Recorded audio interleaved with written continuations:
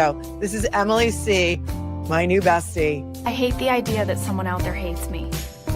I even hate thinking that Al-Qaeda hates me. I think if they got to know me, they wouldn't hate me. This stole the show. Emily C.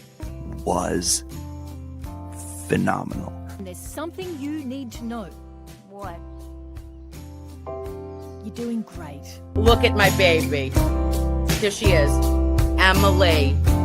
10 out of 10. Huge fan. I see Emily C says 123. I trust her. She's really good. Listen, Turtle, you gotta watch your language. I'm already live. So you need to follow the FCC guidelines.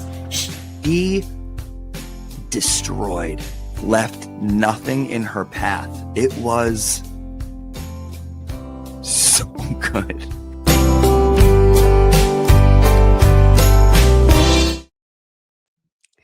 Hi. What are you eating? I have a habit of, so my wife got me nerds. I didn't know that she did before she left town. And so she told me go check the like the bottom drawer and dresser, and I was like, oh, there's nerds in here. I was just eating something. What a little treat. Where is she? She's away for the weekend?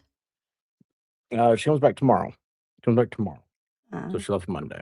But nice. Yeah, sometimes she just needed a little vacation. She has the real job in the family. Like an office job, like a real person job. Yeah, but she gets to her office is downstairs from me. So I mean, she like her whole mess right now. It's just crazy. It's really different than me. Like she's respected and stuff. It's weird. I can see that. That makes sense. Fakrais, you're not late at all. We haven't even started. You could probably show up in 20 minutes and you still wouldn't be late, but not tonight, because tonight we have a very, very exciting Squirrel School planned. First of all, will we hear the Squirrel School song tonight? Nobody knows. We'll find out.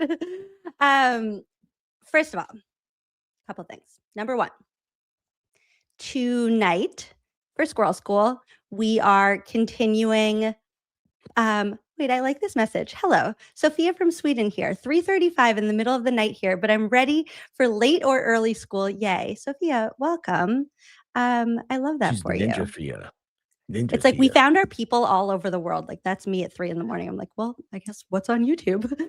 It's crazy. It's crazy. Like for me, like I have a very vocal Australian audience, but they are one of the smallest. They make it for like one of the least amount of people watching. It's crazy. And now I've noticed that Sweden's becoming a deal, and I like that. That's cool. It's so cool, especially because it like really. I mean, I've said this before, but it is just really cool how this is able to like connect so many of us, and like it really is like we're like really like. I don't know how to explain it. It's like not like watching a TV show where you just like turn it on and it's like passive. Like we're all just like in this little tree house together. Squirrel School. Sure. So let me tell you, first of all, for anybody who doesn't know, this is a special Wednesday night Squirrel School because tomorrow night, I want to put this up here. I will be at the Norfolk County DA Candidate Forum. So that's what they call it, a forum. Expert was asking before, like, is it a debate?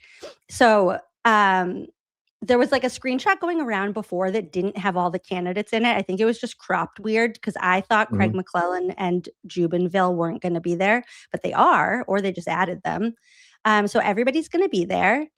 And I would love to see any of you there too. My friend Romy will be there. Hello. And I love those classes. This is an exciting one because if you're here, you already know, but I'm going to say it anyways. The election is September 1st. It is so important. It just feels like more and more important every day that I think about it.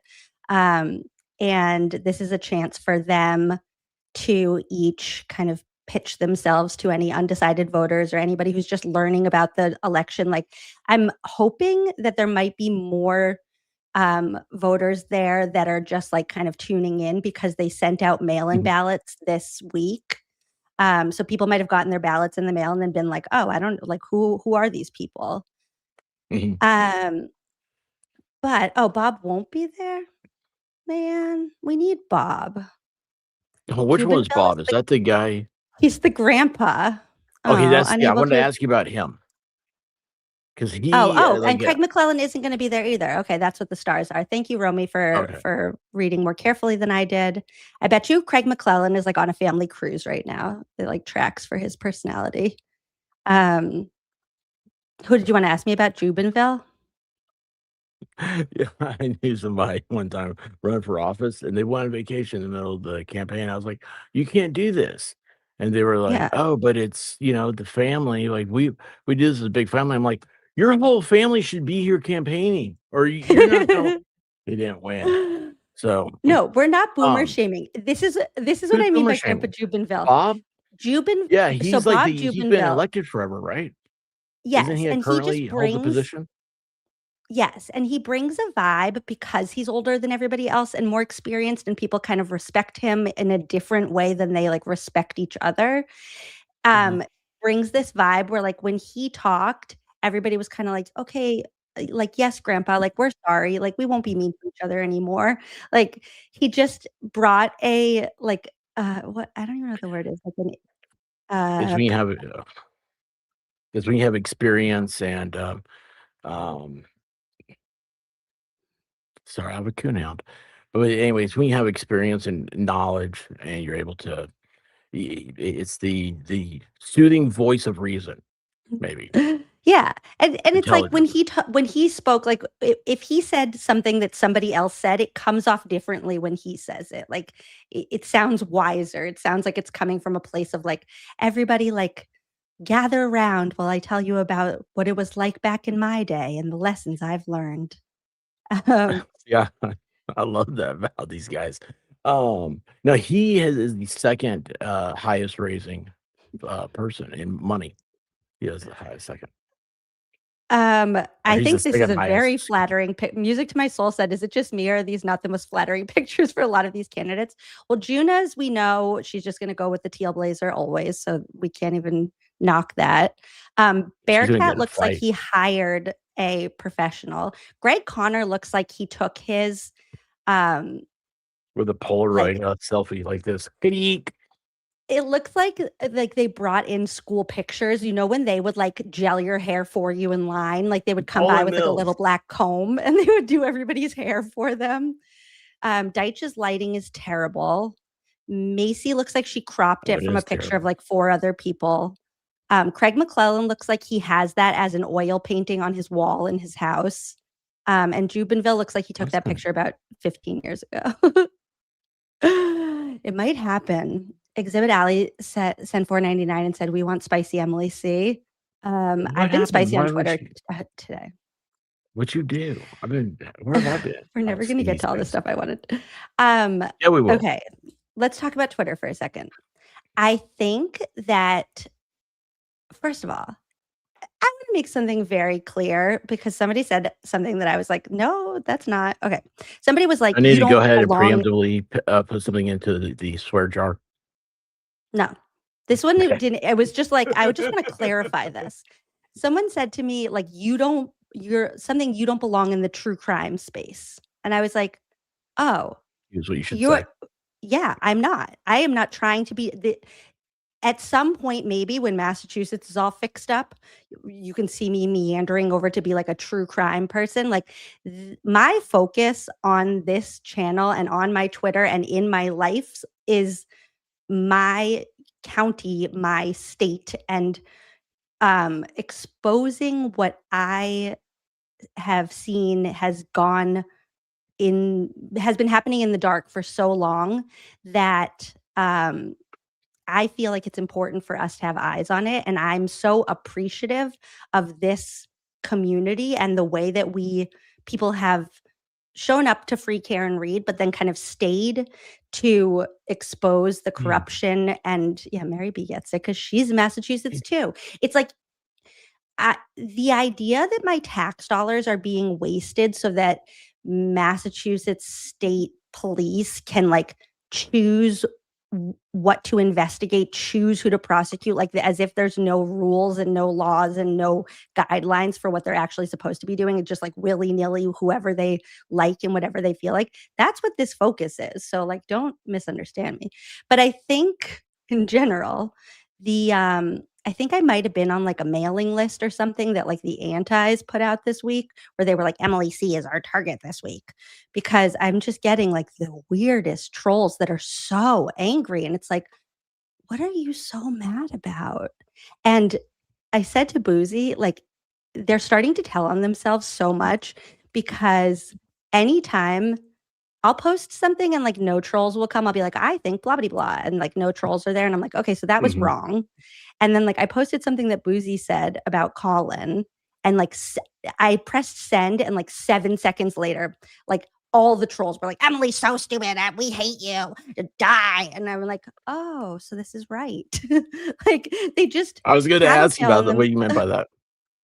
It's like they just, what scares them when they all flood to the message, and it's like, okay, well, good to know.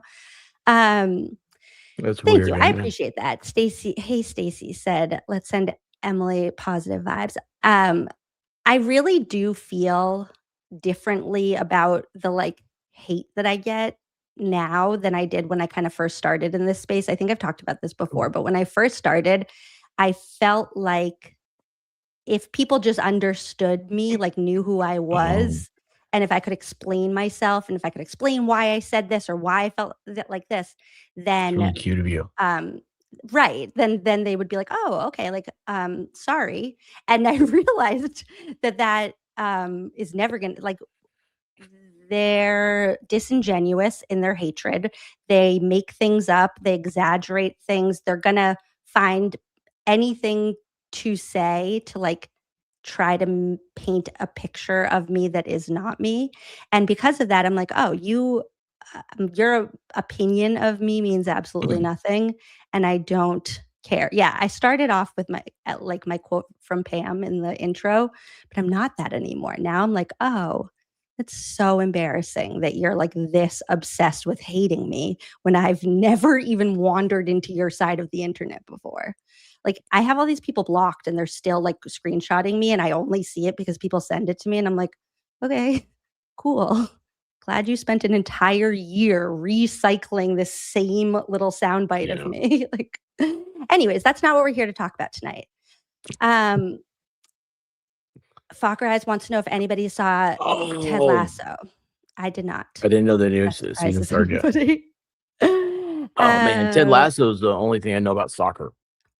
I love your speech and language little rainbow. Speech pathologists are my favorite people in the world. Carter's speech pathologist is leaving. Next week is his last day with her. She's leaving. But it actually is like kind of going to work out, because I found a place for him to do speech that's in our insurance finally. So I'm not going to be paying so much just for him to go to speech therapy. Anyways, that's also not why we're here. Here's why we're here. Oh my God, speak of the devil. Hold on. Here's why we're here tonight. I love that. We're here because we're doing part 2 of Hank's Diary. And he does say meatball. We're doing part 2 of Hank's Diary. And as I was preparing this, I started to think like we really should have started with this, because it's a really fun way to kind of like give you an overview of everything that happened. But we can't go back in time, so we're here now, and this is what we're doing. I'm gonna use your words. You said that I wasn't ready for it. You said when the day comes, we will be, right? But now I'm realizing, or is that just like for most things? No, now I'm realizing that this would have been a good place to start, because. I don't remember where we were started. I just realized that. I cannot tell you what the first thing we talked about was. I can. It was with Turtle Boy. We took an interesting path here. This is true. Ben Burnett, first of all, like hires himself to do jobs on the internet. So right now his job is like he has become a reporter, and he like writes articles, like full He calls them pieces. He says, I'm working on a piece. It's my favorite thing. But he said his first job, Ben Burnett said, my first job on X was defending/supporting Emily. I don't need to do it anymore. The velvet knife has come into her own. I appreciate that. And I might still need you at some points, but I spread my wings and fly. Don't let so I used to have a saying in my email. It was arguing with the lawyers like mud wrestling with a pig. Sooner or later you realize the pig enjoys it. I like that. Don't let remember that when you see trolls and stuff, you want to engage because Well, and I've realized, like, I've tried to explain myself. I've tried to like make it make sense, and we're weird. it's never going to. Okay, so you guys, let's address this. He wants attention. Let's give him attention. All of you out there see these messages from gross. Loopholes followers, all of his followers that all follow him and somehow all know when to come in here. M, can you show text saying Melanie Little is old and ugly in real life? No, I can't. Those don't exist. You're being weird. You've said it now, I don't know, 47 times a live stream, 87 times on every single one of your burner accounts. It's getting weird. Like, you can just move along now. Like, it's such a subjective thing anyway. Remember, what is age? I had a doctor tell me this. Like, you have a better chance of walking out of my office and getting hit with a truck than you do have cancer. But I was there because I was worried about cancer. Oh, I'm a hypochondriac. So what is age? You don't know how long someone's going to live. So like that's a stupid one. And then looks. See, that's another subjective thing. I discovered along my journey, I really didn't have a thing for blondes. Like everybody's like, oh look at the blonde over there. I'm like, where? I mean, it's not just, even like you have different tastes. Like it doesn't. I'm confused why that's the like the attack that he. The whole thing is weird. Anyways, yeah, JC Music Man gets weird. it. I'm gonna put this outside. But here's the point. Tonight we're doing Hank's Diary. And we're on part 3 of the videos that I made. For anybody who doesn't know what I'm talking about, during the retrial, on the very first day of the Karen Read retrial, I wrote a diary entry from the perspective of Hank. And then the comments were all like, you need to do this every day of the trial. And I was like, great. So I did that. I wrote a diary entry. And then at the same time, I was also like, so I wrote, and that's why this is fun, because it really is kind of like a diary. It's like reliving like what I wrote one at the end of every single day. Also, as I was watching these back, getting ready for tonight, I was realizing like watching the Karen Read retrial was like beyond a full-time job. It was like we watched like 8 hours of testimony a day. Then I watched every recap on every YouTuber and I read every Twitter post. I read every commentary. Like it was so much fun and crazy. And we're going to see that tonight, because I started to lose my mind a little bit in this. Like it starts to get weird in a fun way. Speaking of losing minds, you start this, I'm going to be listening. I have to let this dog outside. Go. So here's some things I need to make sense. Go. Okay. Here's some things that I need to make sense. I'll say it to you. Tell me to go. No, go do the dog. Okay. Okay, this is so important. Hold on. First of all, Music to My Soul said Melanie is so pretty, but even if she wasn't, it wouldn't take away from the value of who she is. So the troll attacks are both superficial and inaccurate, in my opinion. In my opinion, too, I subscribe to all of that.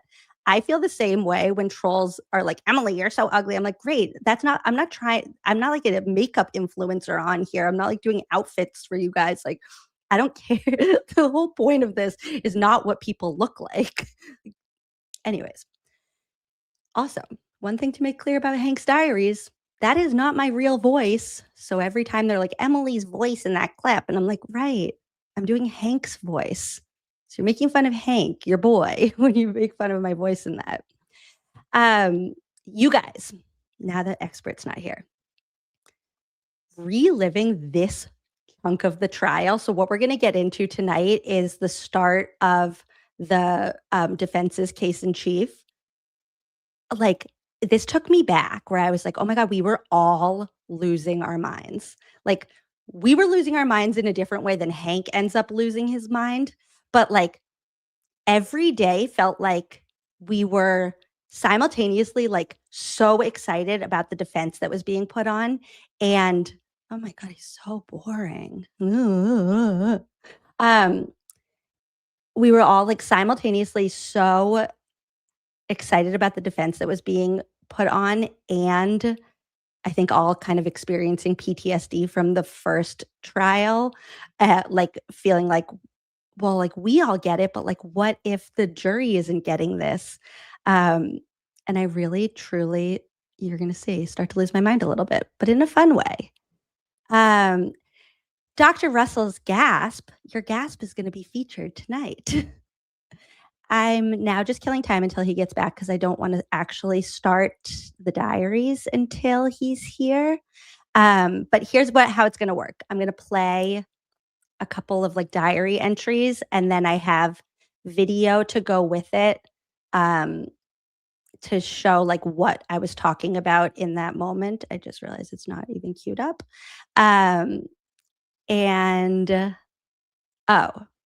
I started to like really become Hank in a weird way where I like developed a backstory for him and like side stories about what was happening in his life.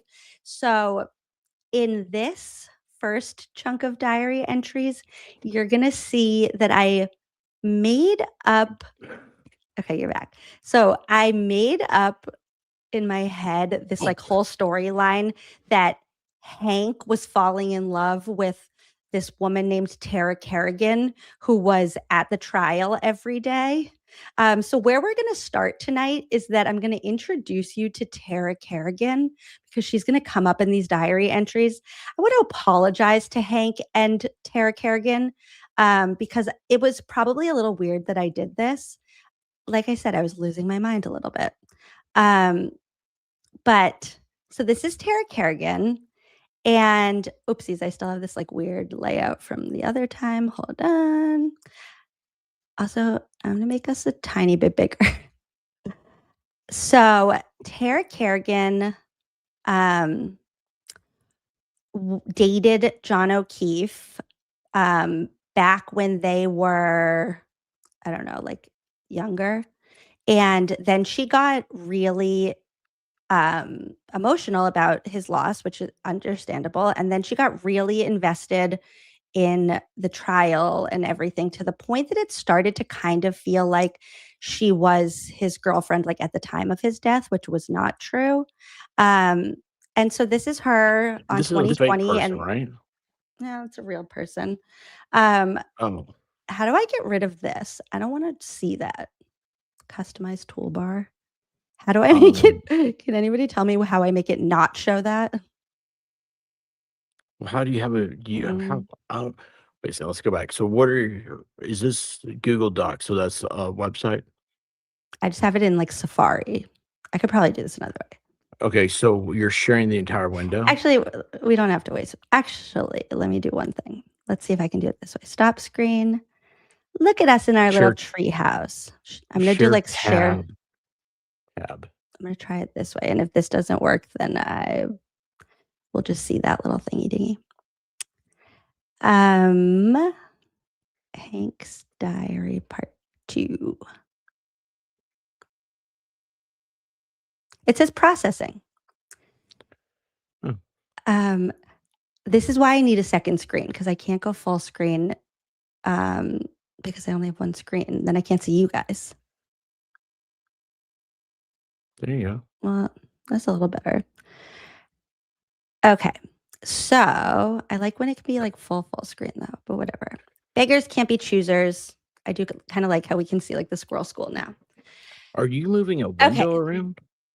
Who knows what I'm doing anymore? Let's I'm like so amazed by this because I'm like, I've never seen. It's a problem when you like entertain, when you don't just tell me to stop when you like entertain my like Obsessive compulsive. Okay. Ooh. So this is Tara Kerrigan. I want to show you now my favorite, one of my favorite shorts that I ever made. It's like 8 seconds long. And it was before we ever had the sidebar transcript. So I had like titled this like leaked sidebar, and people thought it was real at first. And it made me laugh every time. Okay, tell me if you can hear this. Oh, this is why I can't do slides, because I can't play it. What's the point of having slides if you can't play them? Never mind. We're just going to have the little thingy dingy. I've never used slides. Well, now I just remembered why I don't. You can use it for like pics. You can use it put for a bunch of pictures pictures. at the bottom. Yeah, but you can't use it for video, and it's ridiculous. Okay, here. Now we're doing this for real.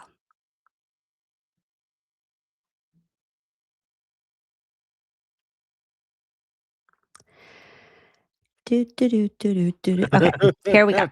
This is... Hey, Chase, how you doing? Who's that one in the front row? Tara Kerrigan. One who dated John like 20 years ago? Yeah, she never got over him. She's wearing a necklace with his badge number. She was in that Boston Magazine article. Judge, I'm scared. Yeah, she's totally nuts. So that's Tara Kerrigan. In this diary, in these diary entries, you're going to see that I made up a backstory that Hank was in love with her. It's weird. Here we go. Oh, that's the fake Listen, part. my children, to bright blue, you Okay, know the wait, friendships. Oh my God, nothing's working tonight already. Is that everything I wanted to tell you? I think so. Let's do it. I started each one of these videos with a random poem that I wrote just for putting them on YouTube.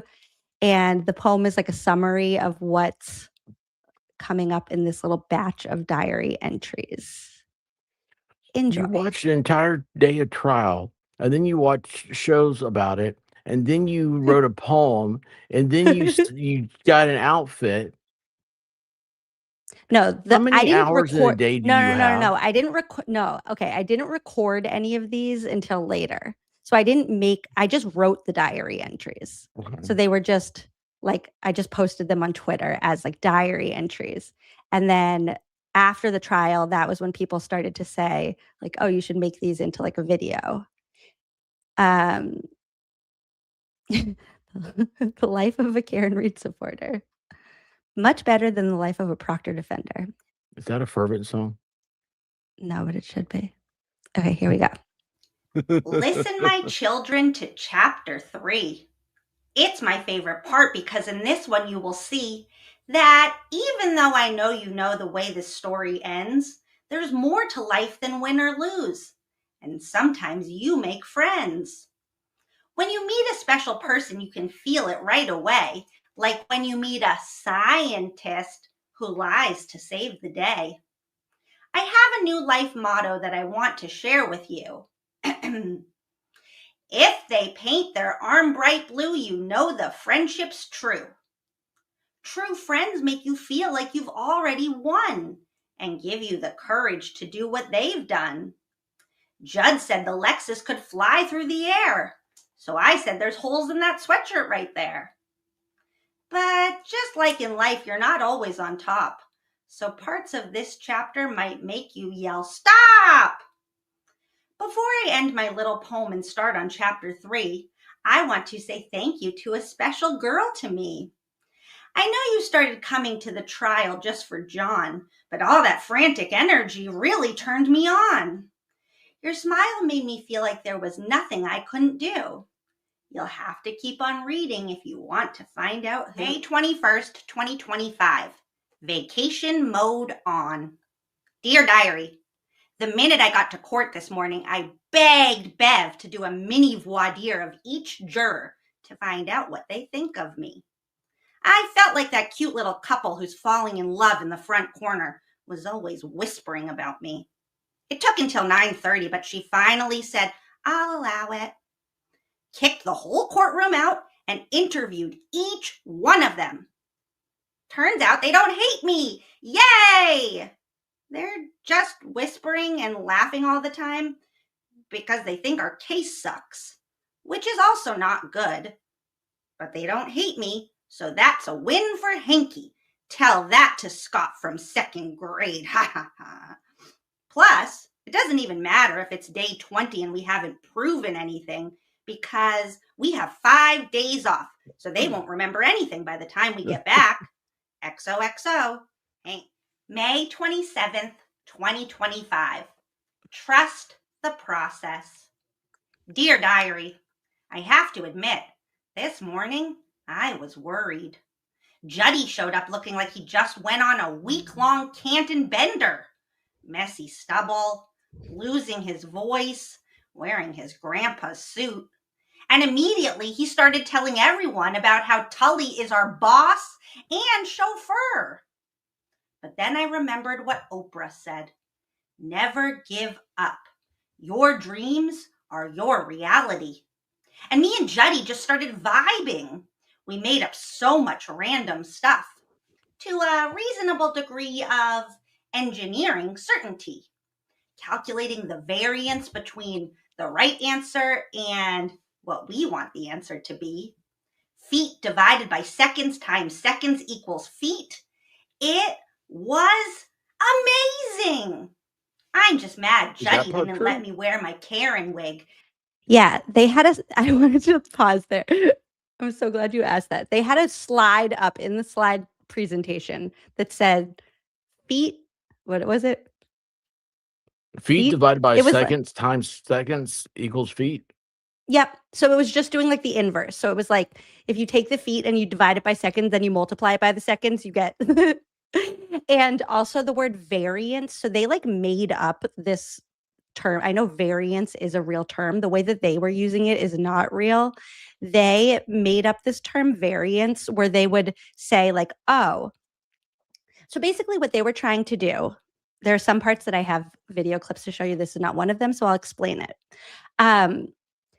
You know, if you were a kid taking a math test, say you were taking like an algebra test, and the question said like solve for X, but you couldn't figure out how to do it, and you look over at somebody else's paper across from you, and you see like at the very bottom there said like equals X equals 8.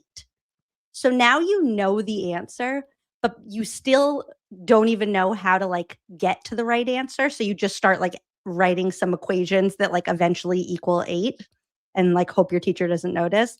That's what they were doing. So they knew in the first trial, Adam Lally starts his opening statements and he says that John O'Keefe was hit at 12:45. And that was the time that they used because that coincided or corresponded to the time that Jen McCabe was looking out the door and said she sent this last text message at 12:41 and said like park behind me or whatever. And then the next time she looked out at 12:45, the car was gone and somehow she couldn't see John on the lawn.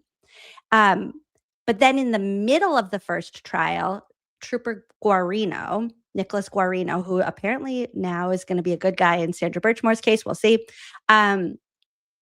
He said that Karen's phone connected to the Wi-Fi at John's house at 12:36.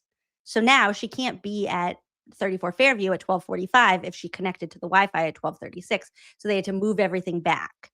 And then in this trial, they had done more analysis of the like, what's it called? Whatever state, the something state of the phone, the pocket state. So they can tell, they're able to know if your phone is like scanning for a face or locked or whatever. So they got down to, they knew that the last time that John's phone moved was 12:32:16. And so they somehow had to make all of their data match that. So they would do things like they would say, well, the infotainment system in the car, like last did X, Y, and Z at 12:35. But then they would be like, but that's after, so it can't be that. So then they would say, so you need to subtract 3 minutes for the time drift because blah, blah, blah, blah, blah. And they would say, and that's the variance. So basically, they made up this term variance, which is the difference between the right answer and the answer that they needed to prove their case. That was that. And in some of Did the they math really that say they time did, drift yeah. from Yeah. Flash, the comic book? You think I know what you're talking about? No. Do you think they were talking about? Yeah, but so then they would just do math where they would say like 1 + 1 - 1 = 1. It's like, yeah, if you add it and then you take it, if you multiply it and then you divide it, you just get back to the same number you started with. Anyways, back to the diary. And wait, look, I have notes. I organized my notes tonight by things I want to explain to you and things I want to watch. Variance was one of the explaining, so that was good. Here we go. Okay, so time drift. Now, this is the comic book. Okay, this is the comic book definition. Time drift is a phenomenon in the DC universe where a person who spends too much time in a foreign time period begins to lose their memories and becomes acclimated to that alien area. Yeah, So exactly. it's Cusco, so their idea of string theory is that if you stay over there too long, that you won't be able to jump back. It's yeah. they kind of in my weird brain that makes sense to me. They read Flash comic books, and that's what they base their legal theory off of. That tracks. Wait, hold on. Hooray, it's time for Squirrel School, the best part of my day. I did it. Okay, back to Hank. I like that little jingle. Drive the car to hit him. This man could present PowerPoints for days. And I think that's what my new strategy is going to be, because I can't let Elise get up and ruin all the fun. XOXO, Hank. People I love. Mom and Dad, sometimes. I wrote that one in 2nd grade. Ronald McDonald. Also, in my mind, when I was writing this was a diary that Hank had kept all the way since 2nd grade. And this was a page, in my mind, this was a page like at the front of his diary where he would just like go back and add to it. So like each one of these people that he had a page of, if you remember from last time, people I hate. And then this is a page that he would just like update anytime he like loved a new person. He would go back and edit it. The Budweiser frogs. Cindy next door, but not anymore. Lisa Simpson, Cleopatra, Mr. Spock, J.K. Rowling, Al Gore, Flo from the Progressive commercials, Barbara from 6th grade, but not anymore. Whitey, he signed that one. Isn't that cool? Jay Carney, the Yo Quiero Taco Bell dog. Crosby, Stills, Nash, but not Young. Ariana Grande, Sheldon Cooper, Young. Alanis Morissette, and Dr. Judson Welcher. May 28th, 2025. Soul full of sunshine. Dear Diary, you know how yesterday I said I loved Juddy? I didn't even know what love was then. I think he's my favorite person of all time. He was the biggest pain in the ass to Elise today, and I loved every second of it. Just when I thought Juddy was backed into a corner and he'd have to admit some info, he would just blurt out something completely random like dyslexic, or it's possible the car could have blasted off into space. He even started talking about spreading his load. It was amazing. I've never trusted a witness more. At a certain point, I just stopped listening for things to object to, and I kicked back with Lally to watch the show. Wow, Diary. Today was a beautiful day. XOXO. May. Okay.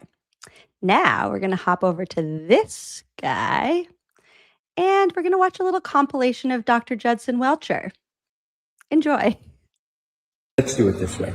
I'm sorry? Let's do it this way. Okay. The force that you calculated from my hypothetical of this Lexus SUV going backwards, you came up with the F number of 2,188, correct? I'm sorry, I didn't. What was you said? 2,188. You said dyslexic? Did you say Lexus? I didn't understand what you said. The Lexus SUV that you've been talking about. Gotcha. Okay? I didn't hear it. Do you disagree that the literature shows it only takes 300 to 400 pounds of force to break a bone in the hand? Do you disagree with that? Your question's too general. I can't answer your question. It depends on the loading. If I take my pencil, which has a very fine point, and jam it through my hand, I can jam it right through my hand because it's a very small point. But if I distribute the load in a broader load, such as hitting a taillight, it takes much more force because the load's distributed across it. It's like if I sit on the corner of my bed. I might sink in not. It's not at all. But what happens when I spread my load out, when I lay in my bed like this? I don't sink in as far. Has my weight changed? And weight is basically force. No, but I distributed it over a larger area. Weight so is for not force, you get less sinking into the mattress.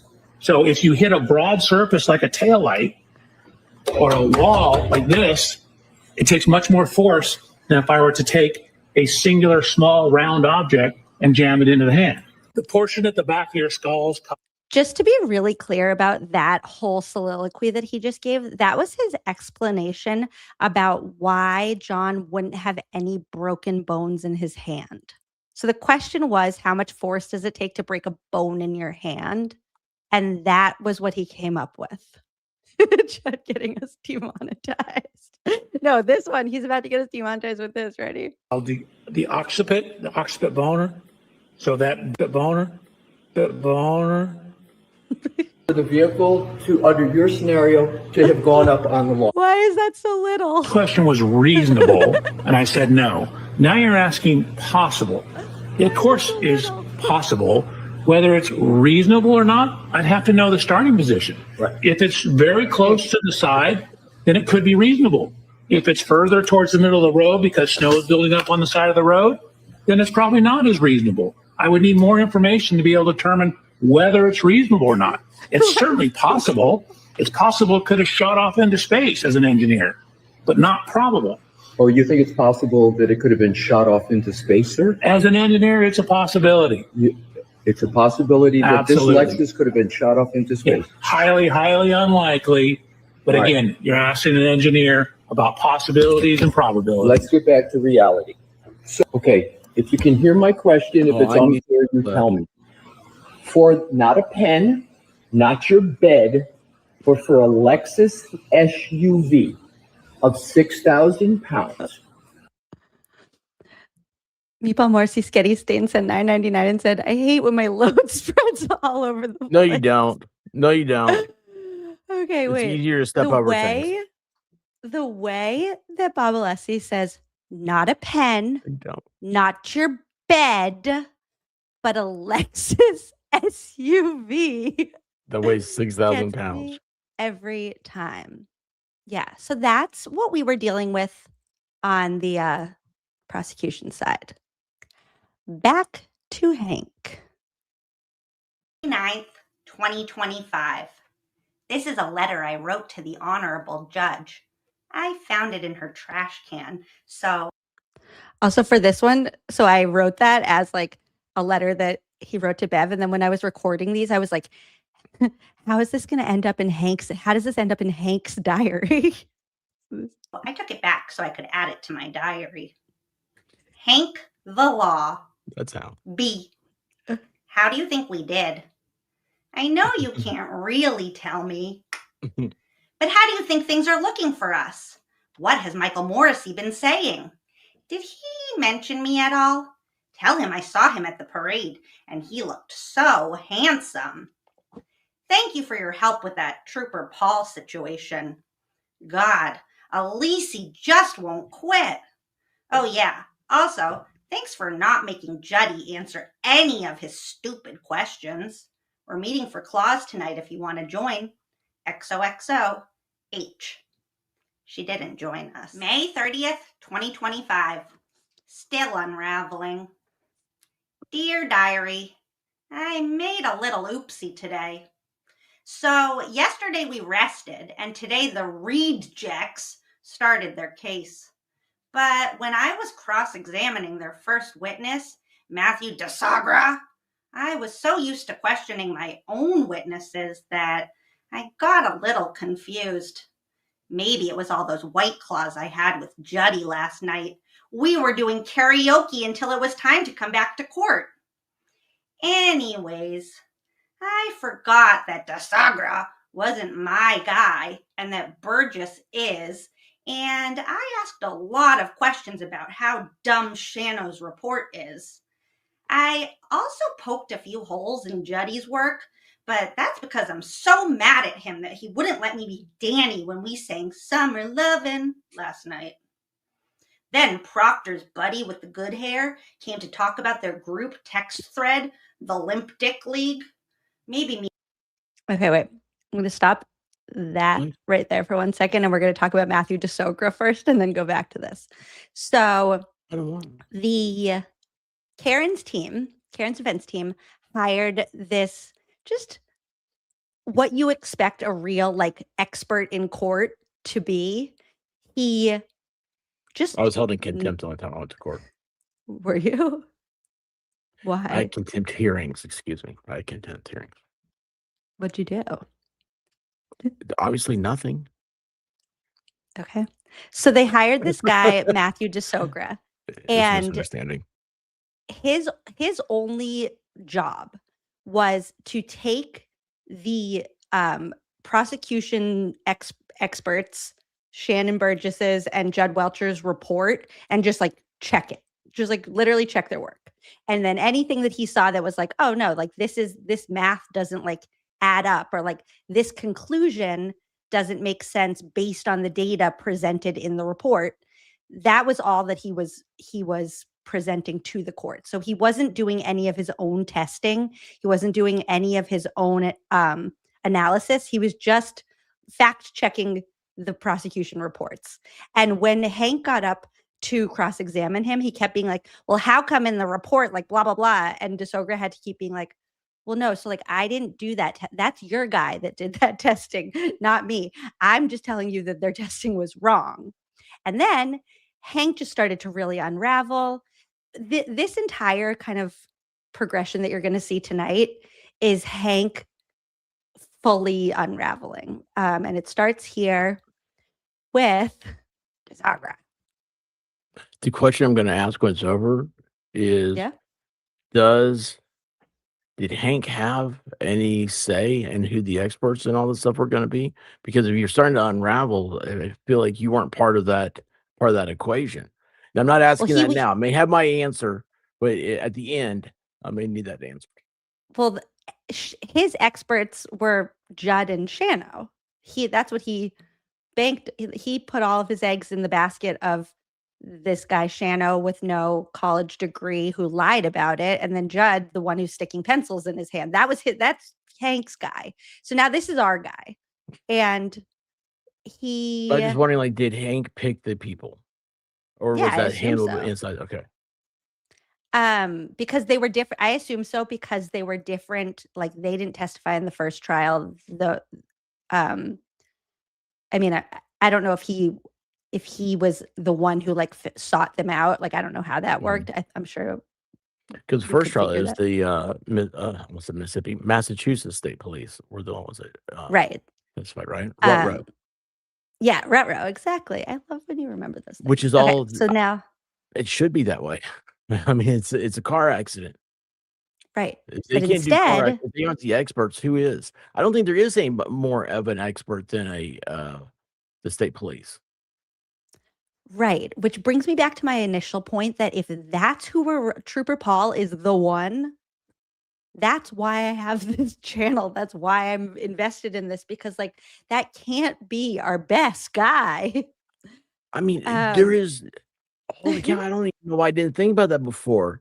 Like, okay, I have friends that are cops, and I've been, it's like, hey, what are these all these marks on the road over here, mate? Like we're gonna go over. These weren't here yesterday, and they're like, oh, there's a car wreck here. Somebody died. It's like, what?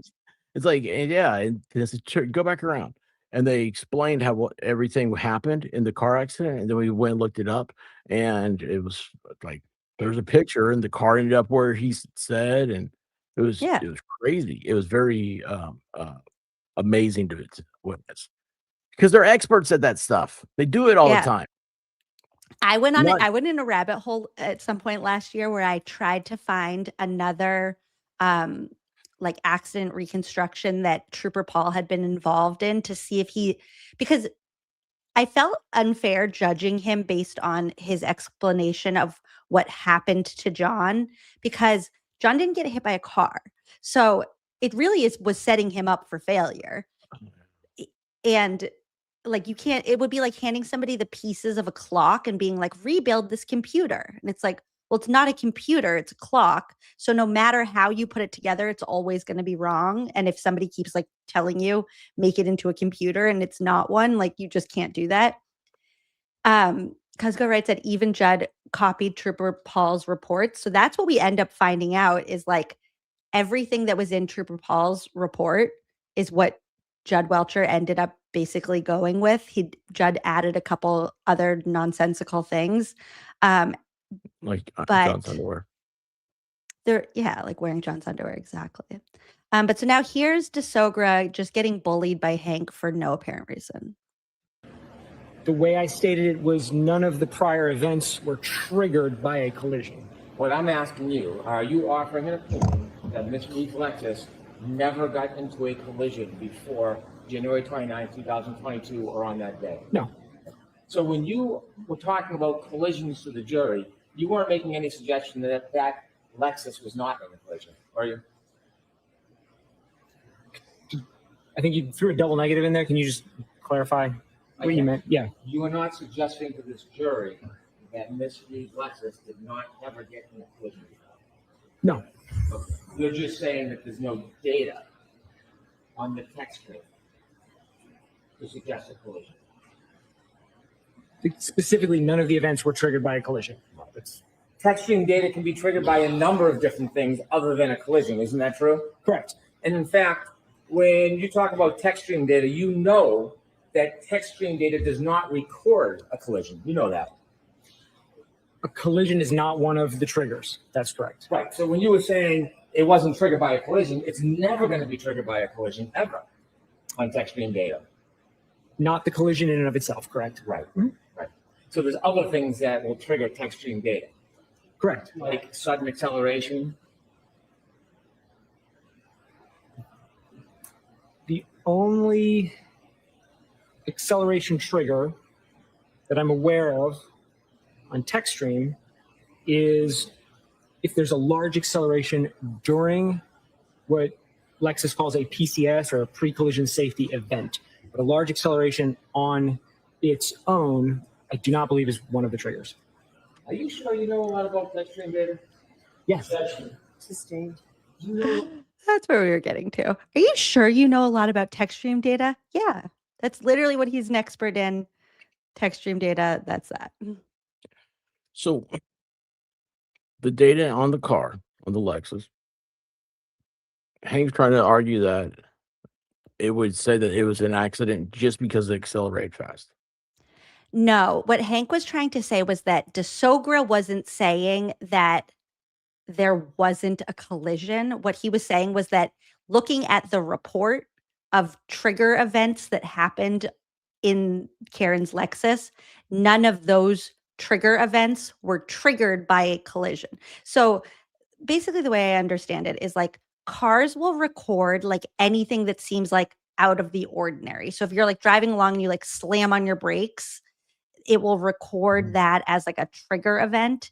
And really this like capability of Lexus is designed because every time that you go get your car serviced, they'll download the report from the like mainframe, whatever they call it, the infotainment system, and send it back to Lexus. And it's really intended not to like piece together a collision or find out what happened. It's meant to help Lexus engineers improve their cars. So if you have like a weird steering event, it will record that. It will say like the steering wheel did this and that, and that triggered this like trigger event, it will record it. And then Lexus will be like, oh, okay, like they turned the steering wheel left and it went like too far, whatever. It's not meant for piecing together a collision. Okay, because I thought he was saying about acceleration. And I'm like, if that's a triggering event, every green light, baby, every green light. Well, right. And that's what Every DeSoga's trying green to say light, is we're like, raising for pink slips. it will record a trigger event if you have sudden acceleration. If you're like in the middle of like slipping on ice, then it has to be doing, the car has to be doing something that seems like outside of the norm. Also, what's interesting when you look at Karen's like data that was downloaded from her key cycle, they call them key cycles, is she basically had like no events. So every time you drive your car, it's like, this is your first time driving, it's your second time driving, but then it will only record an event if an event happens. So say the first time you drive your car, you have like a trigger event. It will record something on that line. So it's like 1. Then you drive your car a whole bunch of times and nothing happens until the 51st time you slam on your brakes in a weird way. And then it records a trigger event. Then it will be like 1 is the first line, 51 is the next line. Does that make sense? Okay. All of that to say, when Karen's car was brand new, basically. And when she had her car, she had like 7 trigger events the whole time that she had it. And then the rest of the report has like trigger event, trigger event, trigger event. And it was all testing that was done once her car was in the custody of the Massachusetts State Police. So they were just like driving her car into the ground, basically. That's that. Matthew DeSoga really isn't that important. I just wanted you to see the start of when Hank starts to lose his mind. And what we're going to see is it starts to happen because basically every expert gets up and is like, yeah, so like this car didn't hit anybody. So I don't know what to tell you. And they just keep getting more and more pronounced with like their conviction in the way that they say, like, no, sir, you don't understand. Like, there was no car accident, so what are we doing here? Back to Hank. Came to talk about their group text thread, the Limp Dick League. With Okay, the good so hair, then came to talk about. So now Hank is talking about the prosecution never called Michael Proctor in their case in chief. And I think that Karen's team was left with this kind of conundrum of, do we call Michael Proctor and have him come in as like a hostile witness and blah, blah, blah, because they wanted to get Proctor's text messages into the record and like into the jury's understanding of like why Proctor's so bad. So I guess they made the decision. They didn't want to call Proctor. They didn't want to give Hank the chance to like rehabilitate him. And so instead, they have this group text where Michael Proctor is texting some of his friends from growing up, like his friends from elementary school. There's a group text of like 10 of them. And they called his one friend, Jonathan, or just this random guy, to come and read Proctor's text messages into the record, basically. And that's what Hank is going to talk about. And then we're going to watch that because it's one of my favorite things of all time. Then Proctor's buddy with the good hair came to talk about their group text thread, the Limp Dick League. Maybe me and Juddy will end up in a group text like that someday. Ah, Hanky can dream. XOXO. Hank. June 2nd, 2025. Okay. It's Shush, Hank. Okay. So, Jonathan comes. Is that even his name? Am I getting his name right? It might not be Jonathan. Jonathan, I think, comes to testify on behalf of Karen's team, but it's weird because it's like he's Proctor's buddy. And so he gets up and he's basically talking about how is he the one on the text messages that didn't read? Didn't reply to any of them? Hold on. Am I right that he got called by or did he get called by Hank? Now I'm forgetting. Am I losing my mind right now? He might have gotten called by either way, whoever he got called by. So he did get called by Hank, didn't he? Yeah, but Did the defense call him? I've Did I never just seen mix that up? Proctor's text messages, so I don't know. Oh no, that's number 38, number 39. Okay, so the defense called him. Hank called him? Then why is okay? This is why I just got confused because this is part 39 on Trial Channel. Everybody go subscribe to Trial Channel. But this is part 38, but this is our guy. That just confused me. Okay.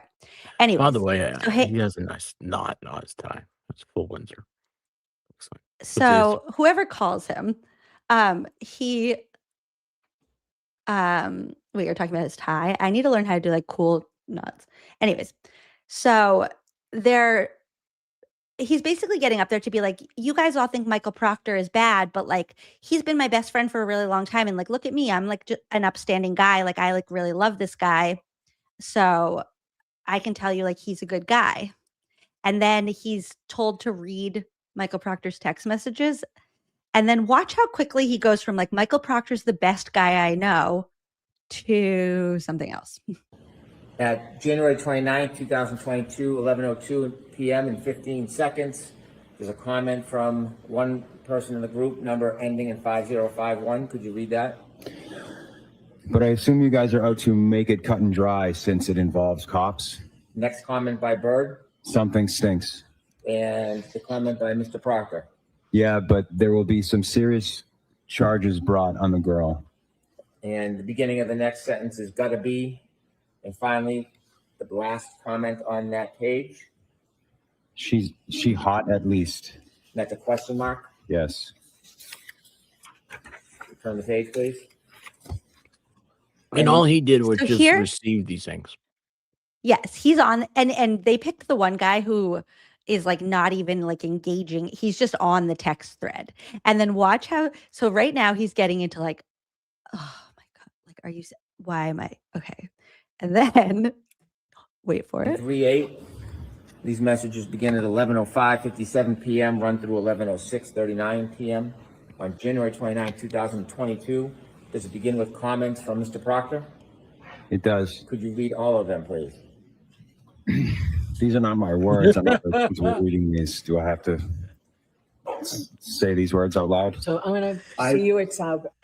Do I have to say these words out loud? Literally 10 minutes before, he was like, yeah, like he's such a good guy. Like I've been friends with him since kindergarten. Like I love the guy. He's like, these are not my words. And did you not? Yeah. So they go to sidebar. We're not going to watch all of that. I just really wanted to watch his reaction to that. But they go to sidebar. They come back and Hank's like, I'll read it. And Hank's like, no ass bitch.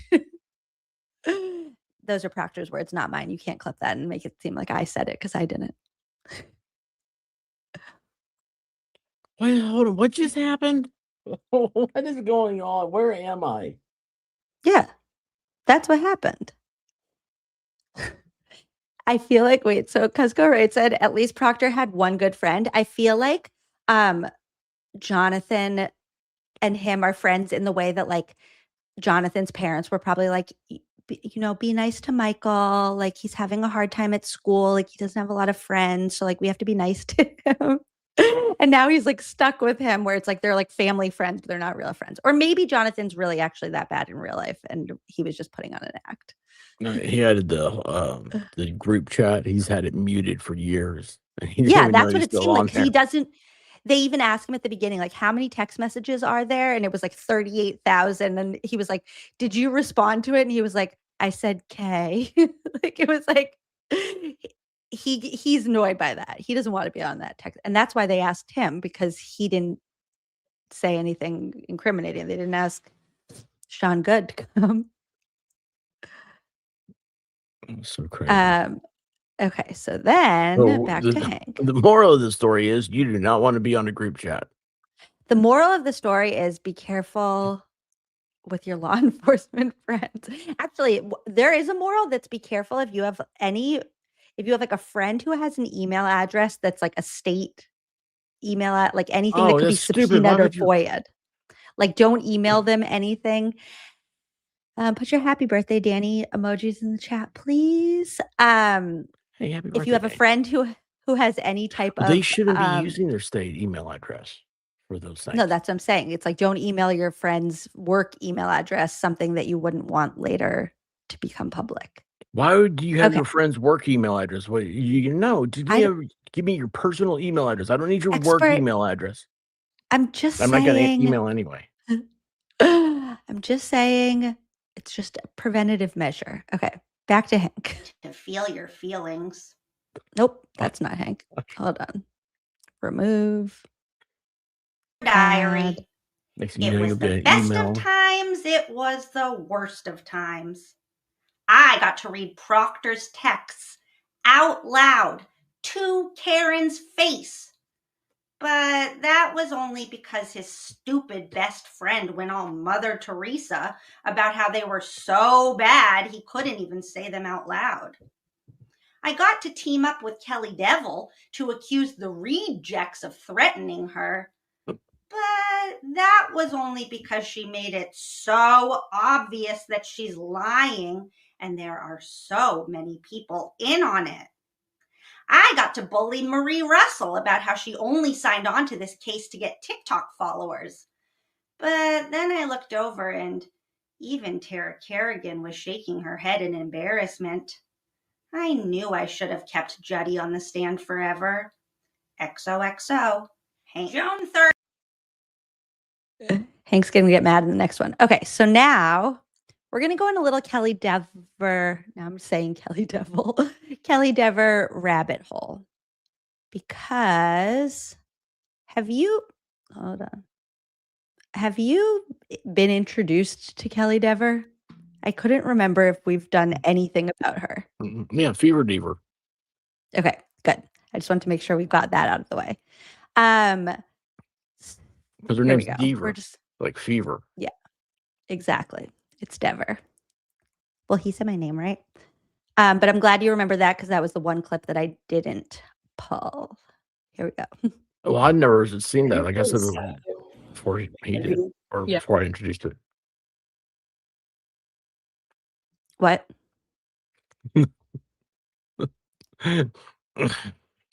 I'd never seen the thing. It's like I didn't know that that was a deal. I was like, I really thought it was Kelly Deaver because that's how you spell fever. That's the only thing I know. Yeah. And you asked me that. Then there's at sports Never. school. You said, "Did you really just say that?" And I was like, "Yeah." Like I didn't. Isn't that how you say But it? then also, there's also Never. So it's a confusing name. Anyways, so actually, let me explain Kelly Dever a little bit to you. So Kelly Dever, this person we're about to see. She's given a fever before she's given a never. Yes.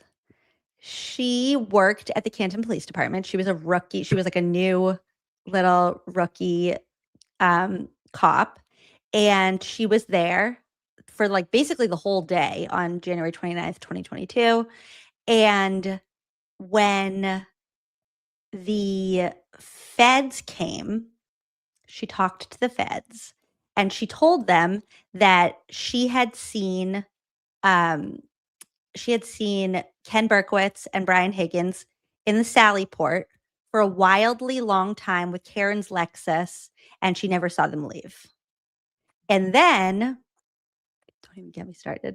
Then she went to go work at the Boston Police Department, and she moved on with her life. She left. There's some, whatever happened in between. And then she got subpoenaed. So she talks to the feds. Then she's going to testify in this trial. In February, a rookie Boston police officer, the Boston Police, like the capital of Massachusetts, the major city. She's a little nothing rookie cop, and she gets called into the commissioner's office to have a meeting the day after the feds email him to say that officer that we talked about is Kelly Dever. That I can't play his garage song because it's a copy. I'll get copyright. But I can give you that for homework and you can listen to it later. She gets called to the commissioner's office. The commissioner, no. Like it's like he used the track of a real song. Something else. Sometimes I testify in June. That one. Muppets? So, no. Oh. Sometimes, whatever. I'll think of it in a second. Focus. The commissioner calls her to the office and says, Spends an do hour the with right her, doesn't he? thing. Yep, do the right thing. Then suddenly she comes to testify in the trial. She gets called by Karen's team. And at the beginning of this testimony, like Lawyer, did a show about her testimony. And he was like, I didn't think this was good for the defense because he was looking at it in the context of a normal trial where it's like, ooh, that person was like really combative Dummy. and like wasn't giving AJ what he was looking for, missing the entire context of the fact that she was so combative summed up all of the like corruption surrounding this. So she had told the truth to the feds, and then suddenly she takes the stand, and this is what happens. Spoiler alert, her brain doesn't work.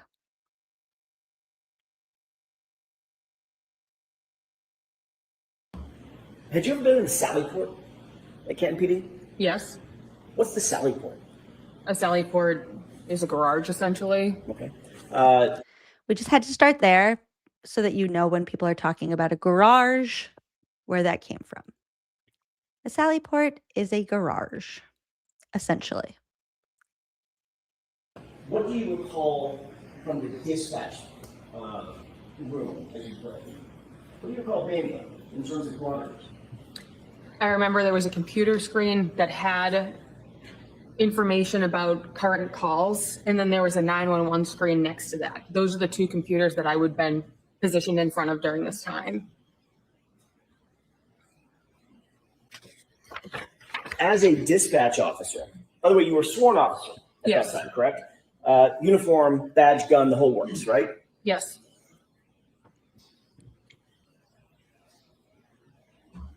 Had you ever been in the Sally Port at Canton PD? Yes. What's Yes, the Sally Sean. Port? A Sally Port is a garage, essentially. Okay. You were aware that the Sally Port garage had a camera, a security camera? It would make sense because that's where we bring prisoners to drop them off. Well, more than just makes sense. I'm asking you, do you recall that it had cameras that serviced the Sally Port garage? Security cameras. It's where we brought prisoners, so there would be cameras, yes. Okay, you're saying there would be cameras. I'm asking you, were there cameras? According to the media, yes. I've seen the footage. Yes, there were cameras. All right, so hold on. So I'm going to strike the officer. You have to answer the question based on your own independent. And if you don't have them, but you have. Could you imagine Bev as your attorney? All right. There were cameras in the Sally Port. Thank you. Okay, so all of that to get her to say there were upset. cameras in the Sally Port. Moving on to more. Let me ask a question. Did you observe something in the Sally Port garage on January 29th, 2022 that you found unusual, that stuck out in your mind? Given factual information that makes it so I know I did not, no. So the answer is no. Correct. Do you remember being interviewed on August 9th, 2023? I do. That was by a separate law enforcement agency, correct? Yes. Two separate law enforcement agents, is that right? Yes. And you were advised during the course of that interview on August 29th of something, correct? Can you rephrase I'm sorry, that? August 9th. So what was I advised of? Can you rephrase that? Sure. Were you advised that lying to those officers would be a crime? So it was a willing conversation. I've spoken with their legal team. Because of the fact I was providing factual information that showed a statement of mine was a false memory, it was not a lie. Therefore, I made it in good faith, and I retracted given information that it could not be accurate. Ms. Denver, did you understand my question? Yes, I did. You threatened to charge me with perjury during our phone call prior to the first trial if I didn't lie on the stand right now. I'm telling you, I did not see anything. Factually, I've been provided evidence by a timeline that it is not correct. Ms. Denver, my question But whose timeline? I mean, that's so you can't bring. So AJ is asking, when you met with the feds, did they tell you it was a crime to lie to them? And she says, You threatened to charge me with perjury if I didn't lie on the stand right now. Yes or no? No. They never told you. They never admonished you that it would be a crime to lie to them? Objection sustained. As to form, Mr. Jackson. Sure. Did they advise you anything? Any consequences of lying to them? So we had a willing conversation. Yes or no? I don't recall. Okay, there's your answer. You don't recall?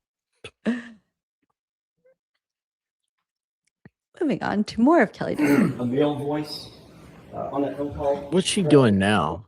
Perjury? Strip club? She is applying for teaching jobs.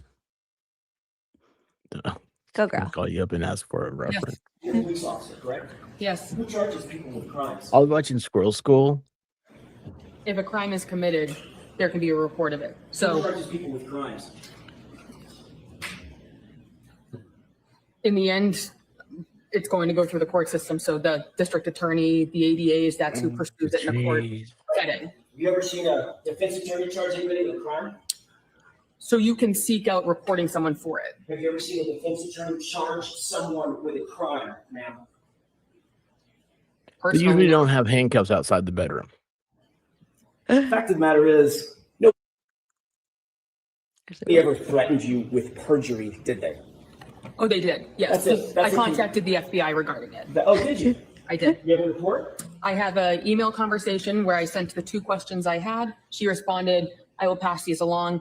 I was contacted by their legal team. They reassured me perjury was not applicable because I made a statement in good faith. Upon further information, I retracted it, corrected it, and made it clear that I could no longer say it because I knew that it was not a clear reflection of the events that took place. That's a mouthful. Yes. My question is, do you have a report from the FBI saying that you reported that someone on the Fairmead defense team threatened to charge you, your words, with perjury? You have a report to that effect?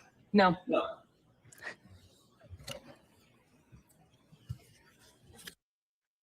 Pouty face. And that's Kelly Dever. Any questions about Kelly Dever? No, you said she's going to be a teacher. Yeah, she's gonna be a teacher. Good for her. She's going to be a... never mind. I think she clearly didn't end up like doing the right thing in terms of like morality, but she was put in a really unfair position from the outside of like what I gather from this is that she was basically told by the commissioner of the Boston Police Department, if you go in there and if you testify on the stand the way that you testified to the FBI, like you don't have a job here anymore. We could do an entire Squirrel School just on like how we've figured that out. But basically like Commissioner Cox is... What did she do differently with the FBI? What? What did she do differently with the FBI? She told them the truth. So she told them on that, she said, I saw Brian Higgins. Why do I always have a hard time with that? So it wasn't even like she wasn't like, I saw like what happened to John O'Keefe. She was saying like, I saw Brian Higgins and Ken Berkowitz in the Sally Port for a long time with Karen's car. And maybe more that we didn't find out about during the trial. Oh yeah, and she's friends with Sarah Levinson, who was one of the people that was in the house, which means like she has a connection to the Albert family through her. Here's a And question that I think I may have missed. Like, it's not a... I mean, why can't cops hang out in the Sally Port? Why is that well, bad? that's... I mean, because Brian Higgins... it was should have been a suspect, was just a witness. Like he shouldn't be with like the evidence. But it's also where they bring criminals in from, right? Could have just been him being arrested. It's only shady because of how shady she made it. Like she invented this whole thing where she said, Well, then I was provided a time. So she basically was saying, like, I was then provided my time sheet that said that I had clocked out that day at 3:45. And so I couldn't have seen them in the Sally Port together at the time that I thought that I saw them because I wasn't there at that time. Meanwhile, number one, everybody knows, like, just because you clocked out of work doesn't mean like you left immediately at that time. And number Yeah, she could have two, gone to the Sally Port and hung out. right. And then she came back for a shift that night. So like her regular shift was like midnight to 6 a.m. or whatever. So she came back then, which would still be a weird time for Brian Higgins and Ken Berkowitz to be in the Sally Port garage for a wildly long time. Which one's Ken Berkowitz? He's Brian Higgins's best friend.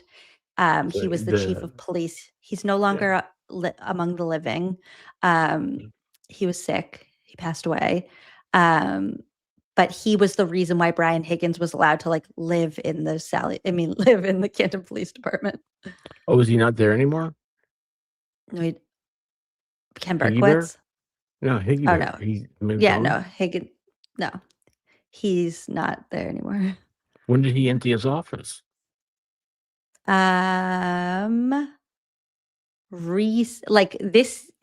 Boozy, who was just talking about this recently? Boozy, was that you talking about this recently on your show?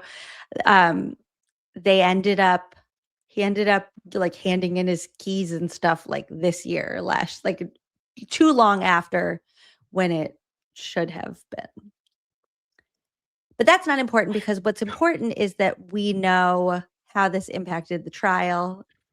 And yeah, that's what it was. When there was an interim police chief for like 6 or 8 months or something last year that just took over until they got the new police chief. And that interim chief was like, dude, like, why can you clean out this, like, all these clothes and crap and like pillows and like that's just what I imagine. He has like a little like hidey hole. And they were like, dude, can you clean out your stinky hidey hole now? Yeah. And leave. Deaver never said. Dever never said when she left work. Yeah, exactly. And it's like, just why are you you're supposed to just be a witness. You're like a tertiary witness to this. You're not even you're not like the Jen McKay. You weren't there. You're not the police officers who responded to the scene. Like, you're supposed to just be like, oh yeah, like I was in the dispatch office. I saw this, the end, and leave and go on with your life. And instead she made herself a main character. And that's that. Higgy lived in the police station to the point that was his address listed on all the police reports. Was the address, it was like blah, blah, blah, Washington Street in Canton. That's the address, like where it would be like Brian Albert, 34 Fairview Road. It was like Brian Higgins, whatever number Washington Street, the address of the Canton Police Department. That was literally what they said for his home. Like, I just picture it being so gross. Like food and like he was getting takeout. Yeah. Sir, can you get rid of your stank? Like, I feel like he was like ordering takeout. Like they were expecting like somebody walks in and they're like thinking that they're coming to file a police report. And he's like, delivery for Brian Higgins. It's like 2 cheese pizzas. Back to Hank. Like cheese. Actually, wait, hold on. I actually don't think it's back to Hank yet. I think we're now going to see Marie Russell. Hold on. Don't you think you get a bunch of gross stuff on pizza? Like, yeah, I mean, vegetables. I got sardines on here. The bad days will end. Wait. Okay. Marie Russell first. So, this is Dr. Marie Russell. And Dr. Marie Russell, we're not going to watch the part where she goes over her resume because we would be here for the entire night.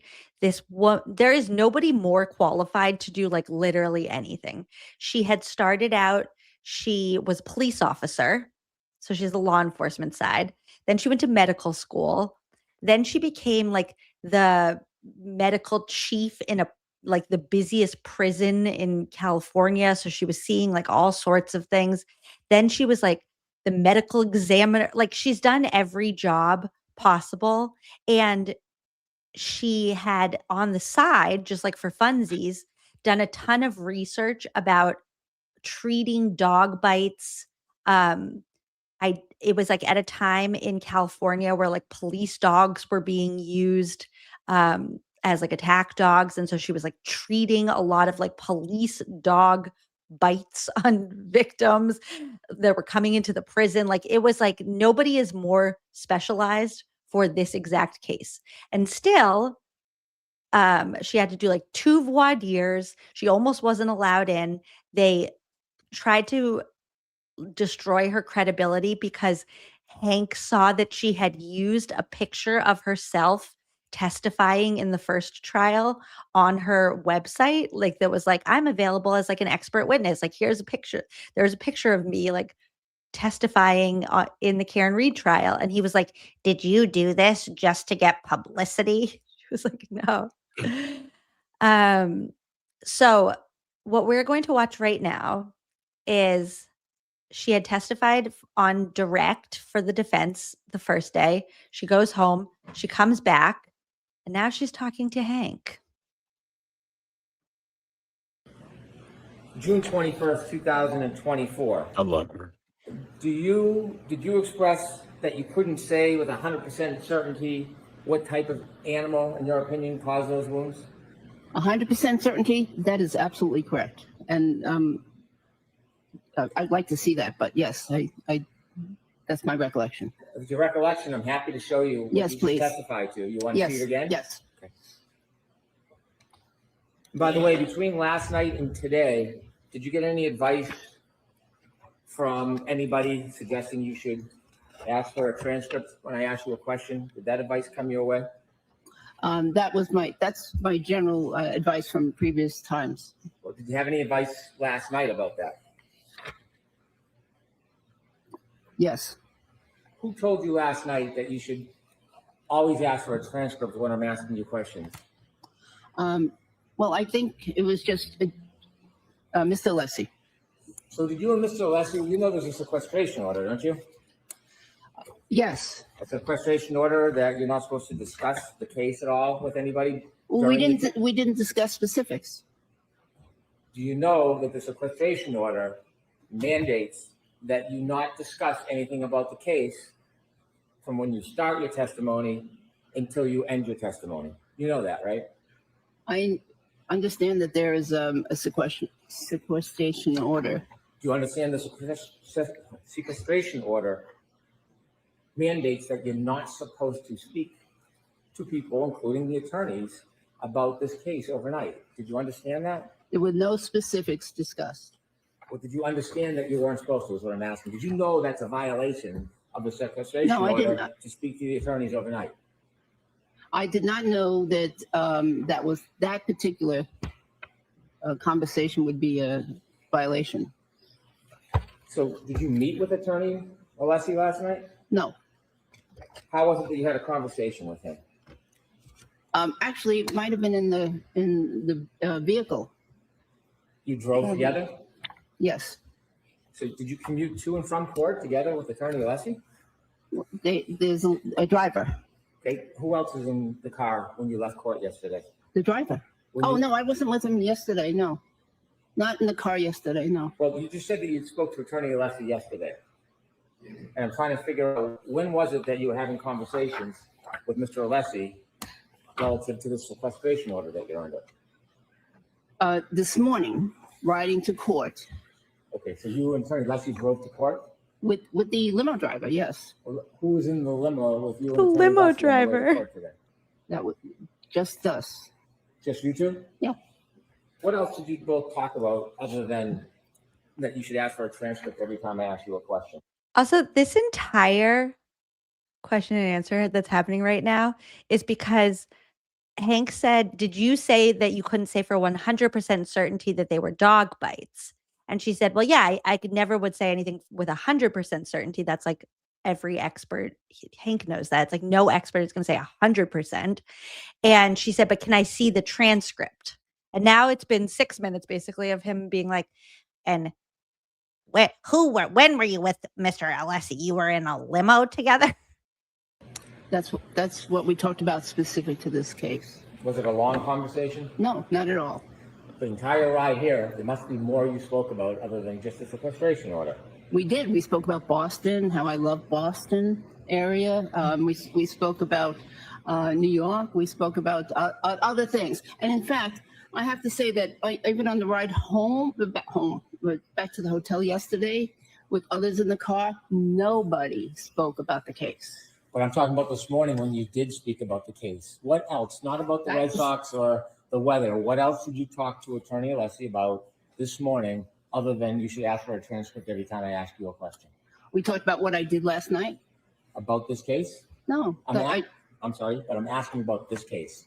That was it. I want to know what all the discussions were between you and this attorney today or last night about this case. Just that I should ask for a transcript. Well, there must have been some concept. There must have been some. Give her the context. He didn't just turn transcript. to you talking about the weather and say, "Hey, you should ask for a transcript." You must have been talking about something. He also generally, not today, but generally says, be honest. Always be honest. Fantastic. But this morning about your testimony, what did he tell you? Did he tell you this morning you should be honest? Not this morning. Okay. Does anybody need to remind you to be honest when you testify? No. Okay.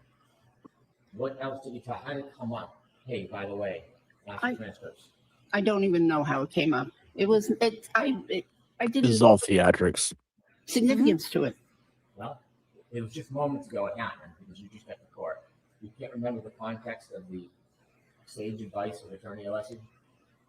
No. You have any memory issues? No.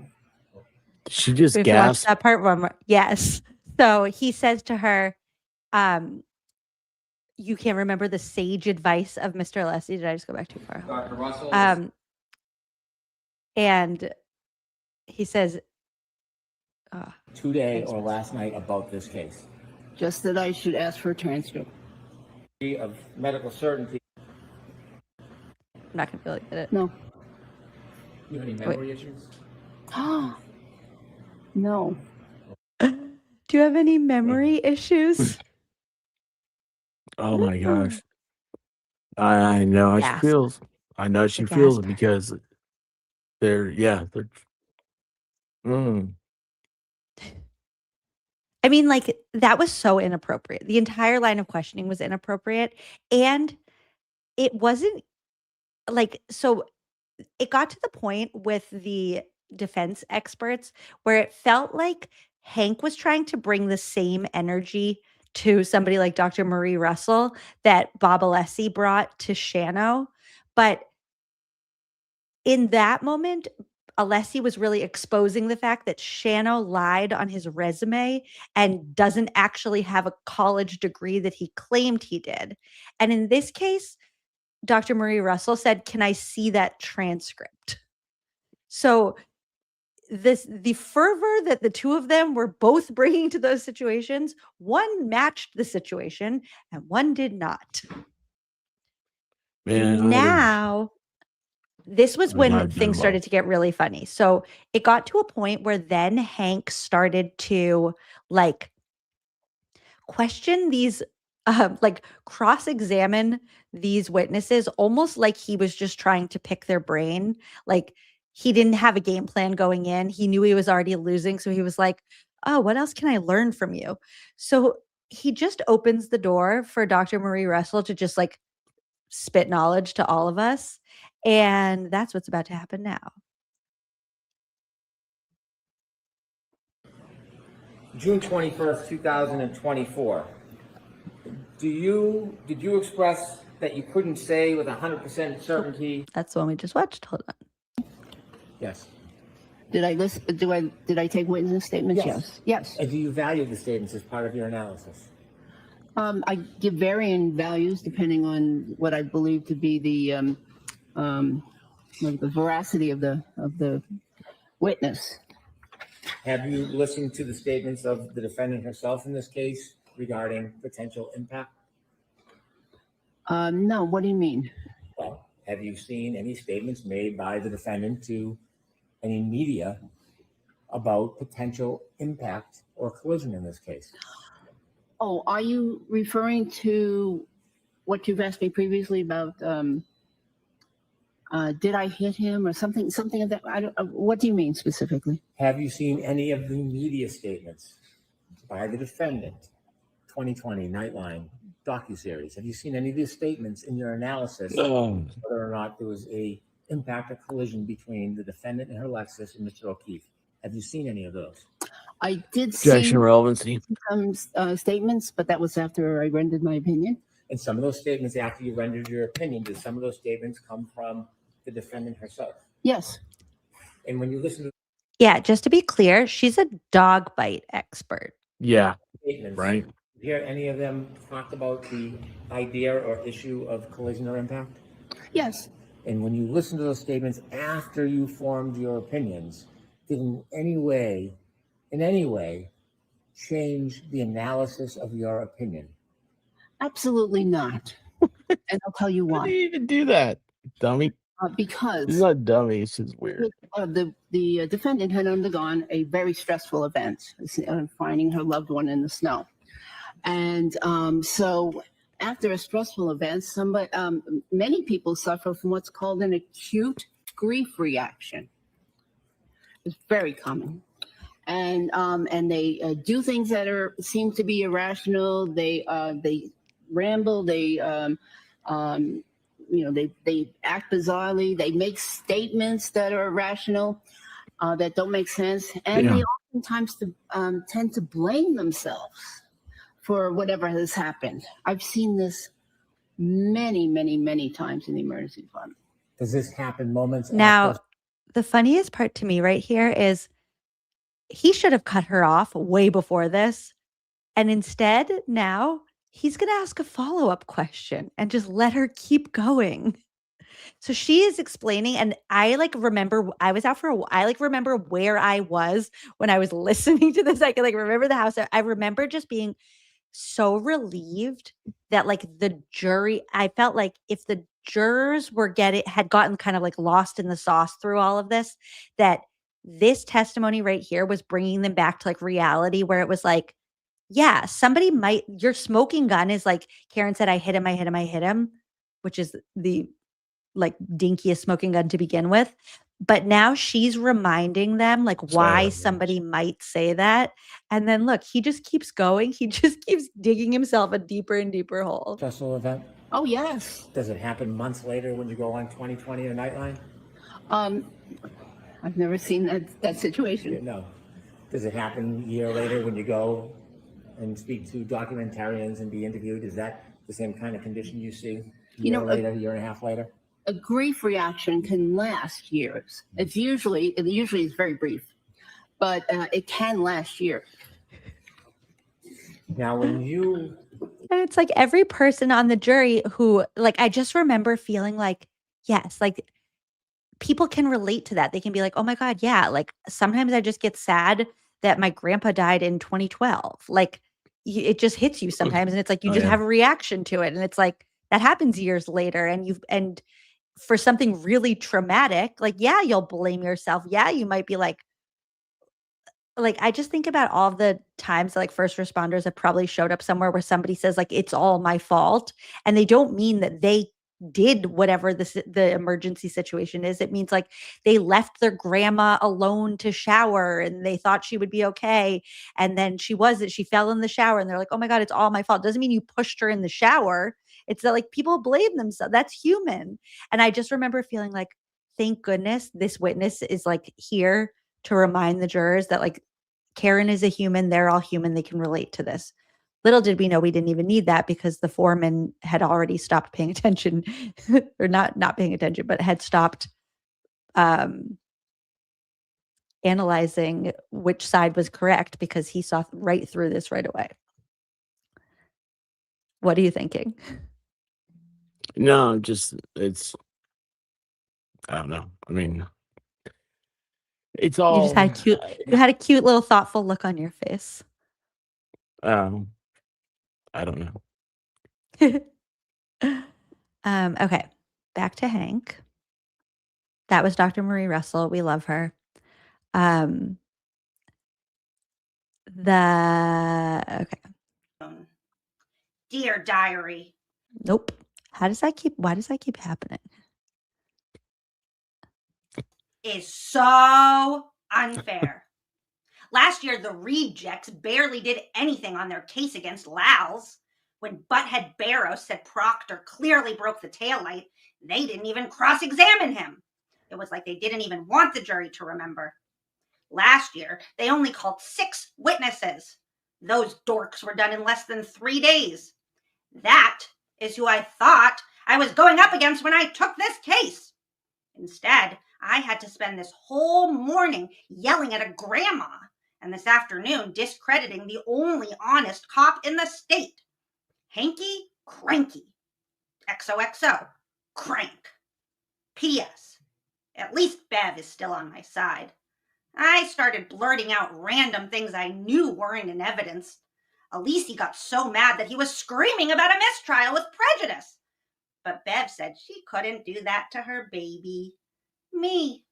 June 4th, 2025. And I drew that little turtle boy statue. Dear Diary, I was on my best behavior today. So this morning, I went on my burner Twitter, and I saw how everyone was freaking out about how I was going to treat Lucky. Well, in your face, because I was like Mr. Rogers coddling that man.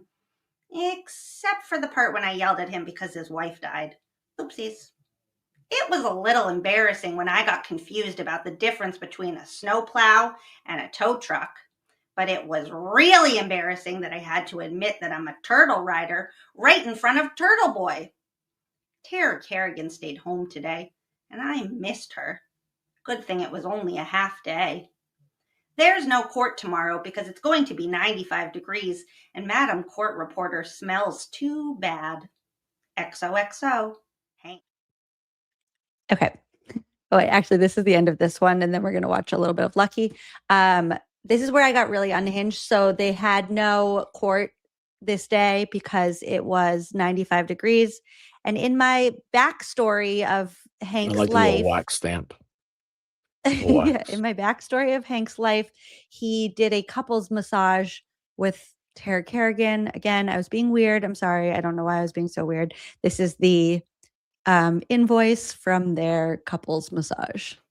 Oh, that was just something special I did with my friend Tara Kerrigan when we didn't have court. I don't think we need to put that one in here. That's the end of that chunk of diary. Did you write a fiction book based on this? Yes. I started to go Did you really? a little. Well, there was no court that day. What was I supposed to do? So I just imagined that Hank was. What were you supposed to do? Anything? Hank was falling in love with Tara Kerrigan.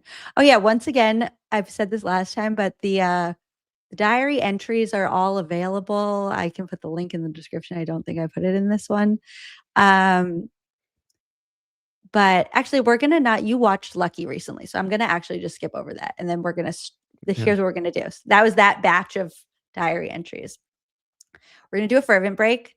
And then we're going to come back and we're at the finale of the diary entries, which is the last batch of diary entries where things start to go really off the rails for me and for Hank. No, why do you go off the rails?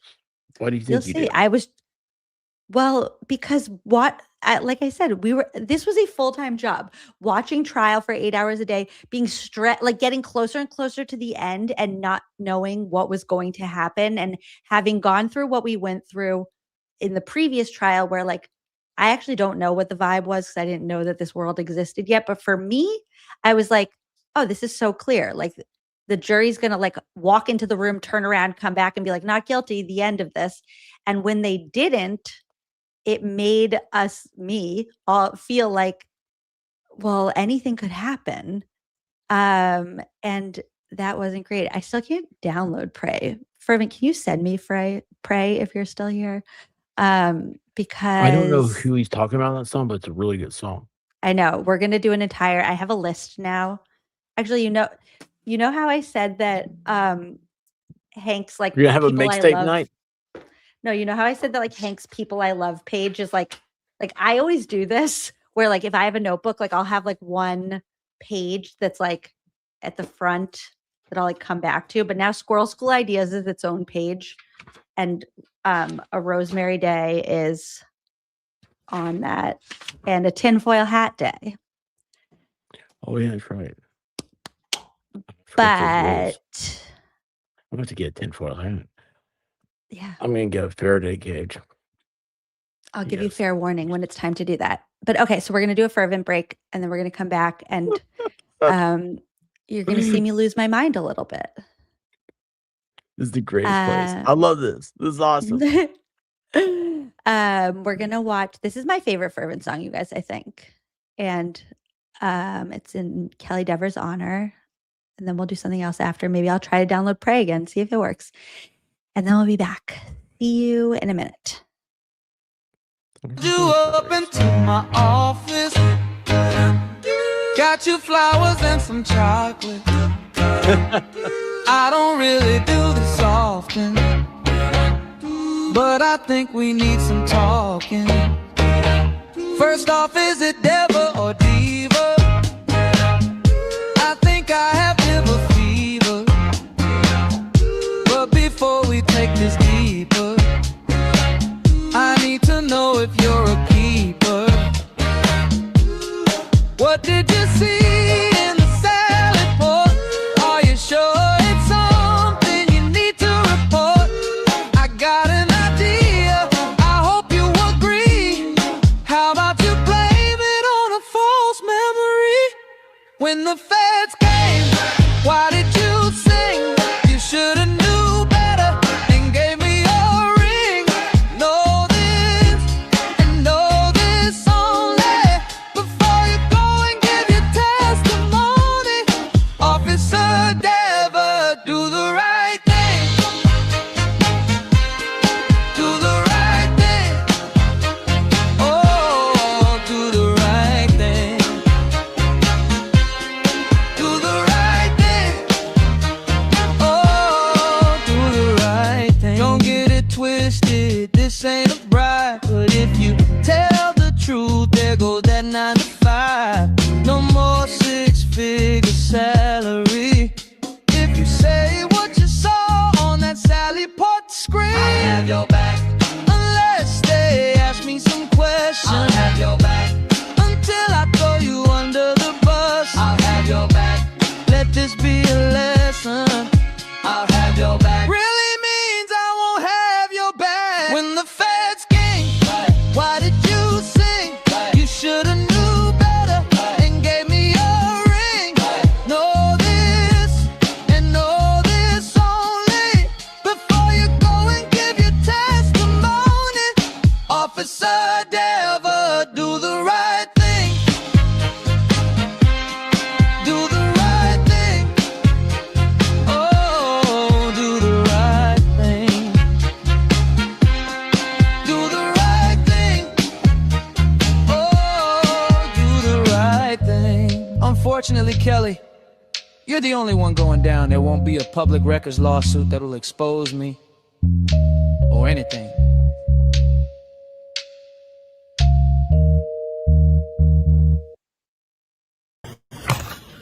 Morning, Dr. Welter. Good morning. We haven't been formally introduced. Your whole name? Robert Alessi, sir. Robert Lessie. Nice to meet you. Nice to meet you.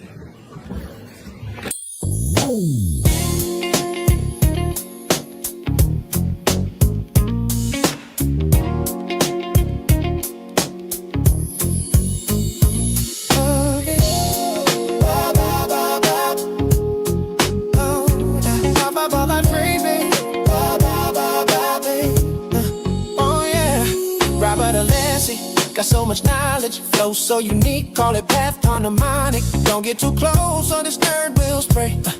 I'm a walking, talking word of the day, hey. But be careful, I'm not all brains.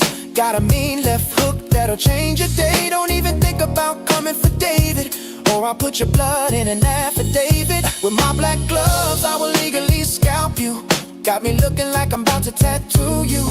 In your theory, so many holes I poke. Oh, it's more bullshit than the hardcore hoax. Oh, sorry, judge, but let me elucidate before you go and take our experts away. Yeah. We want the jury to hear the truth. that John didn't have a bruise. It's what you do to me. Call me a lessonator, baby, I'm here for the kill. Talk nerdy to me, I'll be assiduous, baby, you know the drill. It's what you do to me. Call me a lessonator, baby, I'm here for the kill. I'll be assiduous, baby, you know. His cross exams are more like Hell's Kitchen. He'll beat your ass if you catch your bullshit and talk slick to Bob, and you'll have your natty swinging. Circle round your house like my name Ian Whiffen, Mr. Burgess, you're faking degrees. Have you heard of the term mendacity? He knows now. How can a witness be talking so reckless and welch to outer space with the Lexus? Once I get going, it's real hard to stop. My rhymes are sharp and they're hard as a rock. Got the young Yeti and it's fully stocked. Give me the rock, and I'll make the shot. Swish. How convenient that Google search is gone. But did you use Axiom? Probably not. Half man, half Vulcan, they calling me Spock. But let me assure you that it's just fine. Call me a lessonator, baby, I'm here for the kill. Talk nerdy to me, I'll be assiduous, baby, you know the drill. That's what you do to me. Call me a lessonator, baby, I'm here for the kill.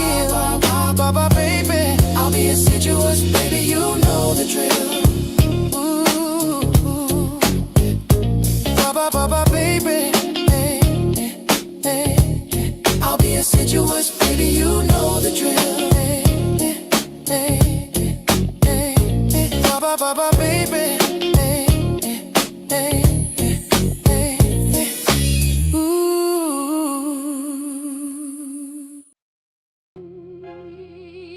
Some people pray to Jesus. Some people pray to Buddha. Some people pray to Allah. Some people pray to Jehovah. But me, I pray to Rosemary. I pray to Rosemary. I pray to Rosemary. Think this flow scary? You ain't heard Rosemary. You know how I pull up the court. Rocking the scarf you can't afford. If you haven't heard me before, you should go watch Trial 4. Oh, Proctor, you must be fooled. Been in this game since I did 2. Exposing biggest is what I do. Look at what I just did to you. Put your face all over the news. You got no one to blame but you. Yeah, without that badge in your hands, it's a lot harder to look for news. Tell Lally he might be next. Tell Netflix to cut the check. Cause by the way I cook these witnesses, they all be calling me chef. Flow so cold, call it Burberry. Don't make me clutch my pearls, baby. Lally, you feeling hurt, baby. Proctor, you feeling cursed, baby. Oh, that's okay, baby. Let me put you on game, baby. Next time you pray, baby, you better pray to Rosemary. Bitch, I pray to Rosemary. I pray to Rosemary. Think this flow's crazy? You ain't heard Rosemary.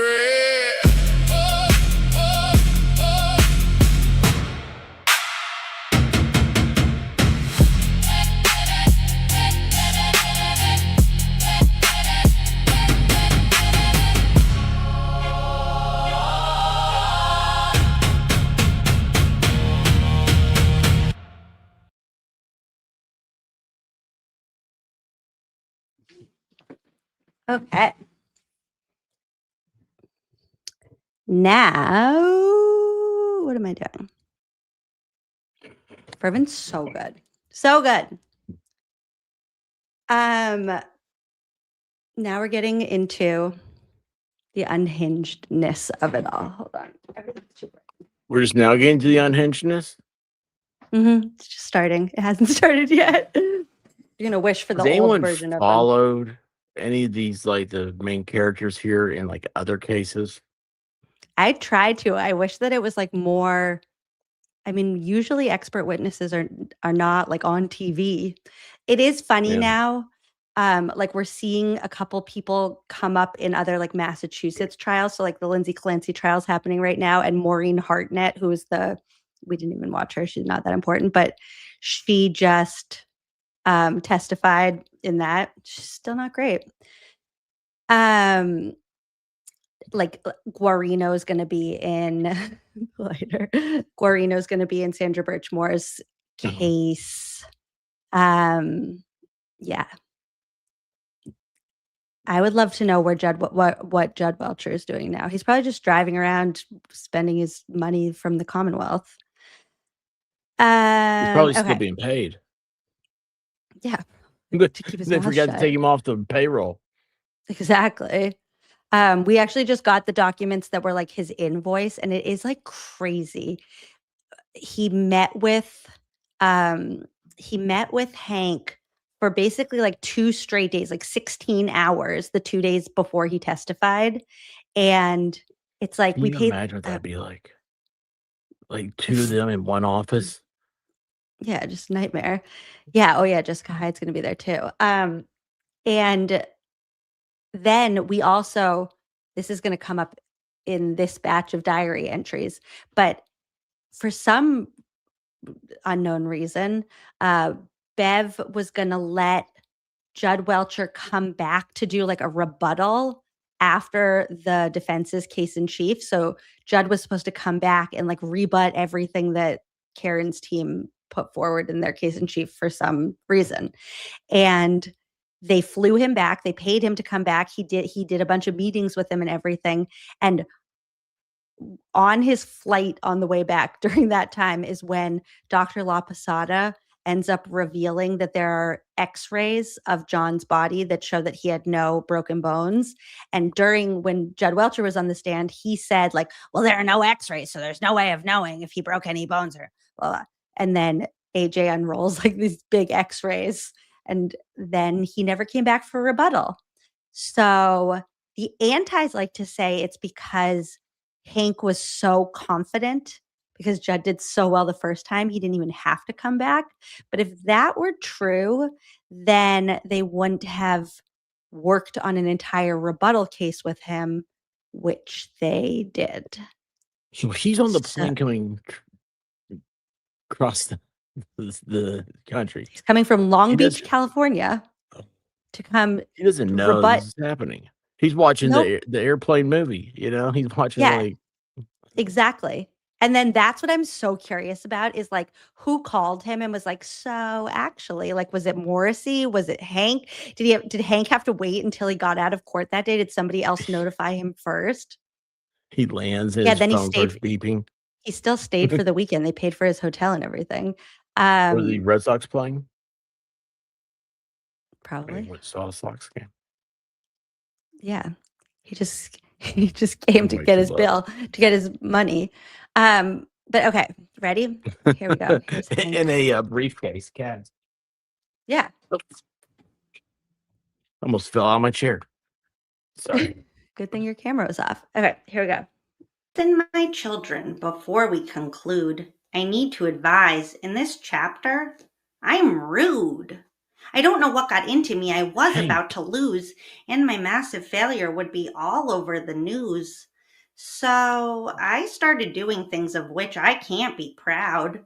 But in defense of all of it, Bev said it was allowed. I asked the Arkahati if his wife followed the case. I cheered on when my witness said a car could fly to space.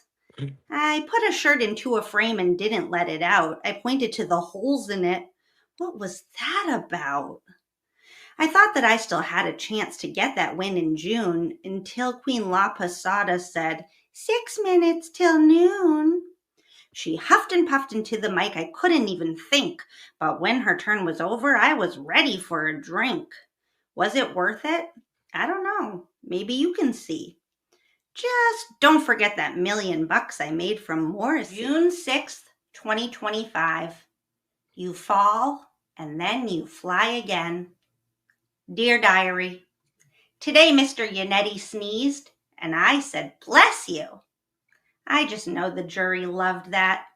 I bet they think I'm so nice. I'm sure they have no idea that every time I was talking about the crash test dummy to Dr. Wolfwhistle, I was really calling him a dummy. I mean, I know he's not a dummy. Actually, while watching all his legitimate accident reconstruction experiments, in his regular clothes, sans paint, I started planning a Trump-Elon-inspired breakup with Judy. But then I remembered if I lose him, I don't have anyone else. So I decided to do some free consulting with Dr. Wolfwhistle. I just started floating some of our theories to see which ones he thought were plausible, so I can tell Judy what to do in his bonus round. XOXO, Hank. P.S. Thank goodness Bev still sustains all my objections and overrules all of AJ's. I don't know where I'd be without her. I need to remember to get her a gift card to a salon at the end of this. She really looks like she needs it. June 9th, 2025. Okay. While we're watching Dr. Wolfwhistle, I need to pull up the before and after of Bev's hair so that you can understand what I mean by she needs the salon.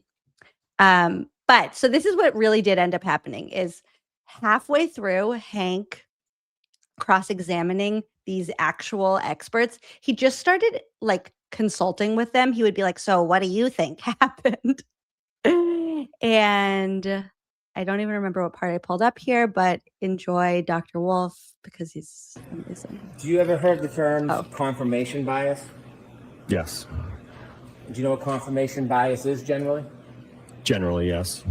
Do you think that you suffer from any confirmation bias in this case? No. Do you have any close family that supports one side over the other? Not the facts of the data, but one side over the other. Close family? Yes. Not that I'm aware of, no. Wife? My wife? Yes. I don't really know what her thoughts are on the case. So that comes up, we learn, because one of the internet crazies emailed Hank Brennan a picture of a screenshot of Dr. Wolf's wife, who had, after the first trial, joined the Free Karen Reed Facebook group. And she had, it turns out, I guess she had joined because she knew that like we were all had a crush on her husband and everybody was like calling him Crash Daddy and was like in love with him. And she wanted to see what people were saying about the man that she loves, which is adorable. And instead, Hank tried to use that against him in court. It did not go over well, as you can see. You can picture Bev, what she looks like, right? I want to show you what she looked like when the trial started, because things really took a toll She looks on like her Uga. life. Yeah. At the beginning, hold on. This isn't even that good of a one. Actually, no, I'm gonna wait on that. I had a good like side by side. Hold that thought. Watch this one. So now Dr. Wolf's gonna be confronted with some nonsense. Hold on.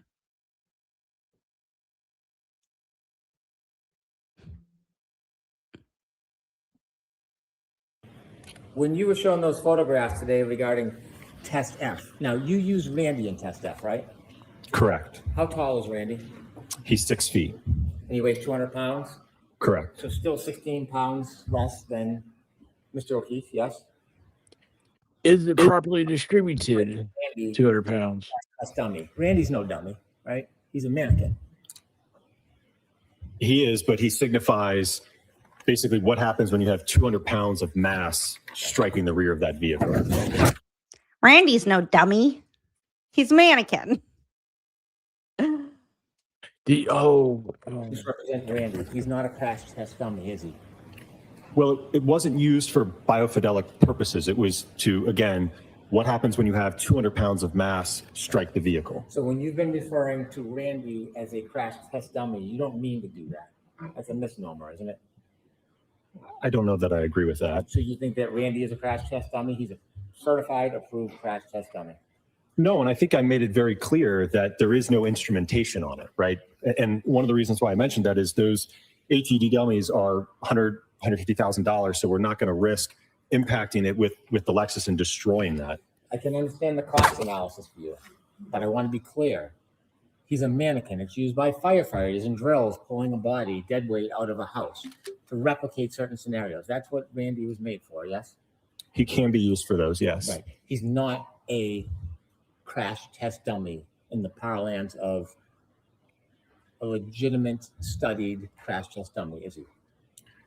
I don't agree with that because, again, we use that type of dummy in all different types of tests. There's an H395M PED, which most closely replicates John O'Keefe's size and body, isn't there? Correct. You didn't have that when you did the test, did you? No. When you do crash tests, you can put a magnetic control on the crash test dummy, so upon impact, it releases and is thrown. You could do that, couldn't you? That is one way, yes. Right.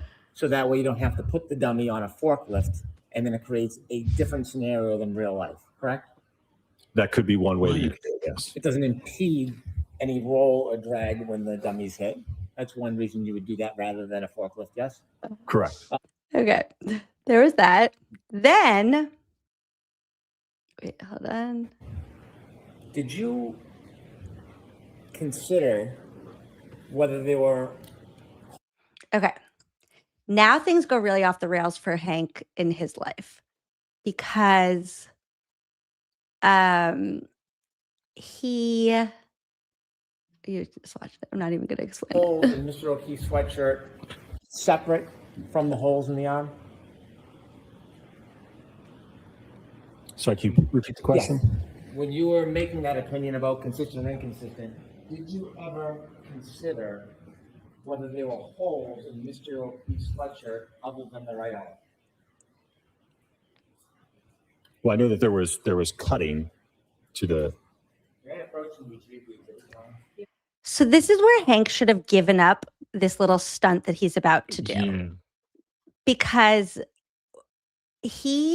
so in the crash test Randy situation, it is clear that when Randy goes like sliding on the ground, his sweatshirt gets all cut up, the crash test not dummy.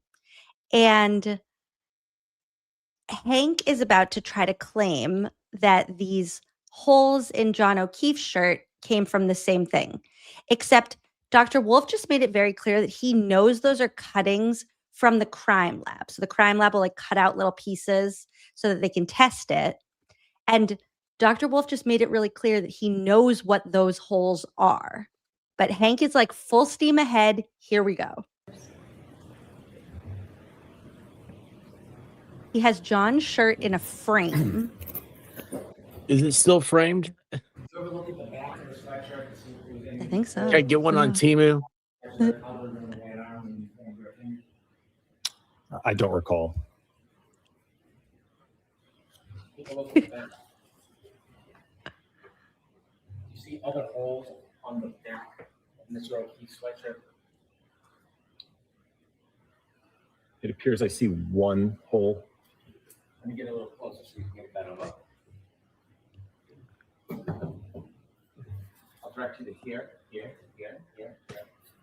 You see more than one hole in the back of Mr. O'Keefe's sweatshirt. I have so many questions about this, though. Oh. Karen was framed and John's shirt was framed. Gotcha. So that happened. Ask your questions. I don't know.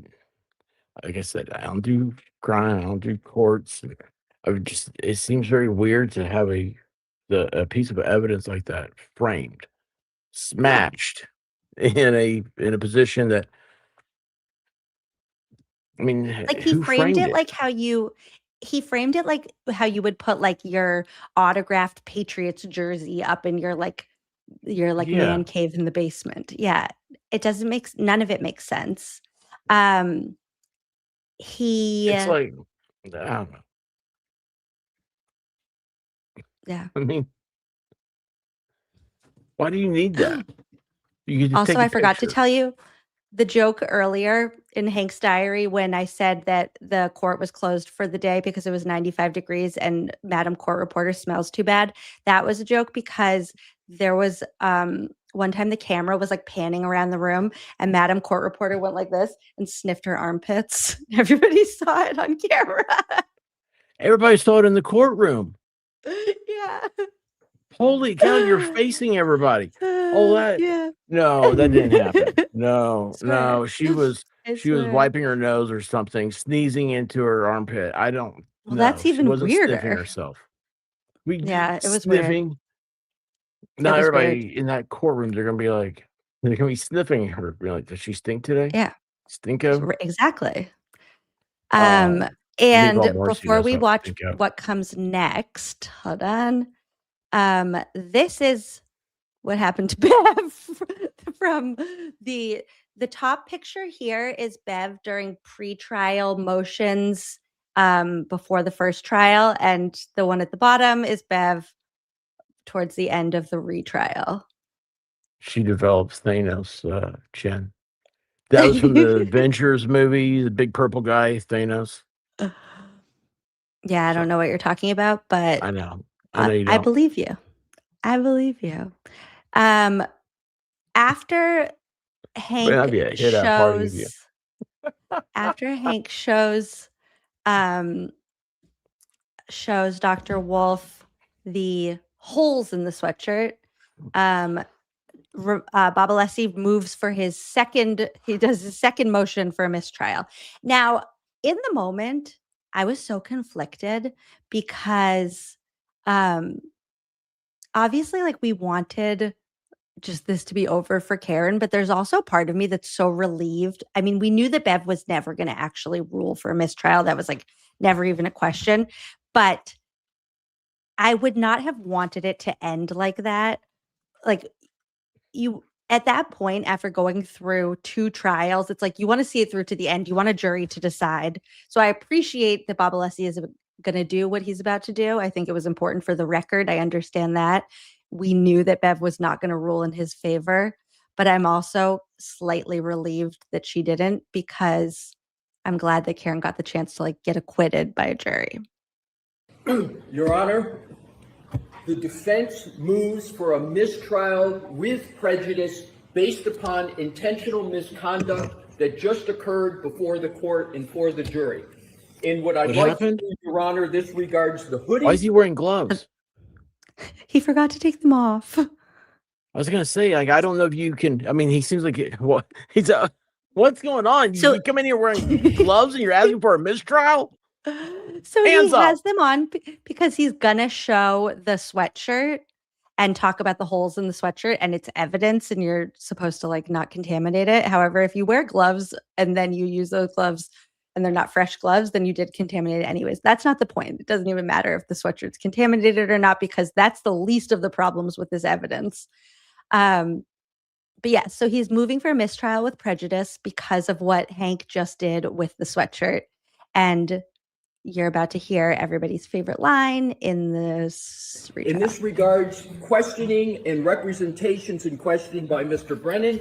And what I'd like to and need to do, Your Honor, is to have 2 documents marked as exhibits, and then I am going to use exhibit 88, which is an evidence, which is the hoodie, which is why I'm putting on the evidence gloves, and it will become quite obvious very shortly what the issues are. All right, so what are the things that you want to have marked? What I would like to have marked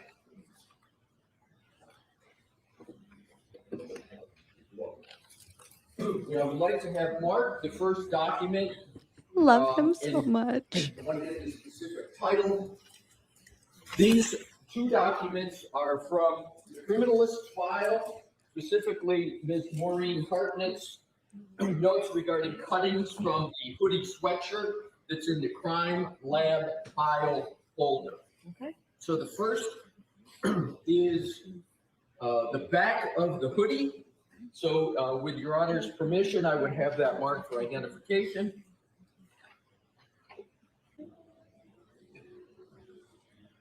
Okay. That is the back of the hoodie, Your Honor. And if I could please have the next. Also, how part, good is Trial in Channel to do order, that? Exhibit. Like, this is Trial Channel putting in what Alessi was filing and what they were talking about. So these are really what awesome. Hank is trying to claim happened from road rash and not from Maureen Hartnett cutting and then marking where she cut the sweatshirt. Identification. Exhibit ZZZ for the identification. Just give me a minute. Wait, to who read. cut the sweatshirt? So is it that The there were crime no lab. holes in the back? There were no holes in the back Why? of the sweatshirt? That's only part of it, but that is. They'll do that. She actually was just talking about this in Lindsay Clancy's case too. It's like, so say the hoodie's one example, but she was just talking about this. So let's say that there was a blood stain on a carpet. They're not going to rip Yeah. out the entire carpet from the floor. So they'll cut a little piece of the carpet to take back to the crime lab to test it. So because John's Gotcha. sweatshirt was saturated with blood and vomit from apparently Took getting hit by a samples of it. car and then laying incapacitated on the lawn, unclear how that would have happened. Maureen Hartnett cut these little pieces out of the hoodie so that they could use them for testing. Unclear why she did that, because they also didn't test the DNA. They tested it far enough along in the process to determine that there were multiple contributors to the stains. So there were like 3 DNA contributors in the one stain of blood. And there was like 5 DNA contributors into this stain. And then they said, and one of those contributors was John. Like his DNA matched his clothing. And then they were like, case closed. True story. In fact, the case, Your Honor. Okay. What? I can't tell entirely from ZZZ. Can't but tell. If that's your argument. Why? For identification appears to support that. Why? Your Honor, may I have the exhibit for identification back for my argument? Okay. Thank you, Your Honor. Thank you, Madam Court.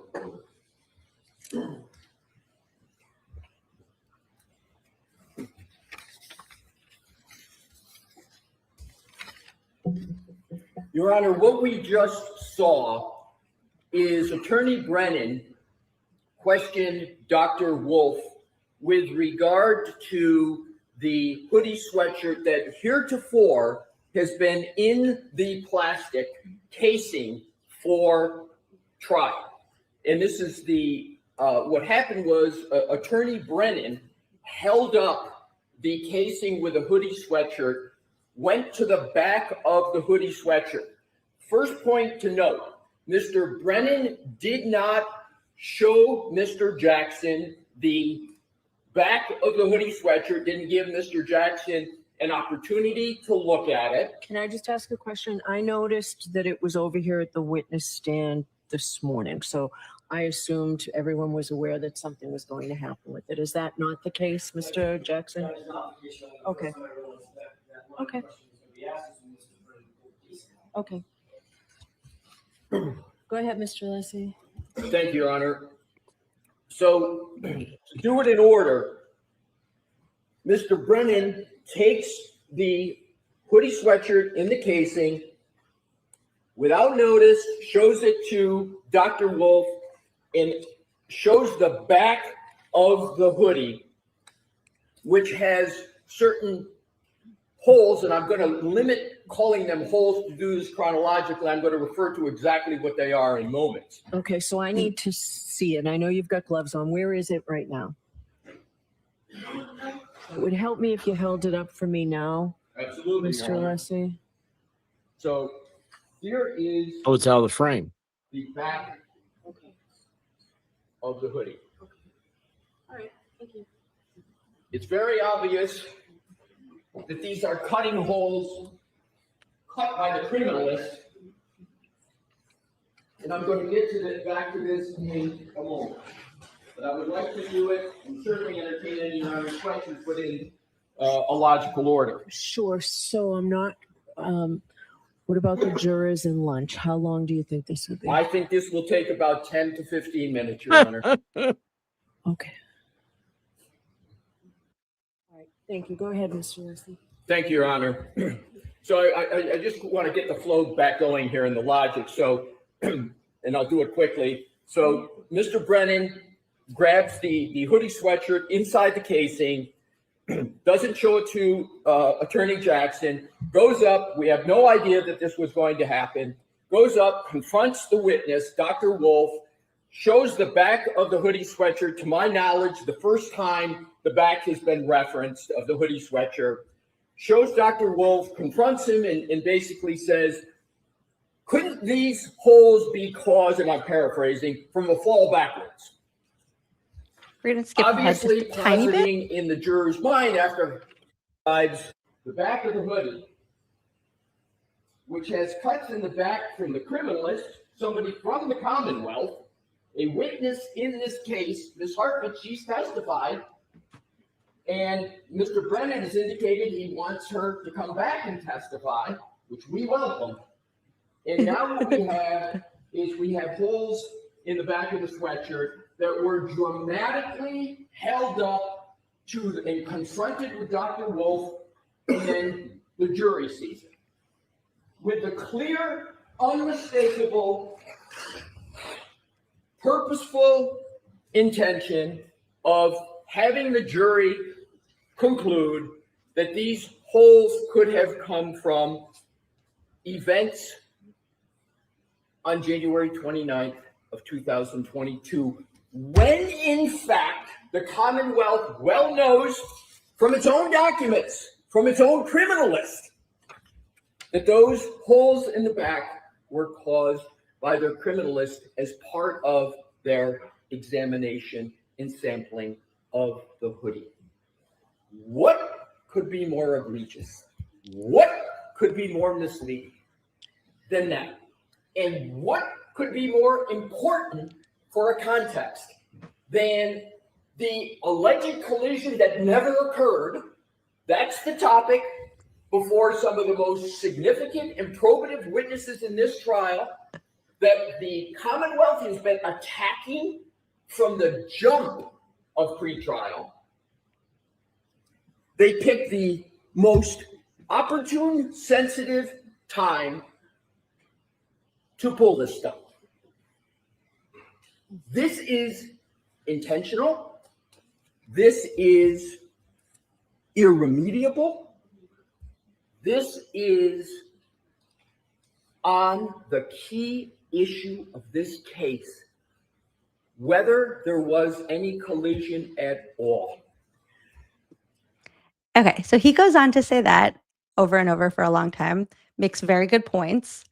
And then Hank gets up. No, says no. Yeah. But then, hold on, 30, 23.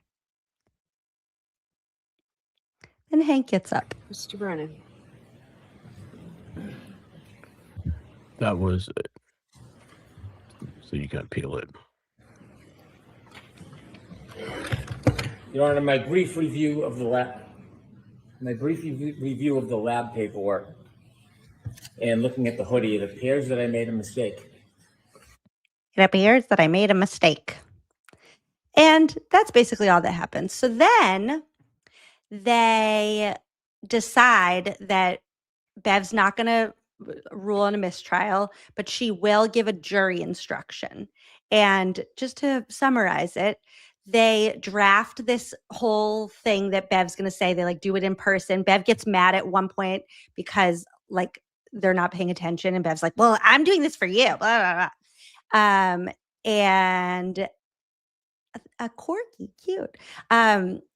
Thanks, Sherry Lackey. And then the jurors come back. Bev does not read the statement as she prepared it. She summarizes it, says it in a really blasé way where the jurors don't really get the gravity of it. And then we move on. And then we're back. All the goodwill that I had from thinking that Dr. Marie Russell had made sense and like everything was going to be fine. Then suddenly we're all freaking out again that jurors are going to think that he has road rash. Some people on the internet still do think that that's what that was from.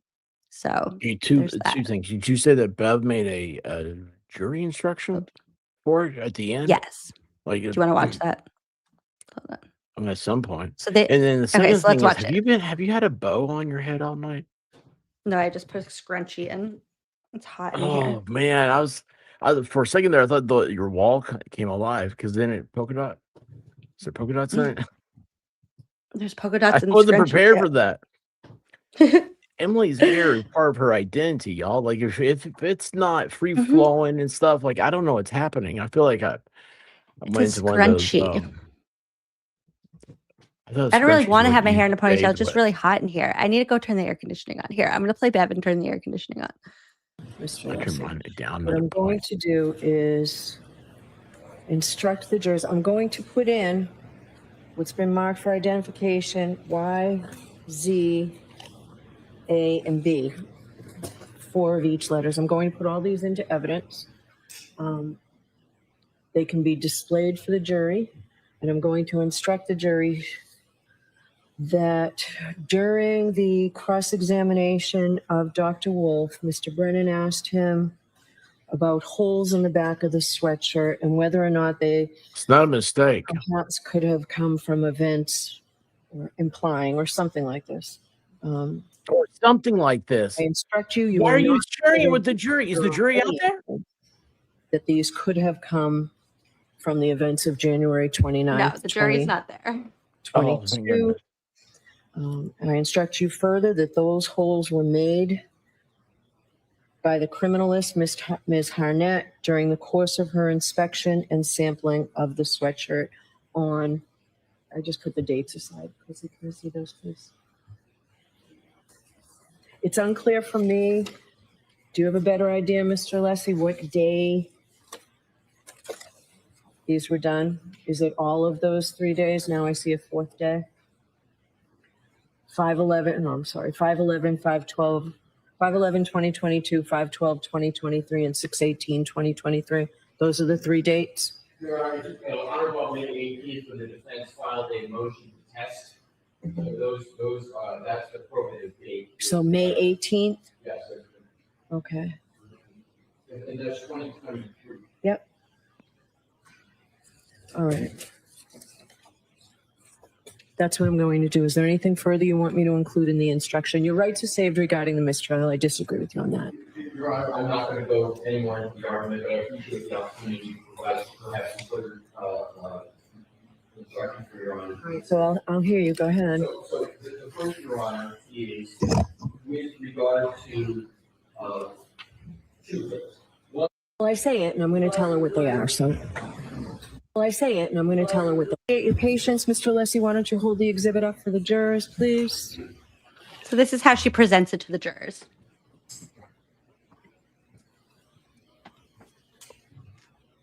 Why isn't it in the frame anymore? Jurors, that's the back of the sweatshirt that was shown to Dr. Wolf.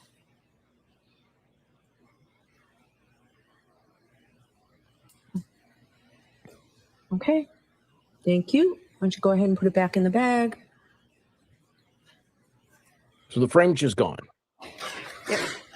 So, jurors, I instruct you that those holes were made by the criminalist, Ms. Harnett, during the course of her inspection and sampling of the sweatshirt back on May 18th, 2023. Okay? So, that's all she says. Your lunches are here. But I know those holes were made by Maureen Hartnett. I know your lunches are here. That's how she remedies the entire situation. That's that. Then we move on. Would they get lunch from was that Triple D's or whatever? The Albert D&E. place? What is it? Probably D&E. D&E. Yeah, it's also What's it stand for? Hartnett, not Harnett. Yeah, and that was also the Hartnett, yeah, second. sure. They Alessi had already moved. I forget. I can't think right now of what the first mistrial. Why he moved? Is that what- different, Bo? Chat. Why did he move for a mistrial the first time? You mess with me with your bows. No, I put a black scrunchie in so it wouldn't be distracting to you just until the air conditioning kicks in. It's really hot. It wasn't distracting. Okay. Then back to Hank. What's happening in his life now? Oh. Okay. Stay fired. Nope. Remove, add, blah, blah, blah. Dear Diary, good news.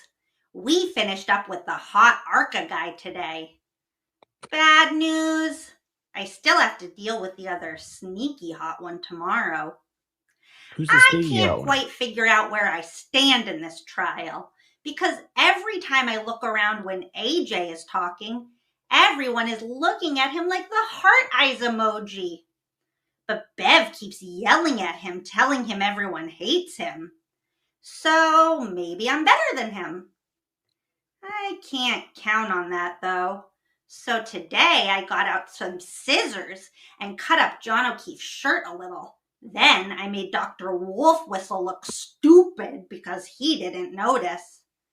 I almost got away with it if it weren't for Elise.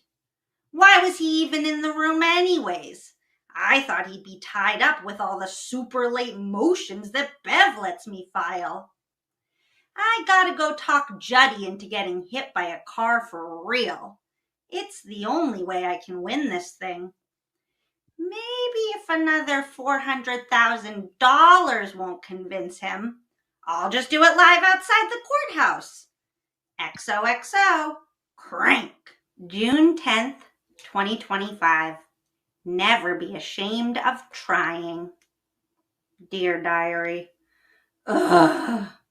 Remember Elizabeth La Posada, that medical examiner I hired a few years ago? The one who said I was so creepy. This is when I invented another backstory. So a lot of these experts are like experts that they use over and over again.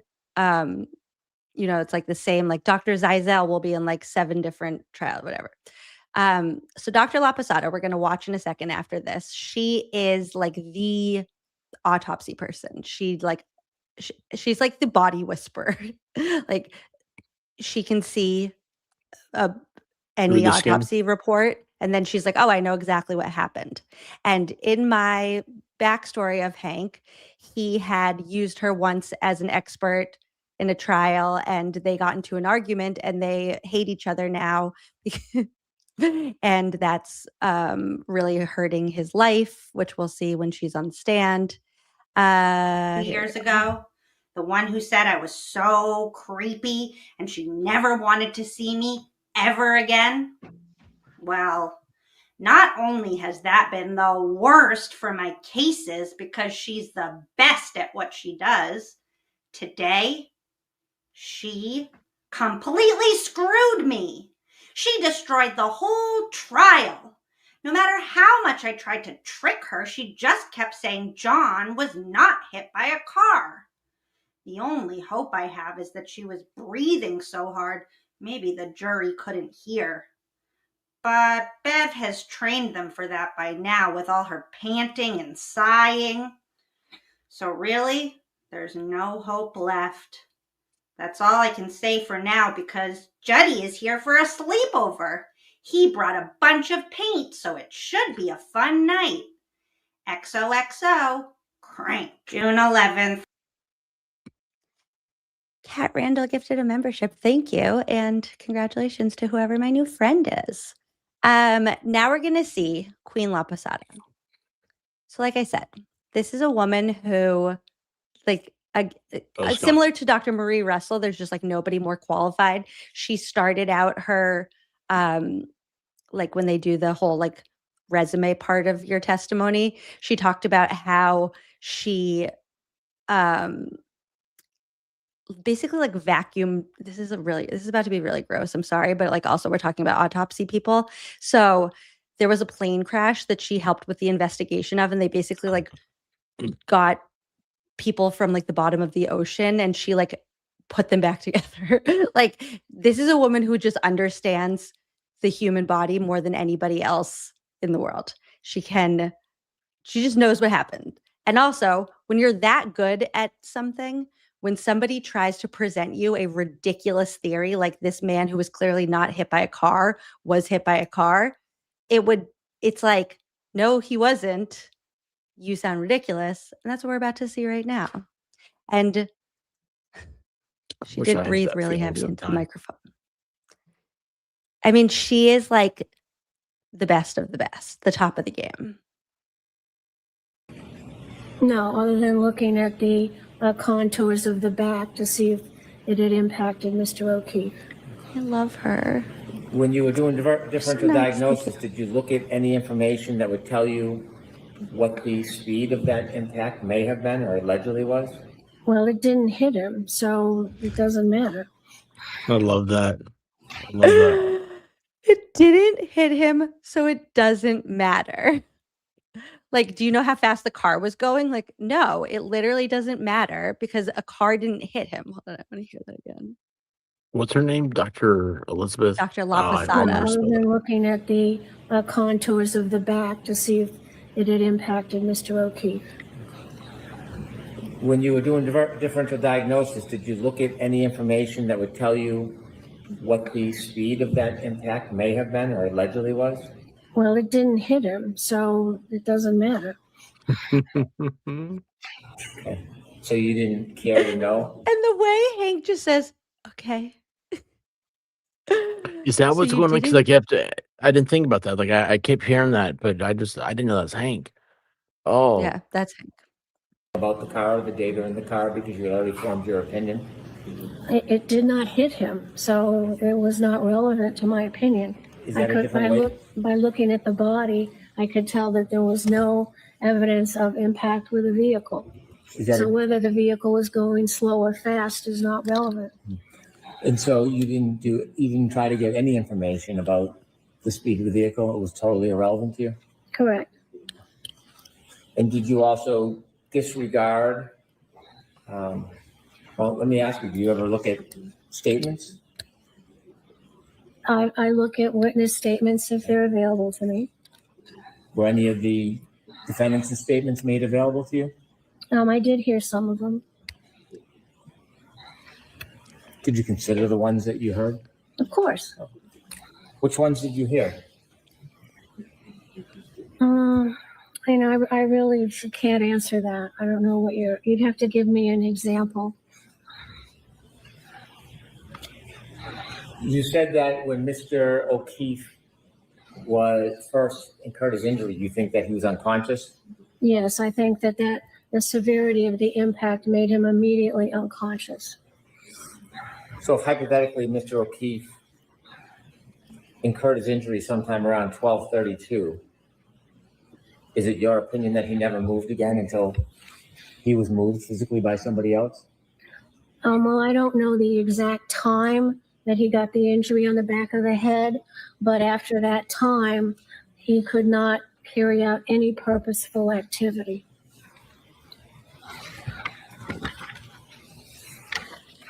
May I approach sidebar, Your Honor? any purposeful activity. That's a So the point is, wild like- way to think about it. Yeah, so the point is like once she said that, kind of everything kind of fell into place.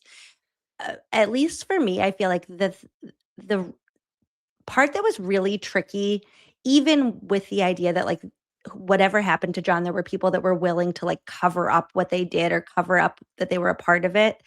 The idea that John was alive and they put him outside just to like hope that he would die was a really hard pill to swallow in terms of like, that's like another level of evil. The idea that this is somebody who could be helped and they're choosing not to help him and they're choosing to just hope that he doesn't live. And Boy, that's a good one. That's good for tinfoil hat night. It's like, what is that thought? Like, we're just gonna.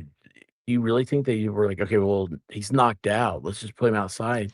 Hope he did. well, I think that's what was really hard to stomach in the first trial is that they said like, okay, he had hypothermia, so he was outside for like this amount of time and he was still alive.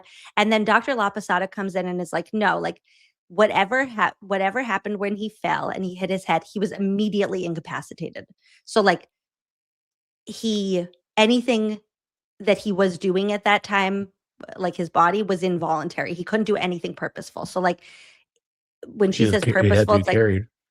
he couldn't lock his phone. He was dead. Like it was like he was dying, and it was clear to the people that were there, especially people who are first responders who have seen people die before.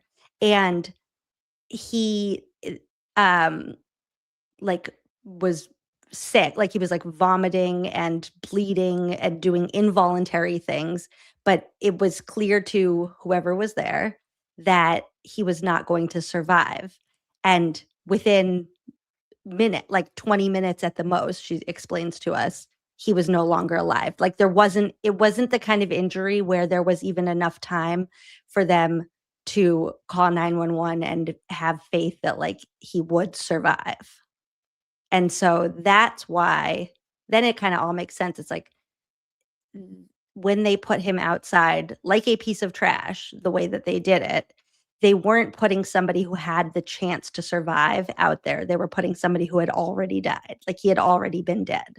And the only reason why that wasn't clear at the scene when first responders got there is because there's this idea that like you can't declare somebody dead until their body is like warmed to a certain temperature, because all of your like faculties slow when you're in the cold. And so they bring him to the hospital, they warm up his body, and they realize he's already dead because he's been dead since the fall. And yes, they still should have called 911. Like that's clear. The like rules in our society are not like, oh, if somebody died, just put them outside like you're trash. You still call 911. Moral people. Anyways, but that's not what happened. If this goes that trash thing, right? The trash theory.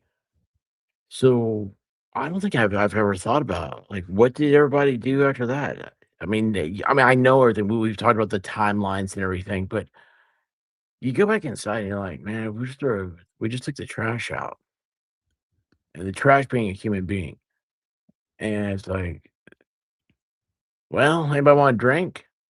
I mean, what's the? And these are the things where, like, for me personally, like when these internet trolls are being so mean, you said this about this, like you are defending people who put a man who is loved by his children and by his family, you put him outside like a piece of trash. And I'm supposed to be like, oh, I'm so sorry. I said that, oh, oopsies, you thought he was 45. Like that is not comparable. You're defending people who did like the worst. It's disgusting. It's like, I can't even wrap my head around it. How Stop true crime stuff. That's you have that many people in there, and imagine if John was a child. Now that's the one, and that was the last thing I remember. The last case I remember following was they couldn't find this kid down in Georgia, and ends up his mom threw him away in the dumpster in the back of the I can't. place, and she went out to party. That's disgusting. But this is why also like I don't spend a ton of time on this side of it, because this is the like really kind of like deeply upsetting part. That's why for me, the part that I focus more on is how the police officers who are supposed to get to the bottom of what happened can look at all of this evidence, not only look at it, but like they're the ones who are collecting it. Like they know what happened if you take the time to put pieces together. And instead, they can see clearly what happened, and they're like, no, we are going to frame an innocent woman instead of prosecuting our friend, our neighbor, a guy that we like. And that, and that's where, like, for me, like, I find it like this is comical. I mean, right? Like seeing like how the investigation and all this stuff, and how everything's intertwined. It feels incestual. Everybody knows everybody, and they're all part of the same family tree. It feels like, and it's a comedy of errors. Errors are like intentional errors, like errors yeah. or deception. Like I don't think I think now that we're really like getting to see the full picture of we're not uncovering, which I want to make very clear to the internet trolls who think that we're doing FOIA requests because we're trying to uncover new information. No, I just want to have a full picture of everything that the police understood at the time of their investigation, that the prosecution understood at the time that they still went forward with charging Karen for this.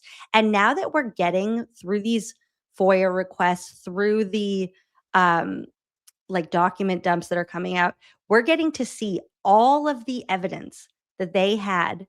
And there is no way that any of this was an accident or a you misunderstood no, it is very clear that you looked at all of this and then the people in power said but those are our friends, and went forward prosecuting an innocent woman twice. Still have her cell phones, won't give them back. They're still torturing her to this day just to protect the fact that they decided to protect people who did this to John. It's so weird. It's so gross. Oh, it's so gross. Okay, Chad said, yeah. I actually don't think that they were going to blame it on Lucky. I think they were trying to frame it as John fell and slipped in the snow and hit his head on a broken glass. I think that sometimes we give them too much credit for having a plan. I think their entire plan was the guy never came in the house, and it didn't go further than that. It's just I didn't see what happened. I don't know how he died. I think the entire plan was just say he never came in the house. We don't know what happened. He just never came in here. He was never here. We don't know what happened. And that's really all they needed to do, clearly, because it worked. They're still not being investigated. Still to this day, their plan worked. Great job. How many people got new phones all at the same time? Because that's a record, I think. And especially Higgins, his weird way of doing it and stuff. And gosh, and I don't know why it hit me the other day about the I was thinking about the it was 18 days before they found the broken taillight pieces, and there's no police crime. Oh, I know what it was. We were out driving around and found a place never seen before. Didn't know where it was. Man, we're out. It was a Sunday drive. We were way out in the country, somewhere by the lake, and there had been a fire there, and it was all wrapped in sheriff police line tape. Do not enter because it's a investigation scene, right? And I thought to myself, I was like, wow, yeah, you're not supposed to go in there. You're supposed to protect that area. You don't, because somebody could come by and they could plant evidence or something. Right. Exactly. Not that tape's going to stop you from doing that, but still. I mean, in the time between when Canton Police cleared the scene and when the Massachusetts State Police and the CERT team came, there should have been an officer sitting in their cruiser there. The reason why there wasn't is because that was by design. I guess this is what I meant then. They understood what they needed to say and do to be able to kind of stay off the radar for long enough. And Quinn said, they're just setting up. When I say they didn't have a plan, I meant the fact that they ended up going with Karen's taillight tells me they didn't have a set plan where they were hands in, huddle, 1, 2, 3, break. This is the story and we're sticking to it. They were willing to just kind of go with something that they knew would be able to pull a fast one over. I don't even know if it was pull a fast one over. For all I know, everybody was, I don't know. That's what I want to get to the bottom of. I don't have the answers to this. I just how did John supposedly get 25 feet or whatever it was behind the car? If she let him out, that's not behind the car. You don't get out the back. Right. Then he stood in the road and put his arm out, and she drove up 62 feet and then she reversed 84 feet, but she didn't run him over. She just clipped him, and he just stood there with his arm out waiting to get clipped.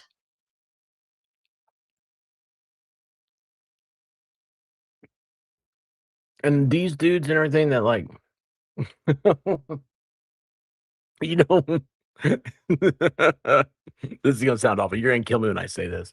Don't you love how I know I'm gonna get in trouble and I do it anyway? If I were Karen, I'd be like, I'm a woman. I can't drive backwards 84 feet. And Not wrong. how many? Oh, I can't parallel park. So, I can't back into spots. oh no, I hate won't that. even try. I'm so scared. Yeah. I literally won't even try.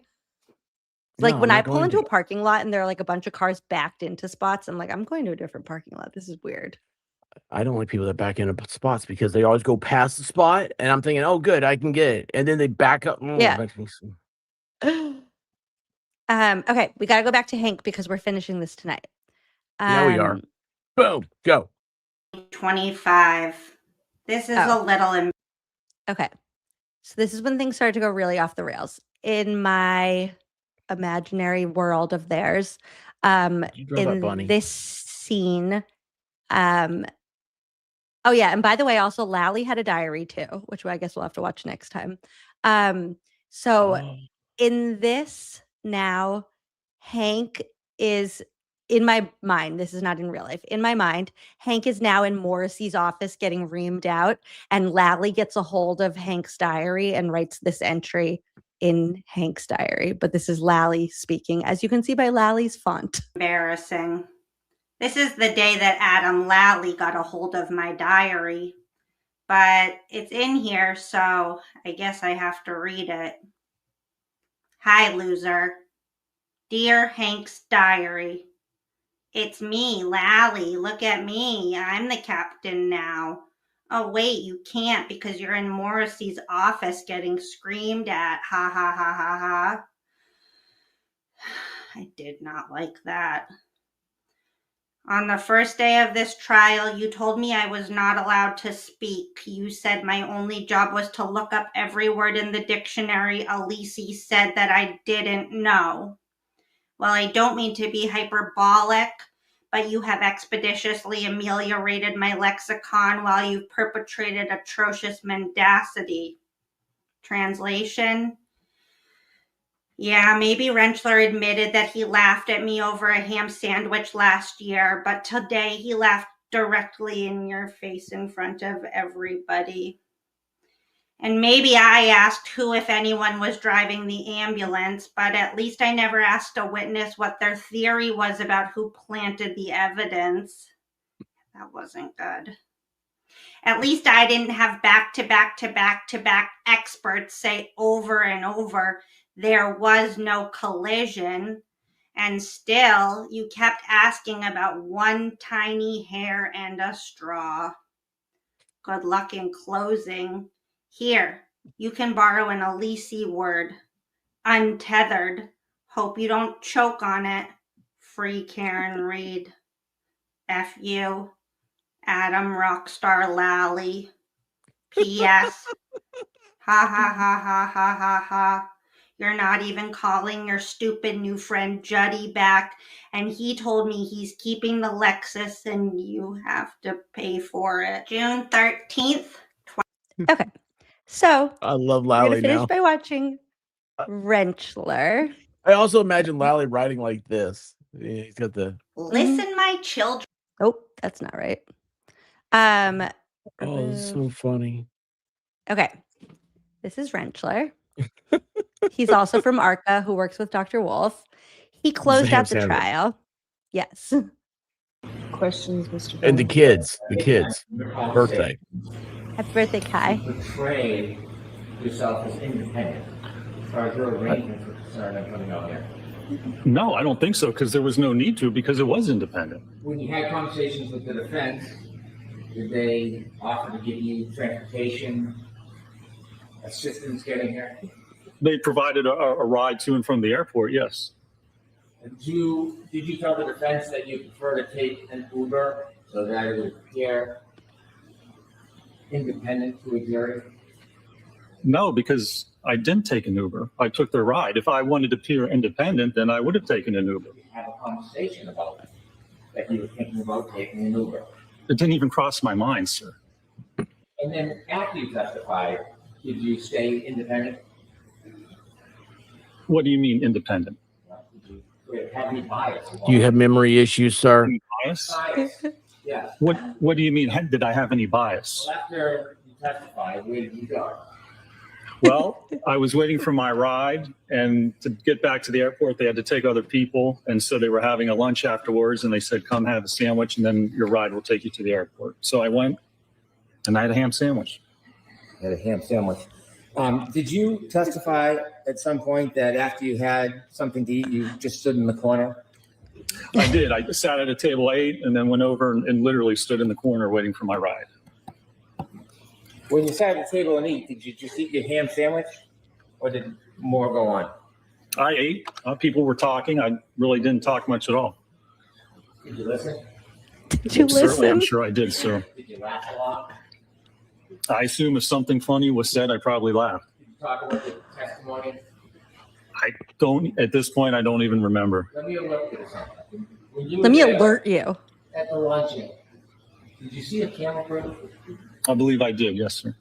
filming and documenting, right? There were a lot of cameras, yes. You know, Was that Turtle Boys? Did you say that? That's fine. I could care less. So do you think maybe you were talking about the case and your answers and laughing it up a little bit? I have no idea, possibly. You were involved in conversations with the defense attorneys, were you? What do you mean conversation, sir? I had just gotten done testifying. I was having lunch. Whatever was spoken about at the table, I'm sure I heard. You know what? We've seen pictures from it. We don't have the video yet or ever. I don't know if we're ever gonna, but we have pictures from it now from the unhinged emails. Do we have So a this is picture of another the one. ham sandwich? No, we don't have a picture of the sandwich yet, but we do have a picture of him in the background. This is another thing that came from internet, the bottom of the internet trolls sending Hank Brennan screenshots of things that they saw on Twitter. And it ends up in the trial. It's so embarrassing. Okay, wait. Lacerations. You mean So this is Dr. Rentschler on direct just owning Judd Welcher. So if it wasn't because of the x-rays, why Judd Welcher didn't come back to do his rebuttal, it was because of this. before you start the video, when you say there would be no contact with the elbow or the upper arm, you mean the biceps area and from the elbow up? That's correct. Is that based on the photograph on the right and the positioning of the surrogate?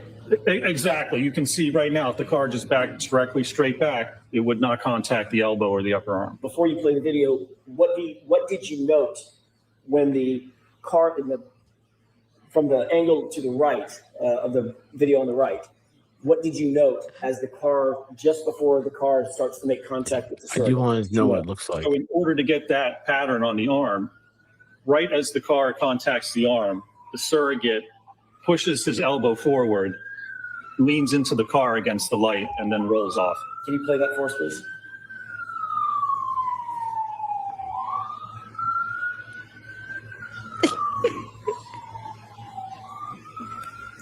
Did you see what you were describing in that video? I was waiting for the one on the left to move. I didn't see it. Slow it down. So you can see, even Hey, at this watch. point, as the This. car approaches, it would not contact the elbow or the biceps. So as it comes in, watch the elbow all of a sudden shoot in. Oh, Surrogate turns his arm in and then leans against the light cover. So this is not in. And so I didn't know this part. This is the only way that they can get the taillight to match up with what would have been John's arm. And this is what they're claiming happened. This is how John died, is he leaned into a car. And then they'll say, no, that's not what we're saying. Indicative of someone standing there and having a car back into their arm. In order to get that pattern of pain on the arm, someone would have to stand there, and as the car approached. Okay, wait. Pat said, I'm confused. Why didn't the taillight shatter into 42 pieces? Well, that's because Judd Welcher decided that he would only get hit at 2.2 miles per hour.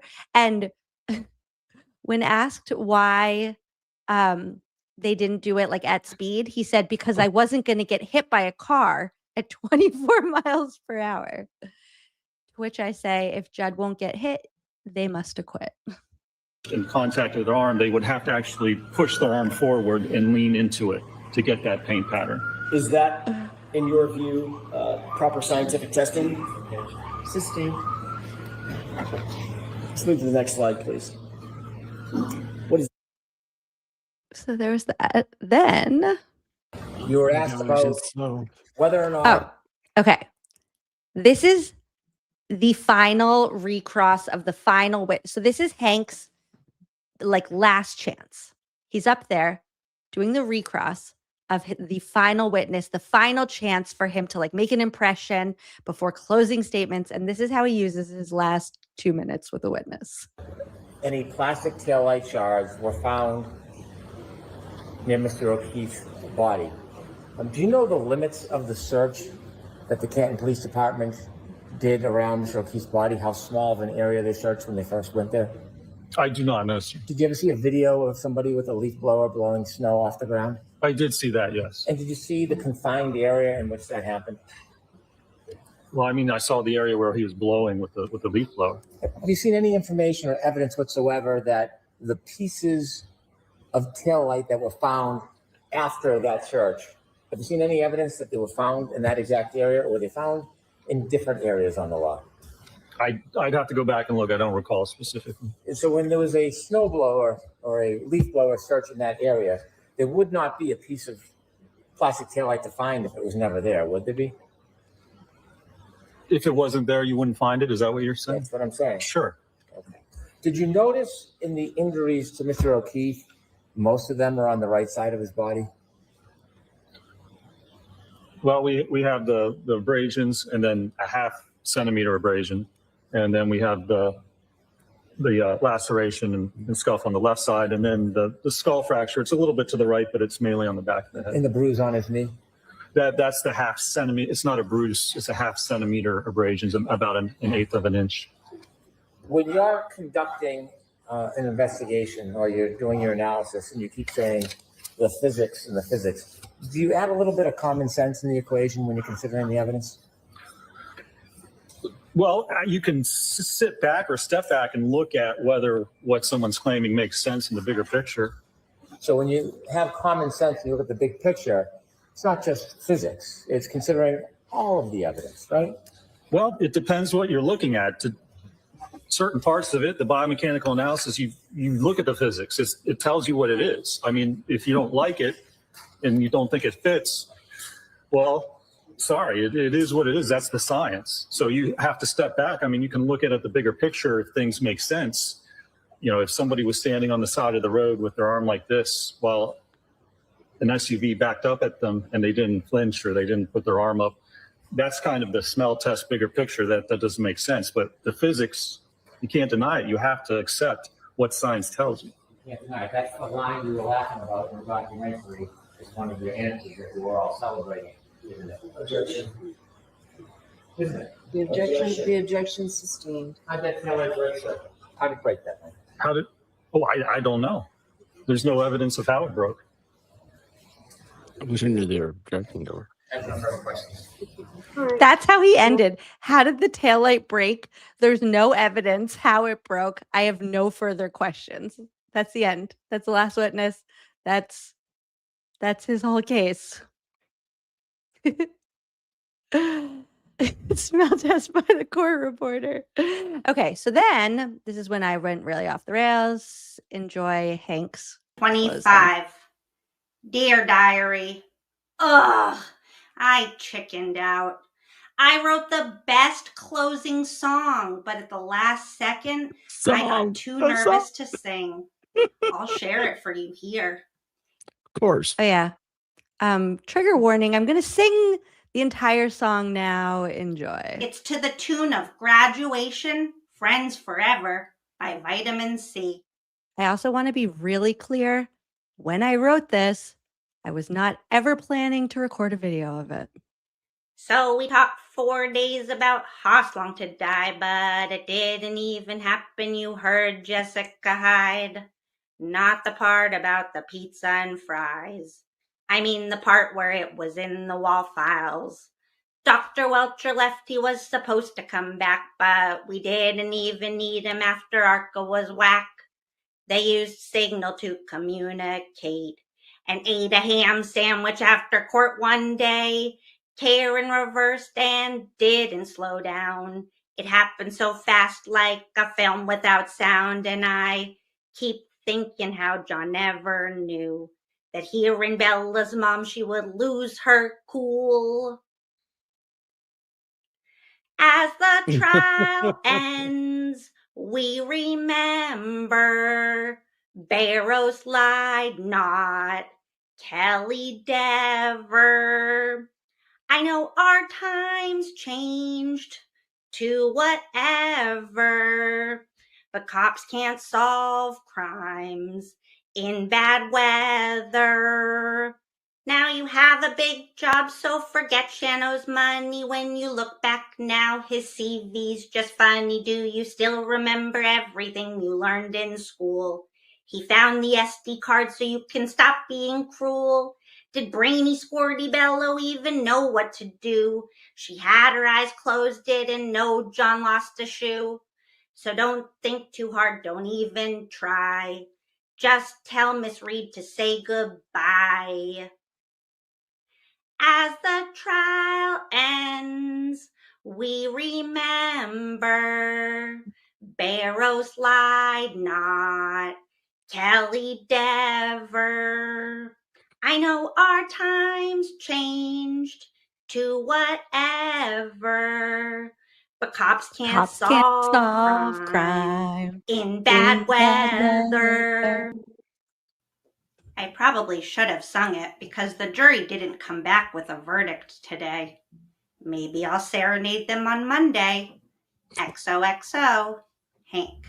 June 17th, 2025. I was a little drunk when I wrote this one. It was hard waiting for a verdict. I'll try my best to read it to you. You look like I need a drink. Dear Diary, sorry if this is a little hard to read. I spent the day at the Dedham VFW with the O'Keefes and the Alberts and the McCabe's. Oh my God, do they know how to drink? Wow. Good thing Lally is my Uber driver, because if I was driving, I would have backed into someone going 24 miles per hour. So there's still no verdict, but it's not looking good. Don't worry too much, though. The Alberts were plotting at the VFW, and they have some good tampering ideas they're working on. It does make me think they might have had something to do with this whole thing. But, oh well, at this point, I just want to win, and they're the only ones who like me. XOXO, drink. June 23rd, 2025. So this is after the verdict. Second place. Well, Diary, here we are at the end of the trial, and what a wild ride it's been. I got second place. First runner-up. Okay, I lost, but it doesn't even count. When I signed on to this case, Michael Morrissey told me all the evidence points in one direction. And that was true. Right into Brian Albert's house. They set me up to fail. Here's what's weird. Whitey Bulger was a cold-blooded killer, and everyone loved when I defended him. I'm not sure why they're acting all mad at me now. Actually, let me back up a little. When the trial started, all I wanted was a friend. Now I have a whole crew. Granted, they are the kind of people Granny would have called seedy. But she also told me beggars can't be choosers, so I'm a McAlbert now. And on behalf of my new crime family, I released a statement. Even though during the trial, the best argument that I could come up with was no one knows what happened to John, my statement said, I am disappointed in the verdict and the fact that we could not achieve justice for John O'Keefe. And the harassment of these innocent victims and family members is deplorable. So that's what everyone's mad about. But Granny also said, you made your bed, so now you have to sleep in it. And to be honest, it's a pretty comfortable bed because I made almost $1 million. Hello, swanky hanky. And now the cops are on my side for life, no matter what. I'm thinking about starting this next chapter as Skanky Hanky, or maybe Rob a Bank Hank. Actually, first, I'm going to teach them how to be better. I already made a PowerPoint about dipping evidence in blood before planting it, using AI to fake metadata, all the things I thought I was getting from Juddy for $400,000. Come on, he could have AI'd a video of someone getting hit by a Lexus and getting John's injuries. I keep trying to tell my new crime family they were stupid to ever pretend that Chloe's bites were from a taillight. They should have said John probably fell while walking in, hit his head, and maybe a random neighborhood animal found him during the night. But they're too busy retelling the same debunked story over and over on the news. So, for now, they're a lost cause. In conclusion, you haven't heard the last of me. But right now, I need to go toilet paper Lally's house to get him back for covering my entire office with sticky notes that said, I win, you lose, and loser, loser, double loser, as if, whatever, get the picture, duh. XOXO. Henry, Hank, Veronica, Brennan, McAlbert. Biting my tongue for so long. Fuck you, Hank. Think you're better than me. Fuck you, Hank. You are not Lally. Fuck you, Hank. Think you're better than me. Fuck you, Hank. But why don't we see? I'm a basic kind of guy, I really don't need a flaunt. Smoking 6 packs a day and I'm happy as a hog. All I do is mumble, do I really need any lungs? The trial 1 jury was just like me, they were hung. Trial 2 came around and you wanna bench me? Not 1 guilty vote was embarrassing to see. Need to remind you that my jury was 9-3. Take your little OUI and get about the scene. Fuck you, Hank, Hank. Think you're better than me? Fuck you, Hank. You are not Lolly. Fuck you, Hank. Think you're better than me? Fuck you, Hank. Well, why don't we see? Oh, I know what will get us the win. Ask Retrial about his fucking ham sandwich again. That'll prove this beyond all reasonable doubt. Oh, who am I kidding? This shit is a rout. You took this case so damn personally, and I hold that opinion to a scientific certainty. You weasel face, fuck bet, Arca Major P. Even with all the help you got from Beverly, standing ovation.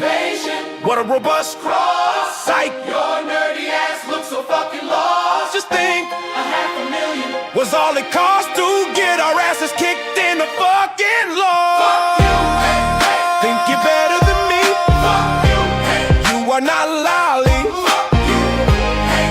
Think you're better than me? Fuck you, hey. Well, why don't we see? Why don't we see? Hey, how'd that case with the middle school teacher go? I hear you're taking more L's than the Commonwealth. Hey! Waiting for your response, Becky. Yeah, yeah.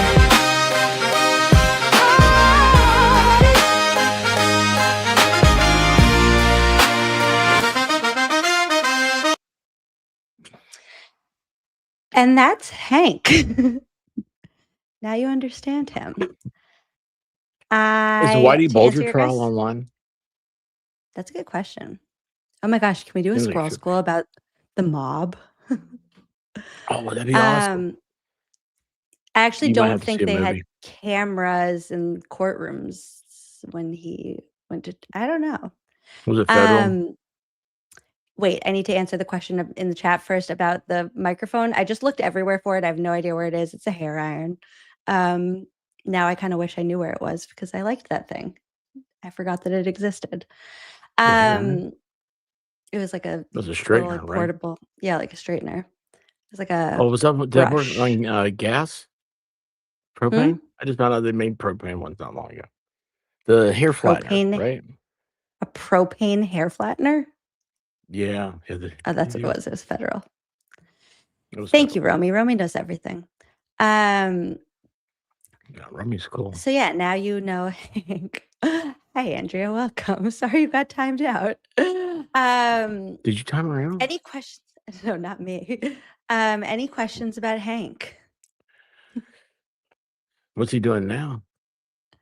He's just back. So he is just back to being a regular defense attorney like he normally was before he just decided to be a special prosecutor.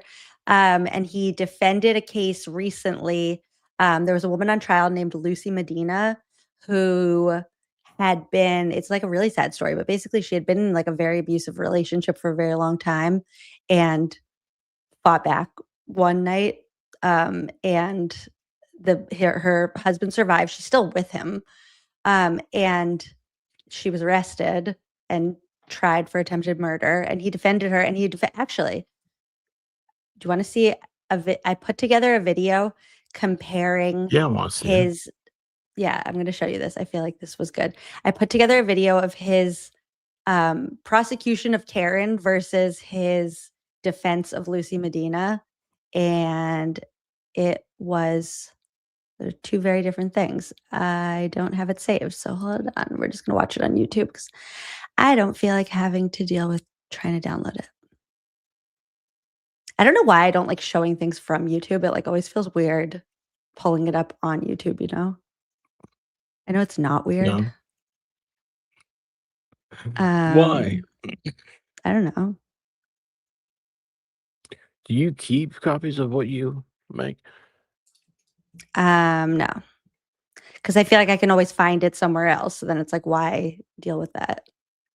Yeah, the price of storage is No, so we're never stupid ending. nowadays. Actually, you know what I was thinking? Well, never I'm ending. I'm downloading it now, but as I said, I wasn't going to. But you know what I was thinking? What? Doing Squirrel School on Wednesdays, because then I could have not been worried about Carter not having summer school on Fridays. And now tomorrow's his last day, and I just realized that. So that's about. Yeah, but then why did Thursday start at the why was that so good at the beginning? It is so good normally, except during the summer. Okay, so this is Hey, guess what? Now you know for next year. Exactly. We're doing Squirrel School forever. Okay, so here, this video it's a juxtaposition of his like opening statements in Lucy Medina's trial. You'll see. I don't know why I feel like I need to spoil everything before I This show it. woman is in the wrong seat. She shouldn't be sitting here. She should be sitting there. A witness, a victim. Where's the victim witness advocates? Where's the support? She's sitting here because the government put her here and put a label on her. She's a defendant, and they did it like that. Did they investigate? Well, there's the shoe. Did they show due diligence? Did they care? Their decision was over before it started. Did they actually sit back and try to think, what actually happened and why did it happen? I mentioned that to you in the opening. They're going to come in and tell you what they saw after. What actually happened and why did it happen? They didn't do much. They went to the scene, they take pictures. Nobody would know, because when the police and the government received information, they did nothing. They went to the hospital. He was intubated. There was an officer at the scene, didn't have a great memory. Basically, she said something about, I hit him. Okay. Don't follow up. Don't look for facts. Don't look for details. And at the scene, they tell you that they talked to neighbors. You didn't hear from one neighbor that they went to a door. Was it misogynistic? These are your words, Trooper Proctor? Yes, Your Honor. Go ahead and say them. Cunt. Is that too much of a word for me to use? Is it? Think about her demeanor and interaction, that stare, that distance. And think about the attitude of the investigators. You have to listen. But one of them calls her cunt. That is their first instinct and impression and bias as they're speaking to her. Love or scorn has nothing to do with it. That's how they treat her. That's how they think. The detective goes, oh, you cheated on you. Scorned woman, of course, that's the case. He cheated on you. The government didn't bring anything. This case was closed that night. I had to ask how many detectives and officers, who's the lead detective? So the government is going to take 2 fragmented sentences and try to build a case beyond a reasonable doubt. They're not even close. And they're going to take that one statement out of context and say, I hit him. I hit him. They did not even bring the witnesses in for your consideration. You don't hear from an expert on wounds. You don't hear anything about the angle and the position that she was in. And that's what Hank Brandon's doing now. That is so good. Isn't that Holy crazy though? It's cow. like those are the things that why I feel like passionately about like talking about this and like bringing this to light is I don't want to feel like the prosecutors that are prosecuting people in the courts that like we pay taxes to are knowingly doing something wrong. Like I want to be able to trust that if a prosecutor realizes, and I get that there is a piece of it where it's like you want to win your case. So you're gonna, once you have a case and like you believe in it, I understand that like there will be some times where it's like, okay, we'll bring in like an expert to say that, you know, the things, the like legal strategy where it's like you bend things a little, you make something seem like a bigger deal than it is. You harp on one thing over another, but not to the point that you are knowingly falsifying facts. And that's what happened. Like there is no way that Hank is that person 6 months later and didn't realize that he was doing something wrong 6 months earlier. Yeah. you. I appreciate it. There was something I was thinking we said that, and I don't even know if it applies, but it's you can be ignorant to the situation. You kind of get it's like tunnel vision, right? You're just so focused, you don't see outside. And I mean, I notice like we kind of do that here, at least for me, when it's like, oh yeah, but it doesn't matter because he wasn't hit by a car. But wow, I mean, I'm kind of blown away because that his statements just went right over that video perfectly.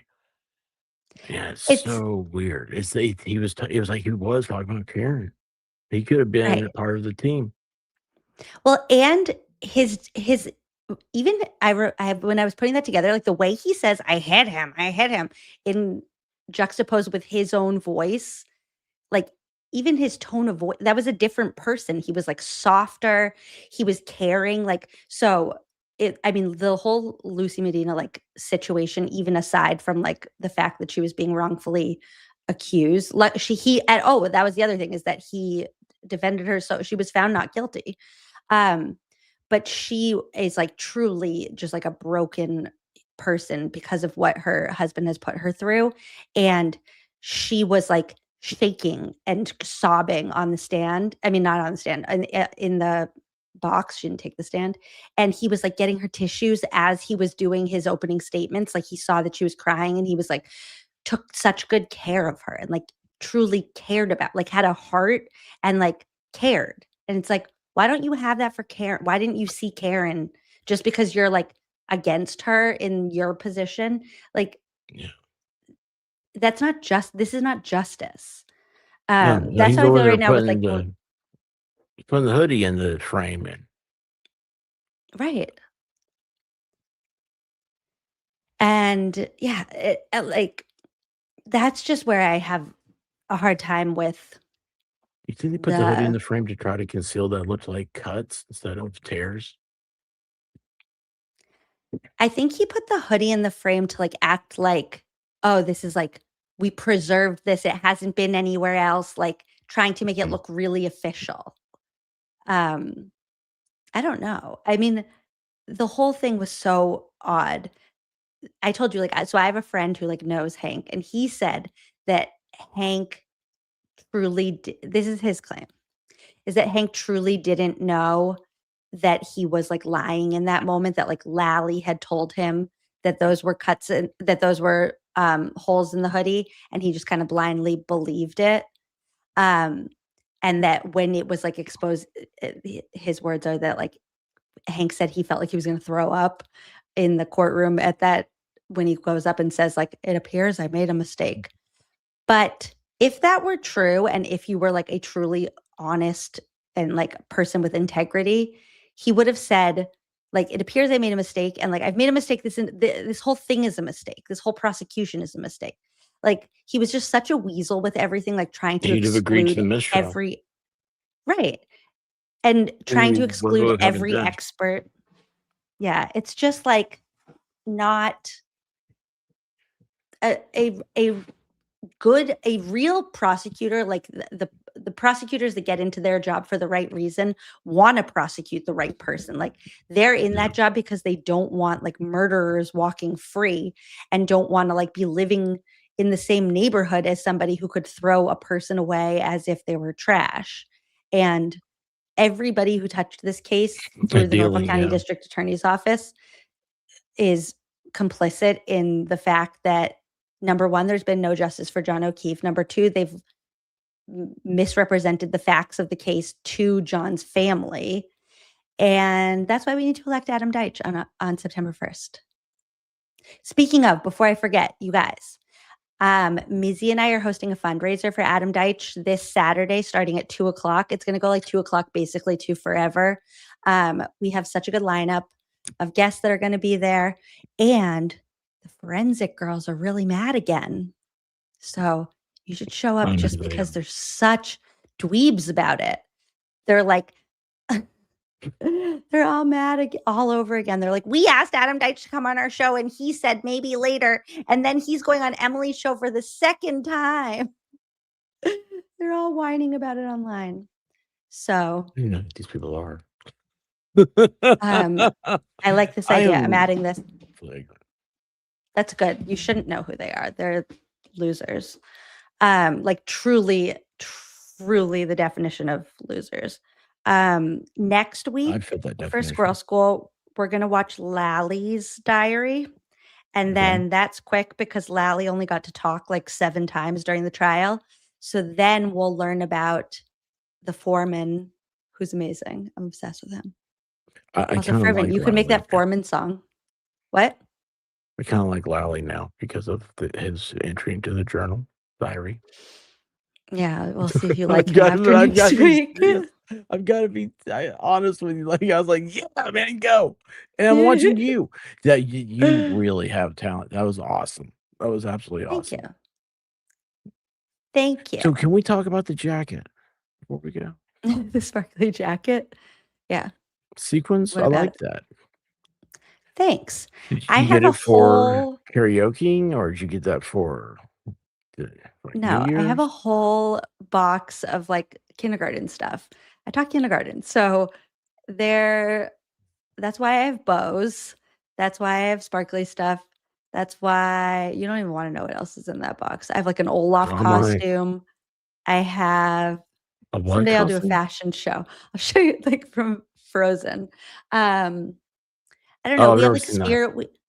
We had Spirit Week at school every year, and there would be like theme days and stuff. That's why I have a unicorn costume.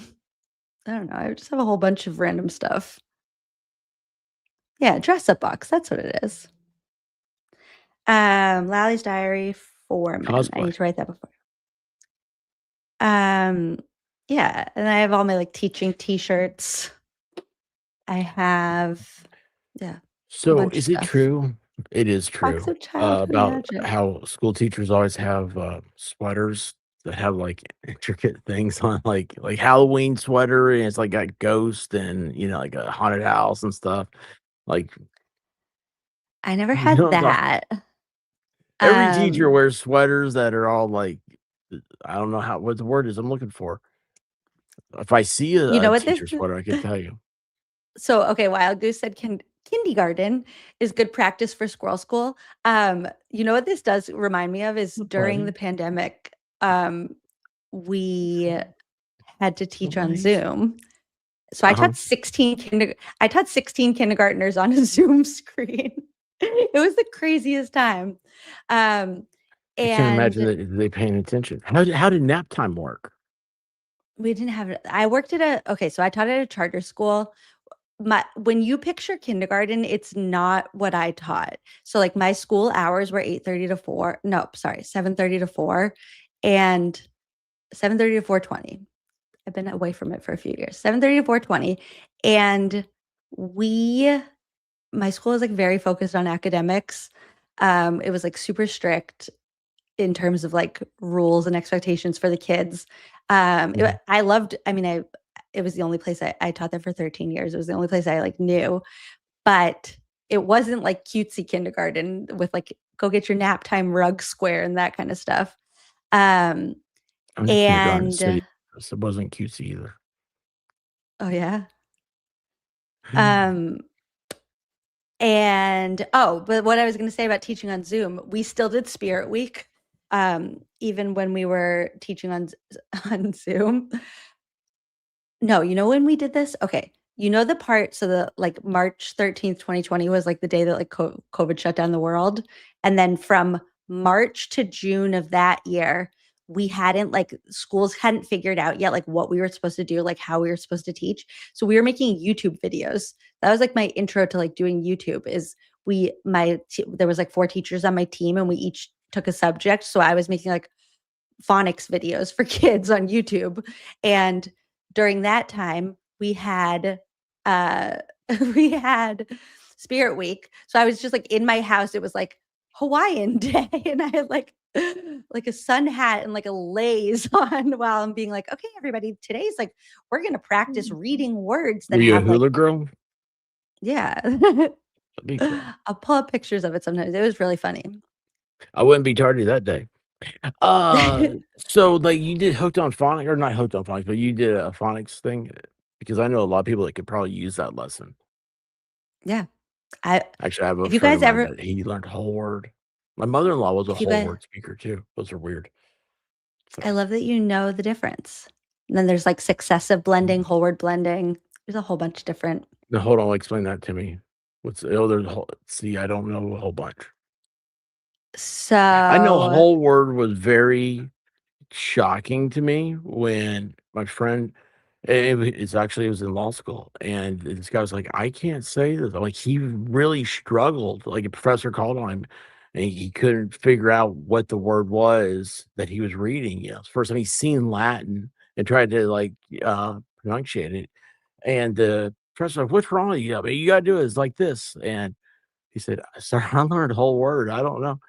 And it was yeah. like just not Okay. shocking. So this is like you're like unlocking. This is like my passion. So what you're describing is for anybody in the chat who's confused. So when we were kids, like you would get like flashcards of words, right? And it'd be like, what's this word? What's this word? What's this word? What's this word?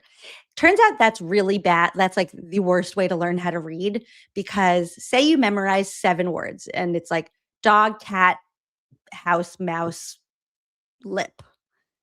Then you can read those words and that's it. If you learn the sounds that the letters make, so if you learn the sounds of like 7 letters, then you can read every word that you can combine those 7 letters to be able to read. So if you learn like That's the A, science. I, O, those are like the good vowels to start with. E-O. And then Ooh. so you learn the sound like A, I, and Yeah. ah, and you learn like A says A. Then Yeah, I remember you learning that way. add S, T, Sorry, I had a flashback. N. Then you Mhm. can read like, I don't know, what letters did I just say? Whatever. Sit, hit, mit, kit. Like you can, once you learn those letters, then you learn one new letter and it unlocks like 100 new words. And then you learn one new vowel and it unlocks like 1,000 new words. And really, that's a better way for kids to learn how to read. If you have kids, anybody in the chat who's learning how to read, there is a podcast called Soul to Story, which is basically about the difference between teaching kids like phonics and teaching kids just to like read, and how the way that like basically all kids were taught how to read up until like 2022 is bad, except for in my classroom, because I knew this already. So I taught kids to read the right way. What? Anyways, that's a story for another day. Wait, with phonics? Yeah. Y'all didn't have phonics until 2022? The masses. So there's this woman named Lucy Calkins who made a curriculum called, I can't think of the name right now. I really can't think of it. And that's what most schools adopted. And it's basically this idea that, That's like, you know, those like books. in the 50s or something like that. It was Yeah. weird. So like, you know, the books that will be like, I Well, see yeah. a hat, I see a Yeah. cat, I see a mouse. We would teach kids like point to the word and say the word. And it's like, here's the pattern. Like I'll read the first 2 pages to you and then you read the rest of the book to me. That's came out of my mouth 100,000 times. So you'd be like, I see a cat, I see a hat. And then you'd be like, now you go. And the kids would just be blindly like, I see a, and then they look at the picture and they're not actually reading, they're just memorizing the pattern. And that's how a lot of schools taught kids how to read. And the problem with that is once you're reading a book that doesn't have a picture, oh, guess what? All of a sudden you don't actually know how to read. You were just reciting a pattern. And that's not the right way to Oh, learn how to read. wow. No. Like I went to school in Tennessee and in Washington State. And for like hey bud, it's okay. And I've never heard of whole word until I got into law school.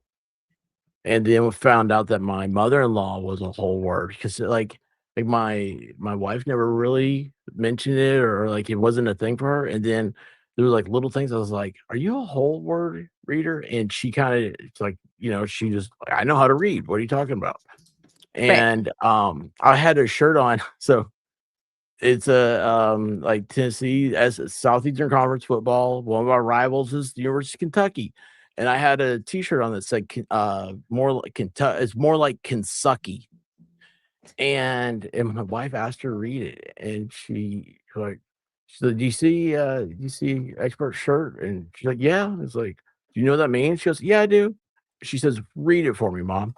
She couldn't read it. It was the craziest thing in the world. It was so weird That's because crazy. she'd never seen Kentucky. She knows Right. Kentucky. Yeah. Wow. And You've the blown my problem mind is that again.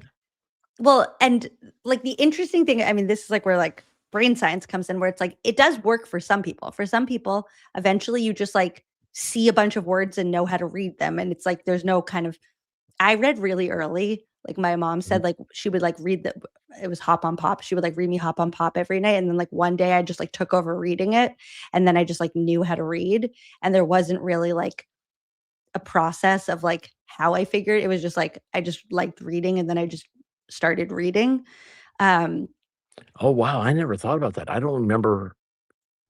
All I remember is my mom reading to me, and like she would use her finger to like these are the words and go to the thing. And I don't remember. I remember having English class like in elementary school, but I don't remember. I always think I just kind of knew how to read. right. Buddy, calm down. He doesn't let me talk. But no, you were in Pop Rocks. No, that was that. I wanted to see. I don't actually even know where these videos are. I'm sure like the trolls could find them faster than I could.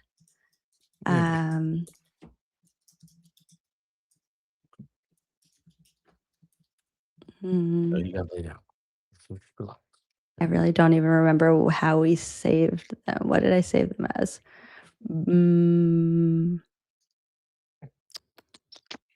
Yeah. I have to find. Be Bear. I don't remember not being able to read.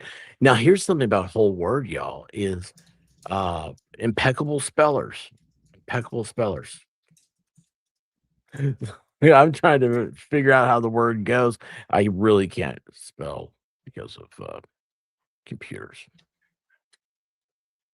Like I always try to stay away. I prefer to write. But Sorry, I'm trying to find these videos. I'm not going to be able to.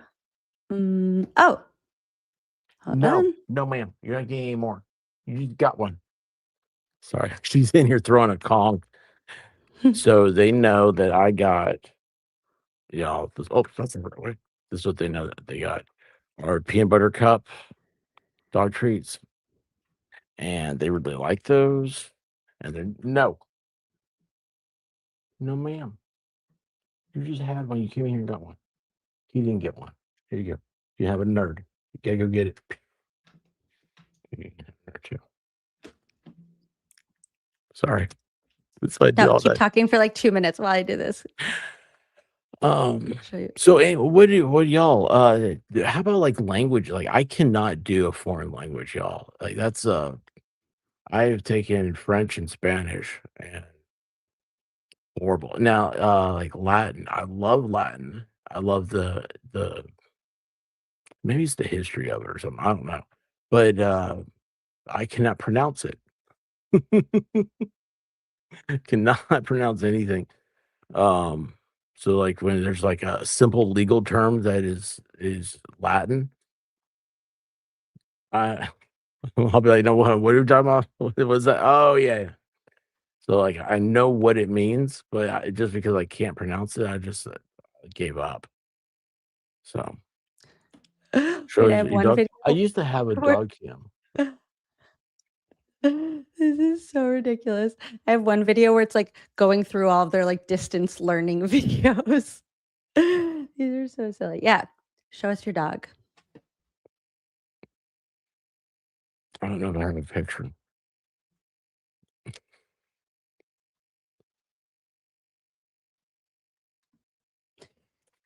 No. These are so You don't get stupid. Oh anything my else. god. You guys aren't getting anything else. Well, I'll tell you what, it's not a German Shepherd. That's facts. I like how you're So like, I do need to you, protect my dog's privacy. I'm not doxing they my have dog. blue dog and brown dog. I have a blue tick coonhound and a chocolate Labrador. Yeah, serious. I selected foreign languages. My oldest 6 ASL, which I think is fantastic. Yeah, I wish they had offered that for me. I mean, it's like Tennessee just passed it like in the last couple of years where they'll accept that as your foreign language I'm credit. not showing you guys these videos. I'm watching them. They're too embarrassing. Sorry. No. I'll find one that's not like so embarrassing, but these are like too. I can't. I'll show it to you Now, without why are you sound. embarrassed? They're so embarrassing. I can't. I just Well, I mean, like, don't get show us, embarrassed but what watching embarrasses myself. you? Oh, I see. I can't do it. No, after the stream's over, I'm done. I don't even know. Oh my god. I EJs, they literally just do. They embarrassed do. myself just watching them. Stuff to do. Hey, y'all in the chat, what does D&E stand for? Nobody knows. Do we know? D&E Diner? Is that what it's called? Pizza. In this ham sandwich shot, surely somebody knows the restaurant they went to and knows what has gotten a ham sandwich there. Could you go back and take a picture of that, please? Because that'd be super. Because I'm kind of like I don't like ham, but I'm kind of like right now I'm kind of wishing I had a ham sandwich, and I think to myself, well, what do you mean by a ham sandwich? Is it like a sub? Is it on white bread? No. Ooh, fried bologna sandwich would be good right now. I don't like bologna though.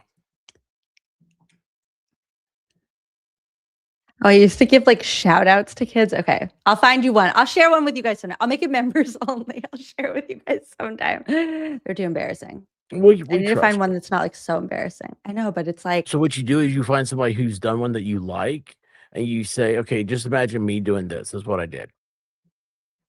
That's how I do it. I'm not going to share anything I've done. My stuff is horrible. oh my God, it's so embarrassing. Okay. I just embarrassed What's myself. the part that embarrasses you? The way you're acting, the way you sound. What embarrasses you?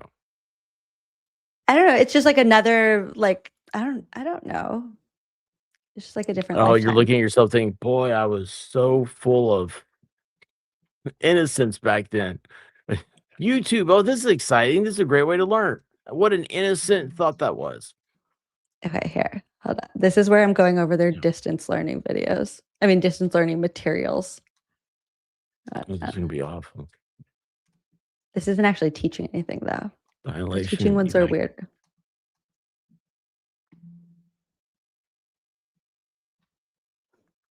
for you to have all of your distance learning stuff all in one place. There are 2 games on here that are really good for learning. There's something called Writing Wizard, and there's something called Phonics Fair.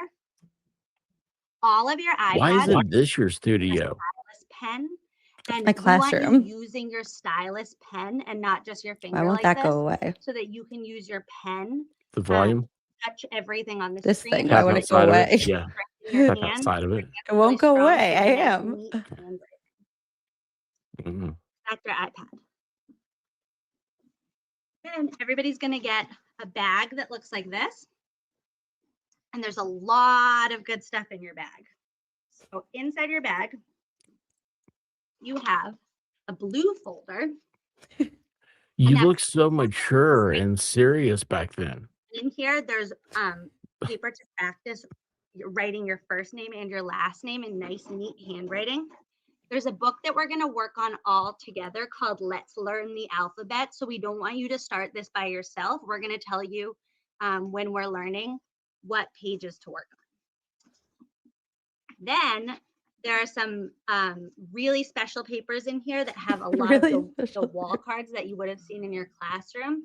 Those These are all things you Okay, would have okay. seen in All your right, so we've seen classroom. enough of this now. Now, here's your homework assignment. If you choose to accept it, is how would you do that now? No, that one is that I showed you that one because that one wasn't embarrassing. It was more the ones where I'm like teaching stuff. That's embarrassing. Yeah, but still the same idea exists for me. Is do you see yourself differently now because you're used to YouTube, you have the microphone, the camera, and all stuff like what was that experience like for you back then? Because that's not I guarantee you it's completely different than my experience. What do you mean? Hmm? Well, you were Okay, this is continuing like to a be reading one. Hold a on. teacher. This was superhero week. Now let's blend together. Stop it. The E says E. E, need, need. Want to see silly Teddy down here? Hey, say hi. Okay, find the next chunk.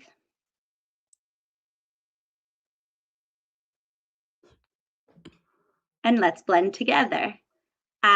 E says I. O, I, lie. Like that stuff. We just read a lot of I feel like words. I feel like there's a lot to learn here.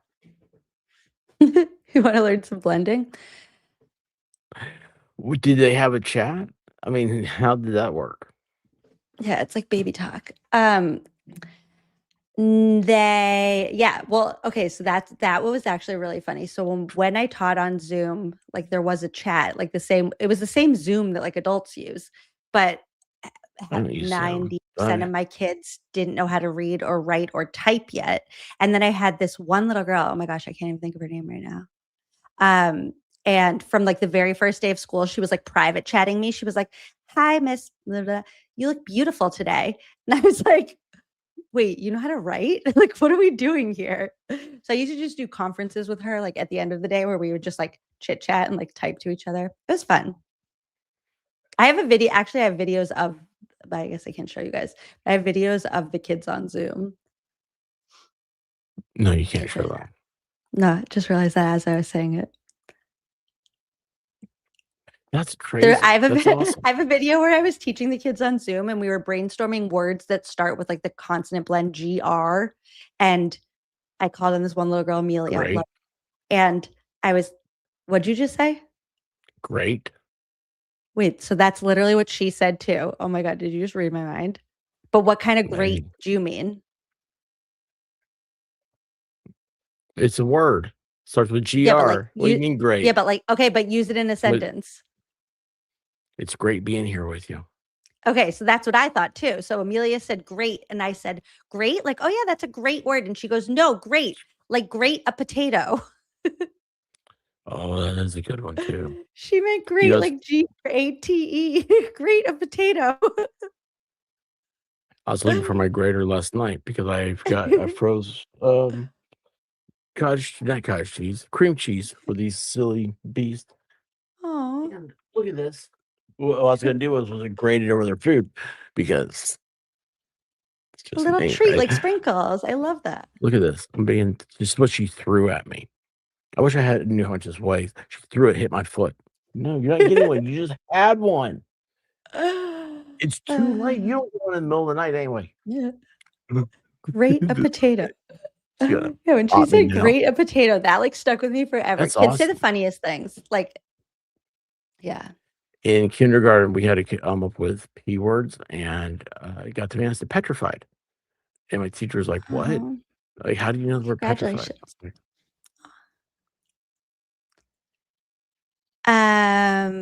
I taught for 15 years. I taught for 13 years at the same school, and I taught for 2 years in LA. And I loved it. How to walk a runway. And I left the She was teacher classroom in 2023, June of 2023, at the end of the school year. I am Facebook friends with her mom. I do still stay in touch with my very first class in LA. I taught this little girl named Maydell. I think I've told you about her before. And I still stay in touch with her. She just graduated from college. She's in a nursing program. And at her graduation, they put like a baby picture next to like their graduating picture.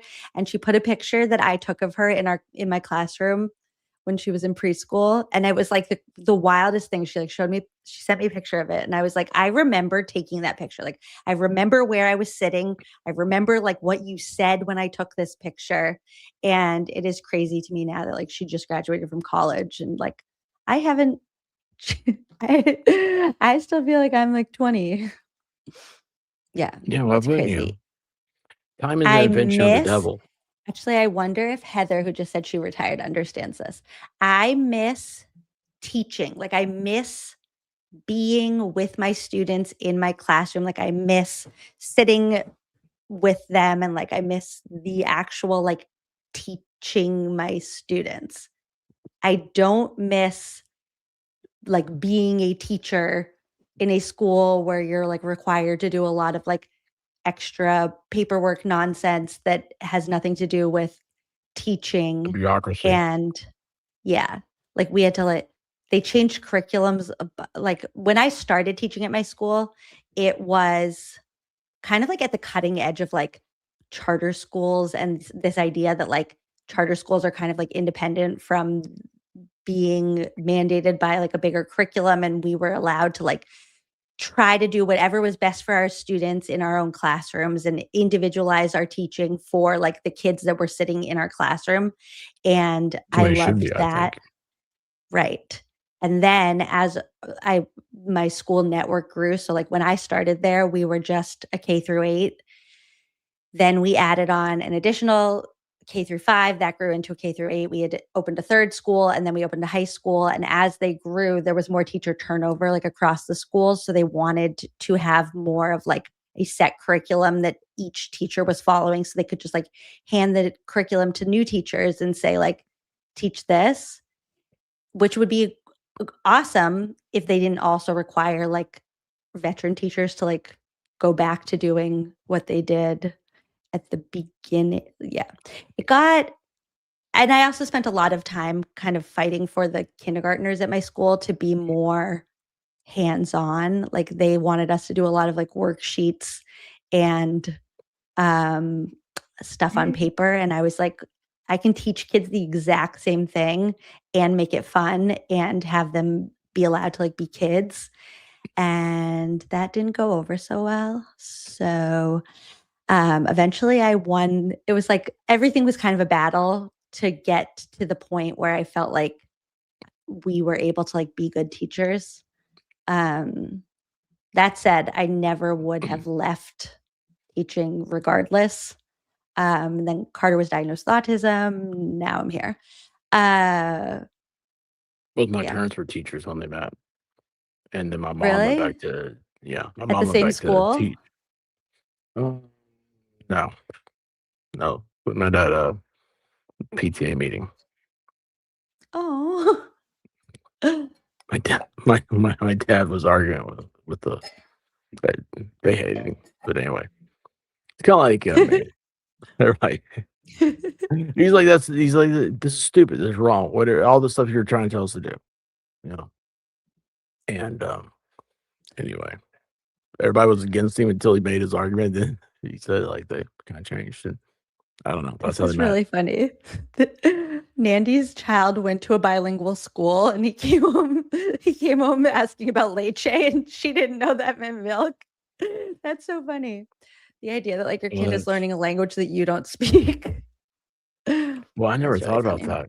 that. Yeah, I don't think that's. Canton has a lot of Yeah, homes that the primary language is not English. it's not anything. Norfolk County does. Yeah, not English. It's It's also not surprisingly high anything for me. else. They also don't tell time there. Thanks, Corey. Yeah, that's true. That's true. Yeah, the whole Karen Reed trial of it all was really a bad advertising for Canton Public Schools. Canton Public Schools have like a pretty good reputation in Massachusetts, and That that was the not rest of Massachusetts then. right. Well, that was not shown during the trial at all. When like every single person was like, I don't know how to tell time. I don't know, I can't read this. I don't know, I don't understand this. And it's like, what do they teach you? How to become the prettiest girl in school. There is Yeah, a feeling when you're teaching where when a kid figures something out for the first time and like there is nothing else that will ever compare to that feeling where you're both like, we are in this together. Like I had a kid named CJ who was really struggling learning how to spell his name, which was really hard because it was just a C and a J. And the first, like it took a long time for us to get there. And the first time that he wrote his name, like the whole classroom, like it was like the Red Sox won the World Series. Like that is how excited we all were. And there is like nothing else in the world that compares to that feeling where it's like we all worked together to get to this point, but like you get to be the most proud, but like we all understand your like pride. I don't know how to explain it, but best feeling in the world. No, That I do it miss. is. It's the hero's journey. I mean, that's what humans love. Watching you overcome difficulty and succeed. It's a wonderful Yeah. thing. You still get that look on someone's face when they learn something new. Yeah, this is why I love Squirrel School. I've been saying this since the beginning. I like get to tap That's into what- like yeah, I don't know. It's fun. I love this. I've had some very, very nice compliments directed towards you, and they say the same thing, and they're like, "You're the perfect person," and I'm like, "What do you mean? Like I'm just a dummy. I don't know what I'm talking about." And then they'll give an example, and I'm like, "Really?" She lit up. And I'm like, I was just shocked. It was shocking. Can you believe that? How stupid that was? They just all this. Sorry, I get fired up now just talking and saying that. But hang on. Hush. No, ma'am. She knows, man. She is. But no. I like that it's- phrase. this is Level fun. up. Yeah. Oh yeah, level up. That's cool. Okay, we should go to bed now. But I love this. I feel like if Oh my I go gosh, to wait, bed can I with tell you blue one more belt, teaching please. story really quick? Because now this is stuck in my head. Please. So one of the very last things that I did with my class, it was like at beginning of June. I knew I was leaving and I was just like, I'm just gonna like do fun things with my class to like end my teaching. So I love this. Okay, so my kids came in, actually two things. Okay, first, my classroom was called Rochester. I'm just gonna like dox all the things about myself. That's where I went to college. And we decided one morning that for the entire day we were gonna build Rochester City. And we started the morning like making a plan. So like each one of the kids decided like what they were gonna like contribute to the city. So we started by making a list on the board of like what kind of city we wanted Rochester City to be. And it was like, we wanted like kind people to be in Rochester City. And we wanted to like people who were like helpers and like whatever, all the like nice things. And then we made a list of all the things that like a city needs to be able to run. So there was like a bank and like a hardware store and a gym and a pool and a pet store. The pet store is really popular. So then after we made a list of all the things, then the kids like chose what they wanted to like what business they wanted to operate. So they each like chose their business. And then I was like, great, go. I was like, here's what I gave them. What did they have? They had like boxes, like Amazon boxes, construction paper, glue, scissors, markers. And then I just was like, and now you guys go. And like, I'm not, I'll help you if you like have a question or something, but like, I'm not doing anything for you. I'm not telling you guys stay focused, all the things that I would like normally do as a teacher. I was like, So you made them you work guys together as a community. figure it out. Yes. They made a That's community awesome. pool. So Really they got powerful. a huge, this was like my favorite thing. So they made a community pool and we had like, we were also just like using up things that I had that I like didn't want to keep from teaching. So I had butcher paper and they laid out a huge thing of blue butcher paper and that was the pool. Then they cut out of construction paper. They made goggles and snorkels and they had like rules. There was a lifeguard. They had rules. There were like only 2 people in the pool at a time. So like the kids would go in the pool and they were just like floundering around on butcher paper on the floor. And then they were like putting the stuffed animals into the pool. And then there was a hospital. CJ, the one I was telling you about who struggled to write his name, he was the doctor at the hospital. Minnie Mouse went swimming and Minnie Mouse almost drowned. CJ saved Minnie Mouse. Oh gosh. CJ gave Minnie Mouse CPR. Then Minnie Mouse also had a baby right after she had CPR. Then there was a pet store. Everybody in Rochester City had a pet. They had money. They were like exchanging money. I had a bunch that year in my classroom. I had a bunch of boys that were like bros. They were like, it was like Austin and Jonelle. They were like the cool boys. So they made a gym and then they were just working out the entire time. It's like all of Rochester City was running. And then the boys made like a treadmill and weights and stuff. And they were just working out the entire time for the whole day. They were like running on their. It was so funny. I'm trying to think what else we had in Rochester City. I don't know. It was just really cute. And there was like something about it that like I remember looking around and I was like, oh, like this is how like real society should be. It's like you guys are all just like together and like caring for like trading and bartering and helping each other and just like doing the things that like society should be. It was very cute. Chilling out instead Yeah. of like being all worked up. Like, yeah. It's funny. Make believe for children works so much better than make believe for adults.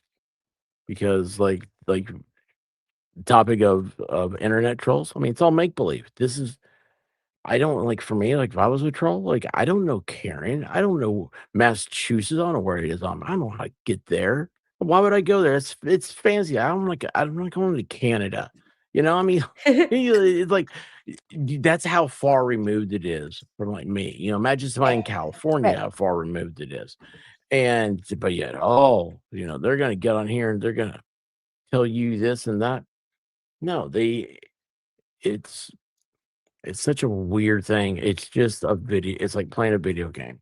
They're just trying to push the buttons and make the lights flash. The flip side of that is what makes me feel better about half these trolls is like they're all mad at me and it's like you live in a whole other state. What are you so mad about? Why do you care like who I want my district attorney to be? Why are you so mad about it from your like faraway land of Ohio?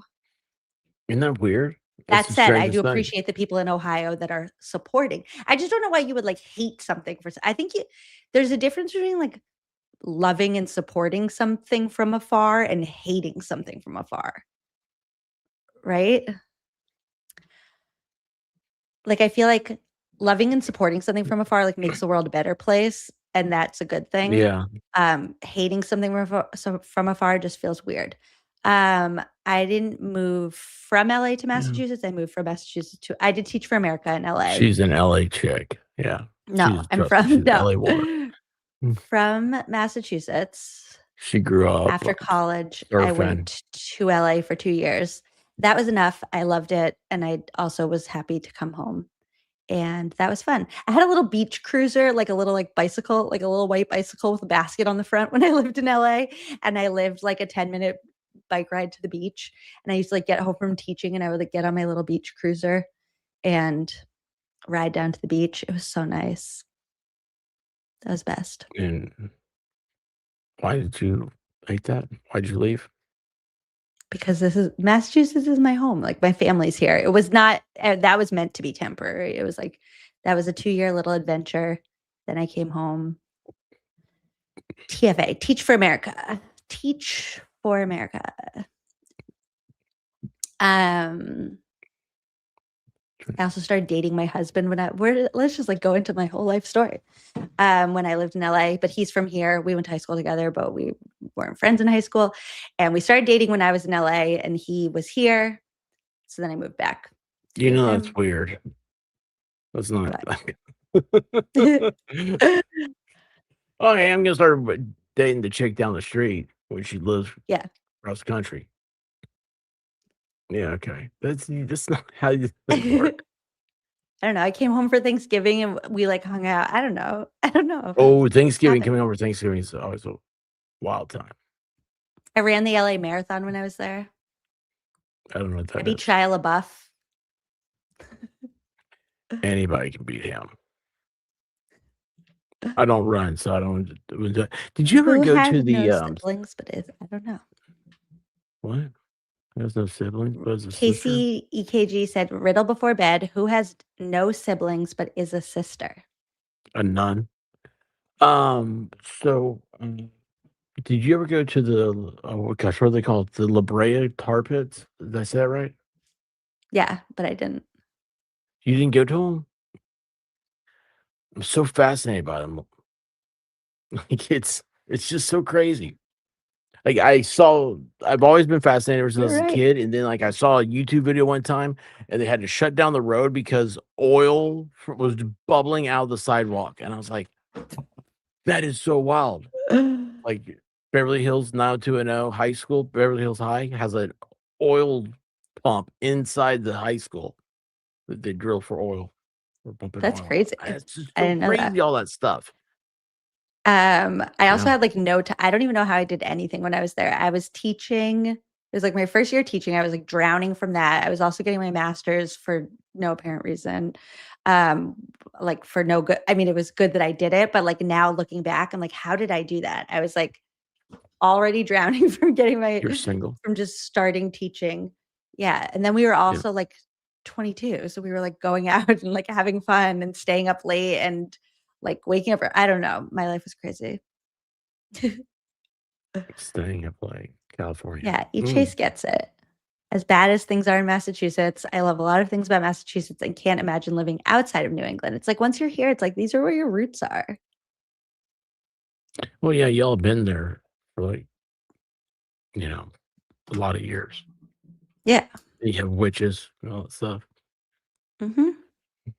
Have you ever been to Plymouth Rock or like I don't know, like all that stuff? Like it just so amazes me. Yeah, but Plymouth Rock is not exciting. Plymouth Rock is the most It is boring for place you know what possibly what's the most exciting thing in the world at one point. Think about the little pilgrims going off their ship. Like this is They the most didn't exciting see thing in it. the It's like a world. pebble. It's there. It's not even a thing that they saw. Didn't Like they there were engrave bigger on it? rocks next to it. But didn't they use that to engrave? I don't know. The Plymouth landing? Rock is. Have you seen it? It's just like it's like a. No, I haven't You have seen it. Yes, you have. Haven't we done I this? haven't been to Massachusetts. No. No, but like, haven't you seen a picture of it?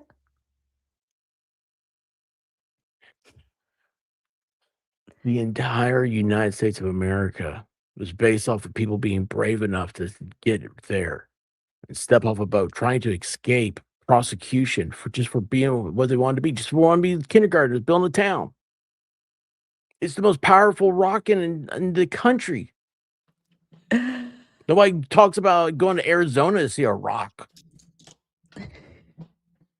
And yet, it's a literal pebble. It's so dumb. Oh my god. It's had a bigger effect on history maybe than more than any other rock. My family came over on the Mayflower. I hate you. I love you. That is so awesome. Oh my gosh. It is not. Look at that. Oh my That is so God. cool. It's so funny. Your family came over on the Mayflower? Yeah, my grandma's side. Well, they touched that rock. It's It's so funny. Look at everybody's faces here. They're all disappointed. They're like, we came all the way across the country for this. Everybody's looking at it like, what do you think it's gonna be? It's that's the it. beach. I mean, I like You how they would made it just into a think Zen garden. Look at that little raking lines, little Zen. No, that's awesome. So what It's did so what did funny. it look like where the pilgrims came off? Like they I don't know. I wasn't there. which way's the ocean? This away from where the people are, like these people have a better view just looking at the ocean than looking at the rock. It's so funny. I'm surprised it's that big.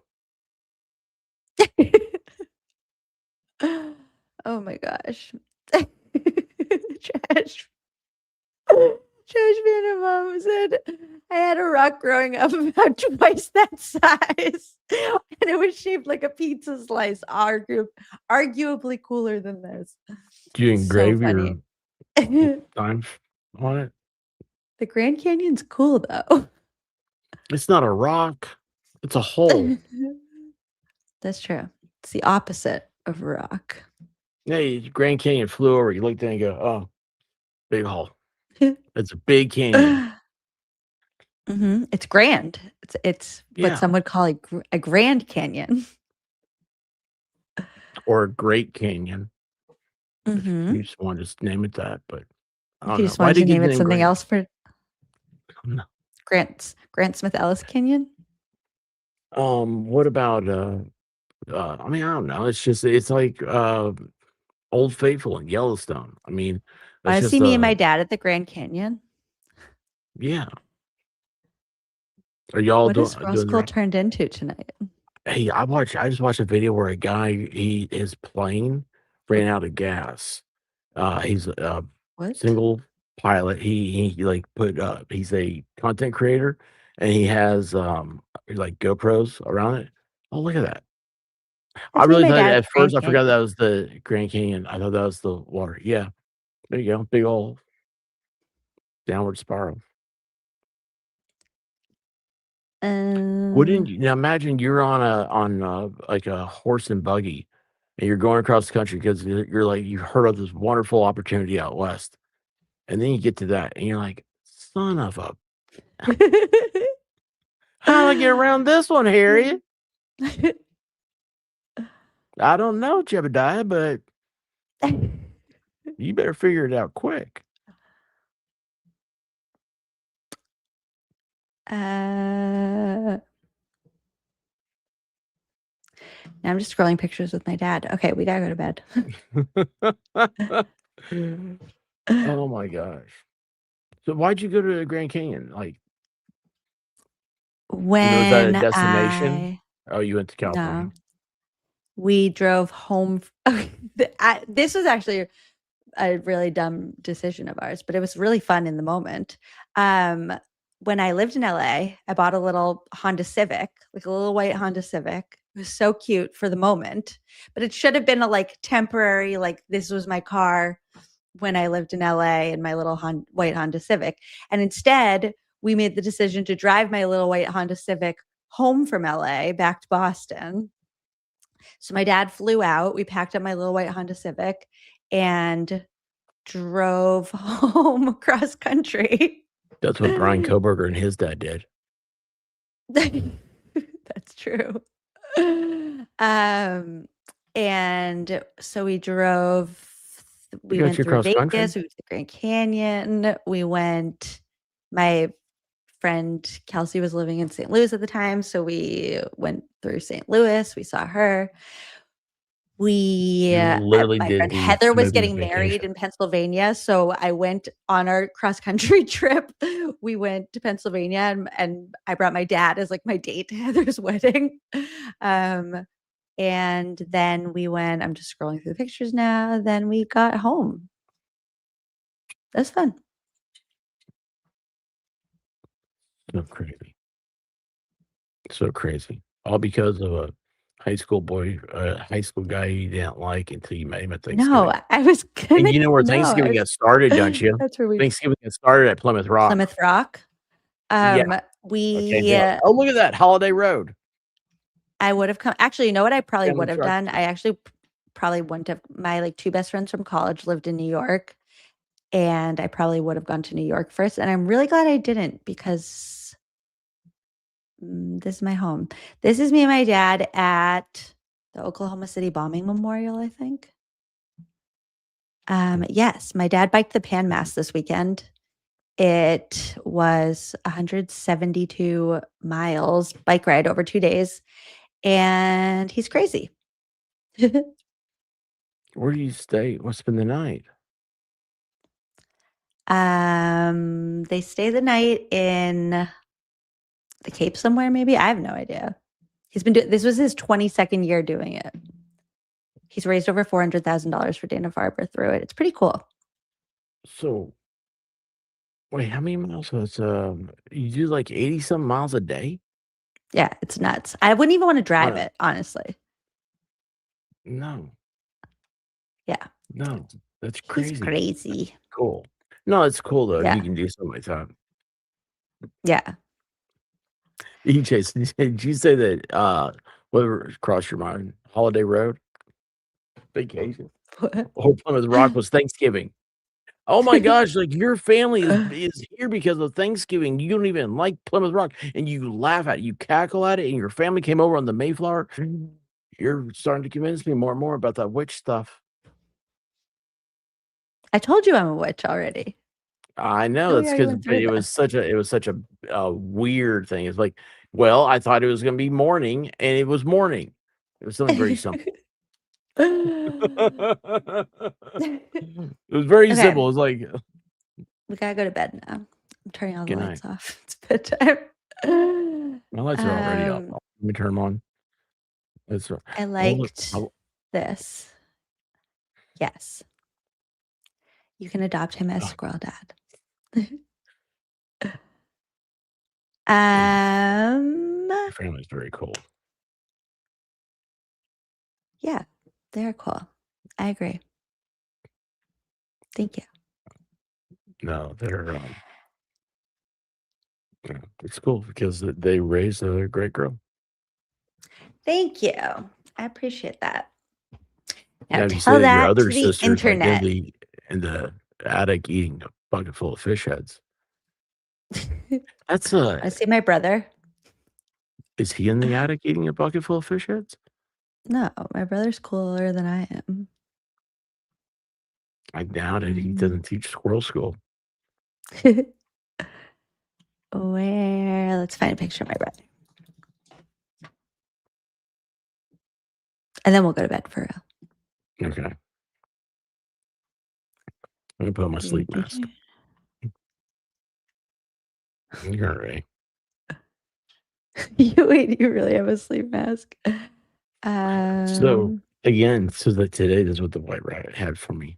There's my brother. Oh, that's cool. Yeah. Now, Hell Week, you were a Navy SEAL? That was at Orange Theory. Back when I used to have wait, time to do Orange Theory. What's That's my Orange brother. Theory?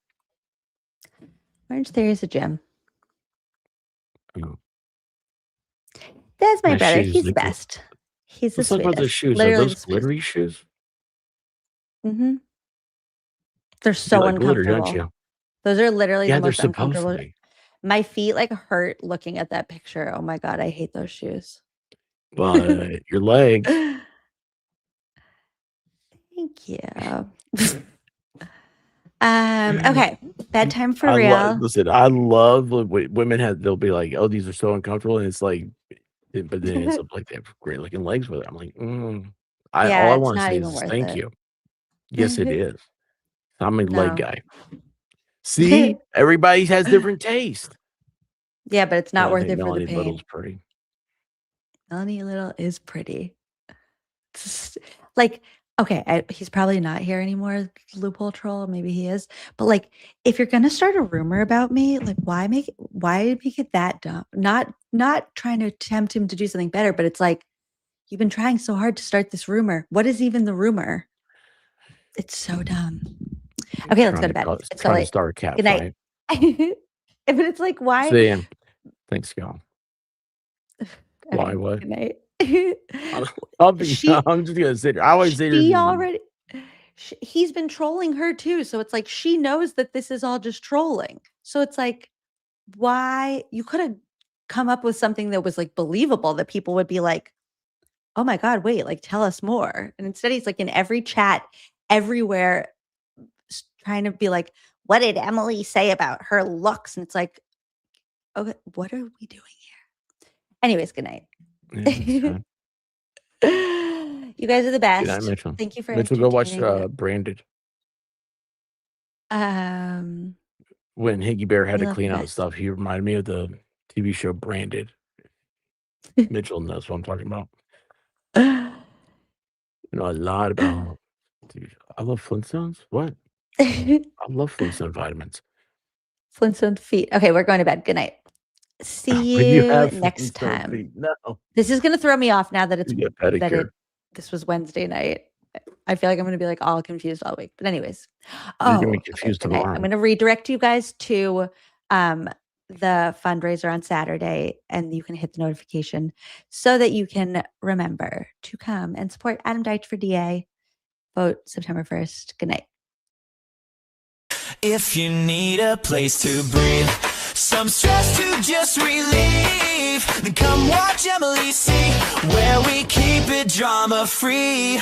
We want justice for John O'Keefe, Aiden and Kelsey, waved bye-bye to Morrissey. Let's clean up Norfolk County. Emily C, the one we need, reading sidebars with Corey, writing Hank diaries, giving the people what they need. It's my pleasure to entertain, keeping you laughing makes my day.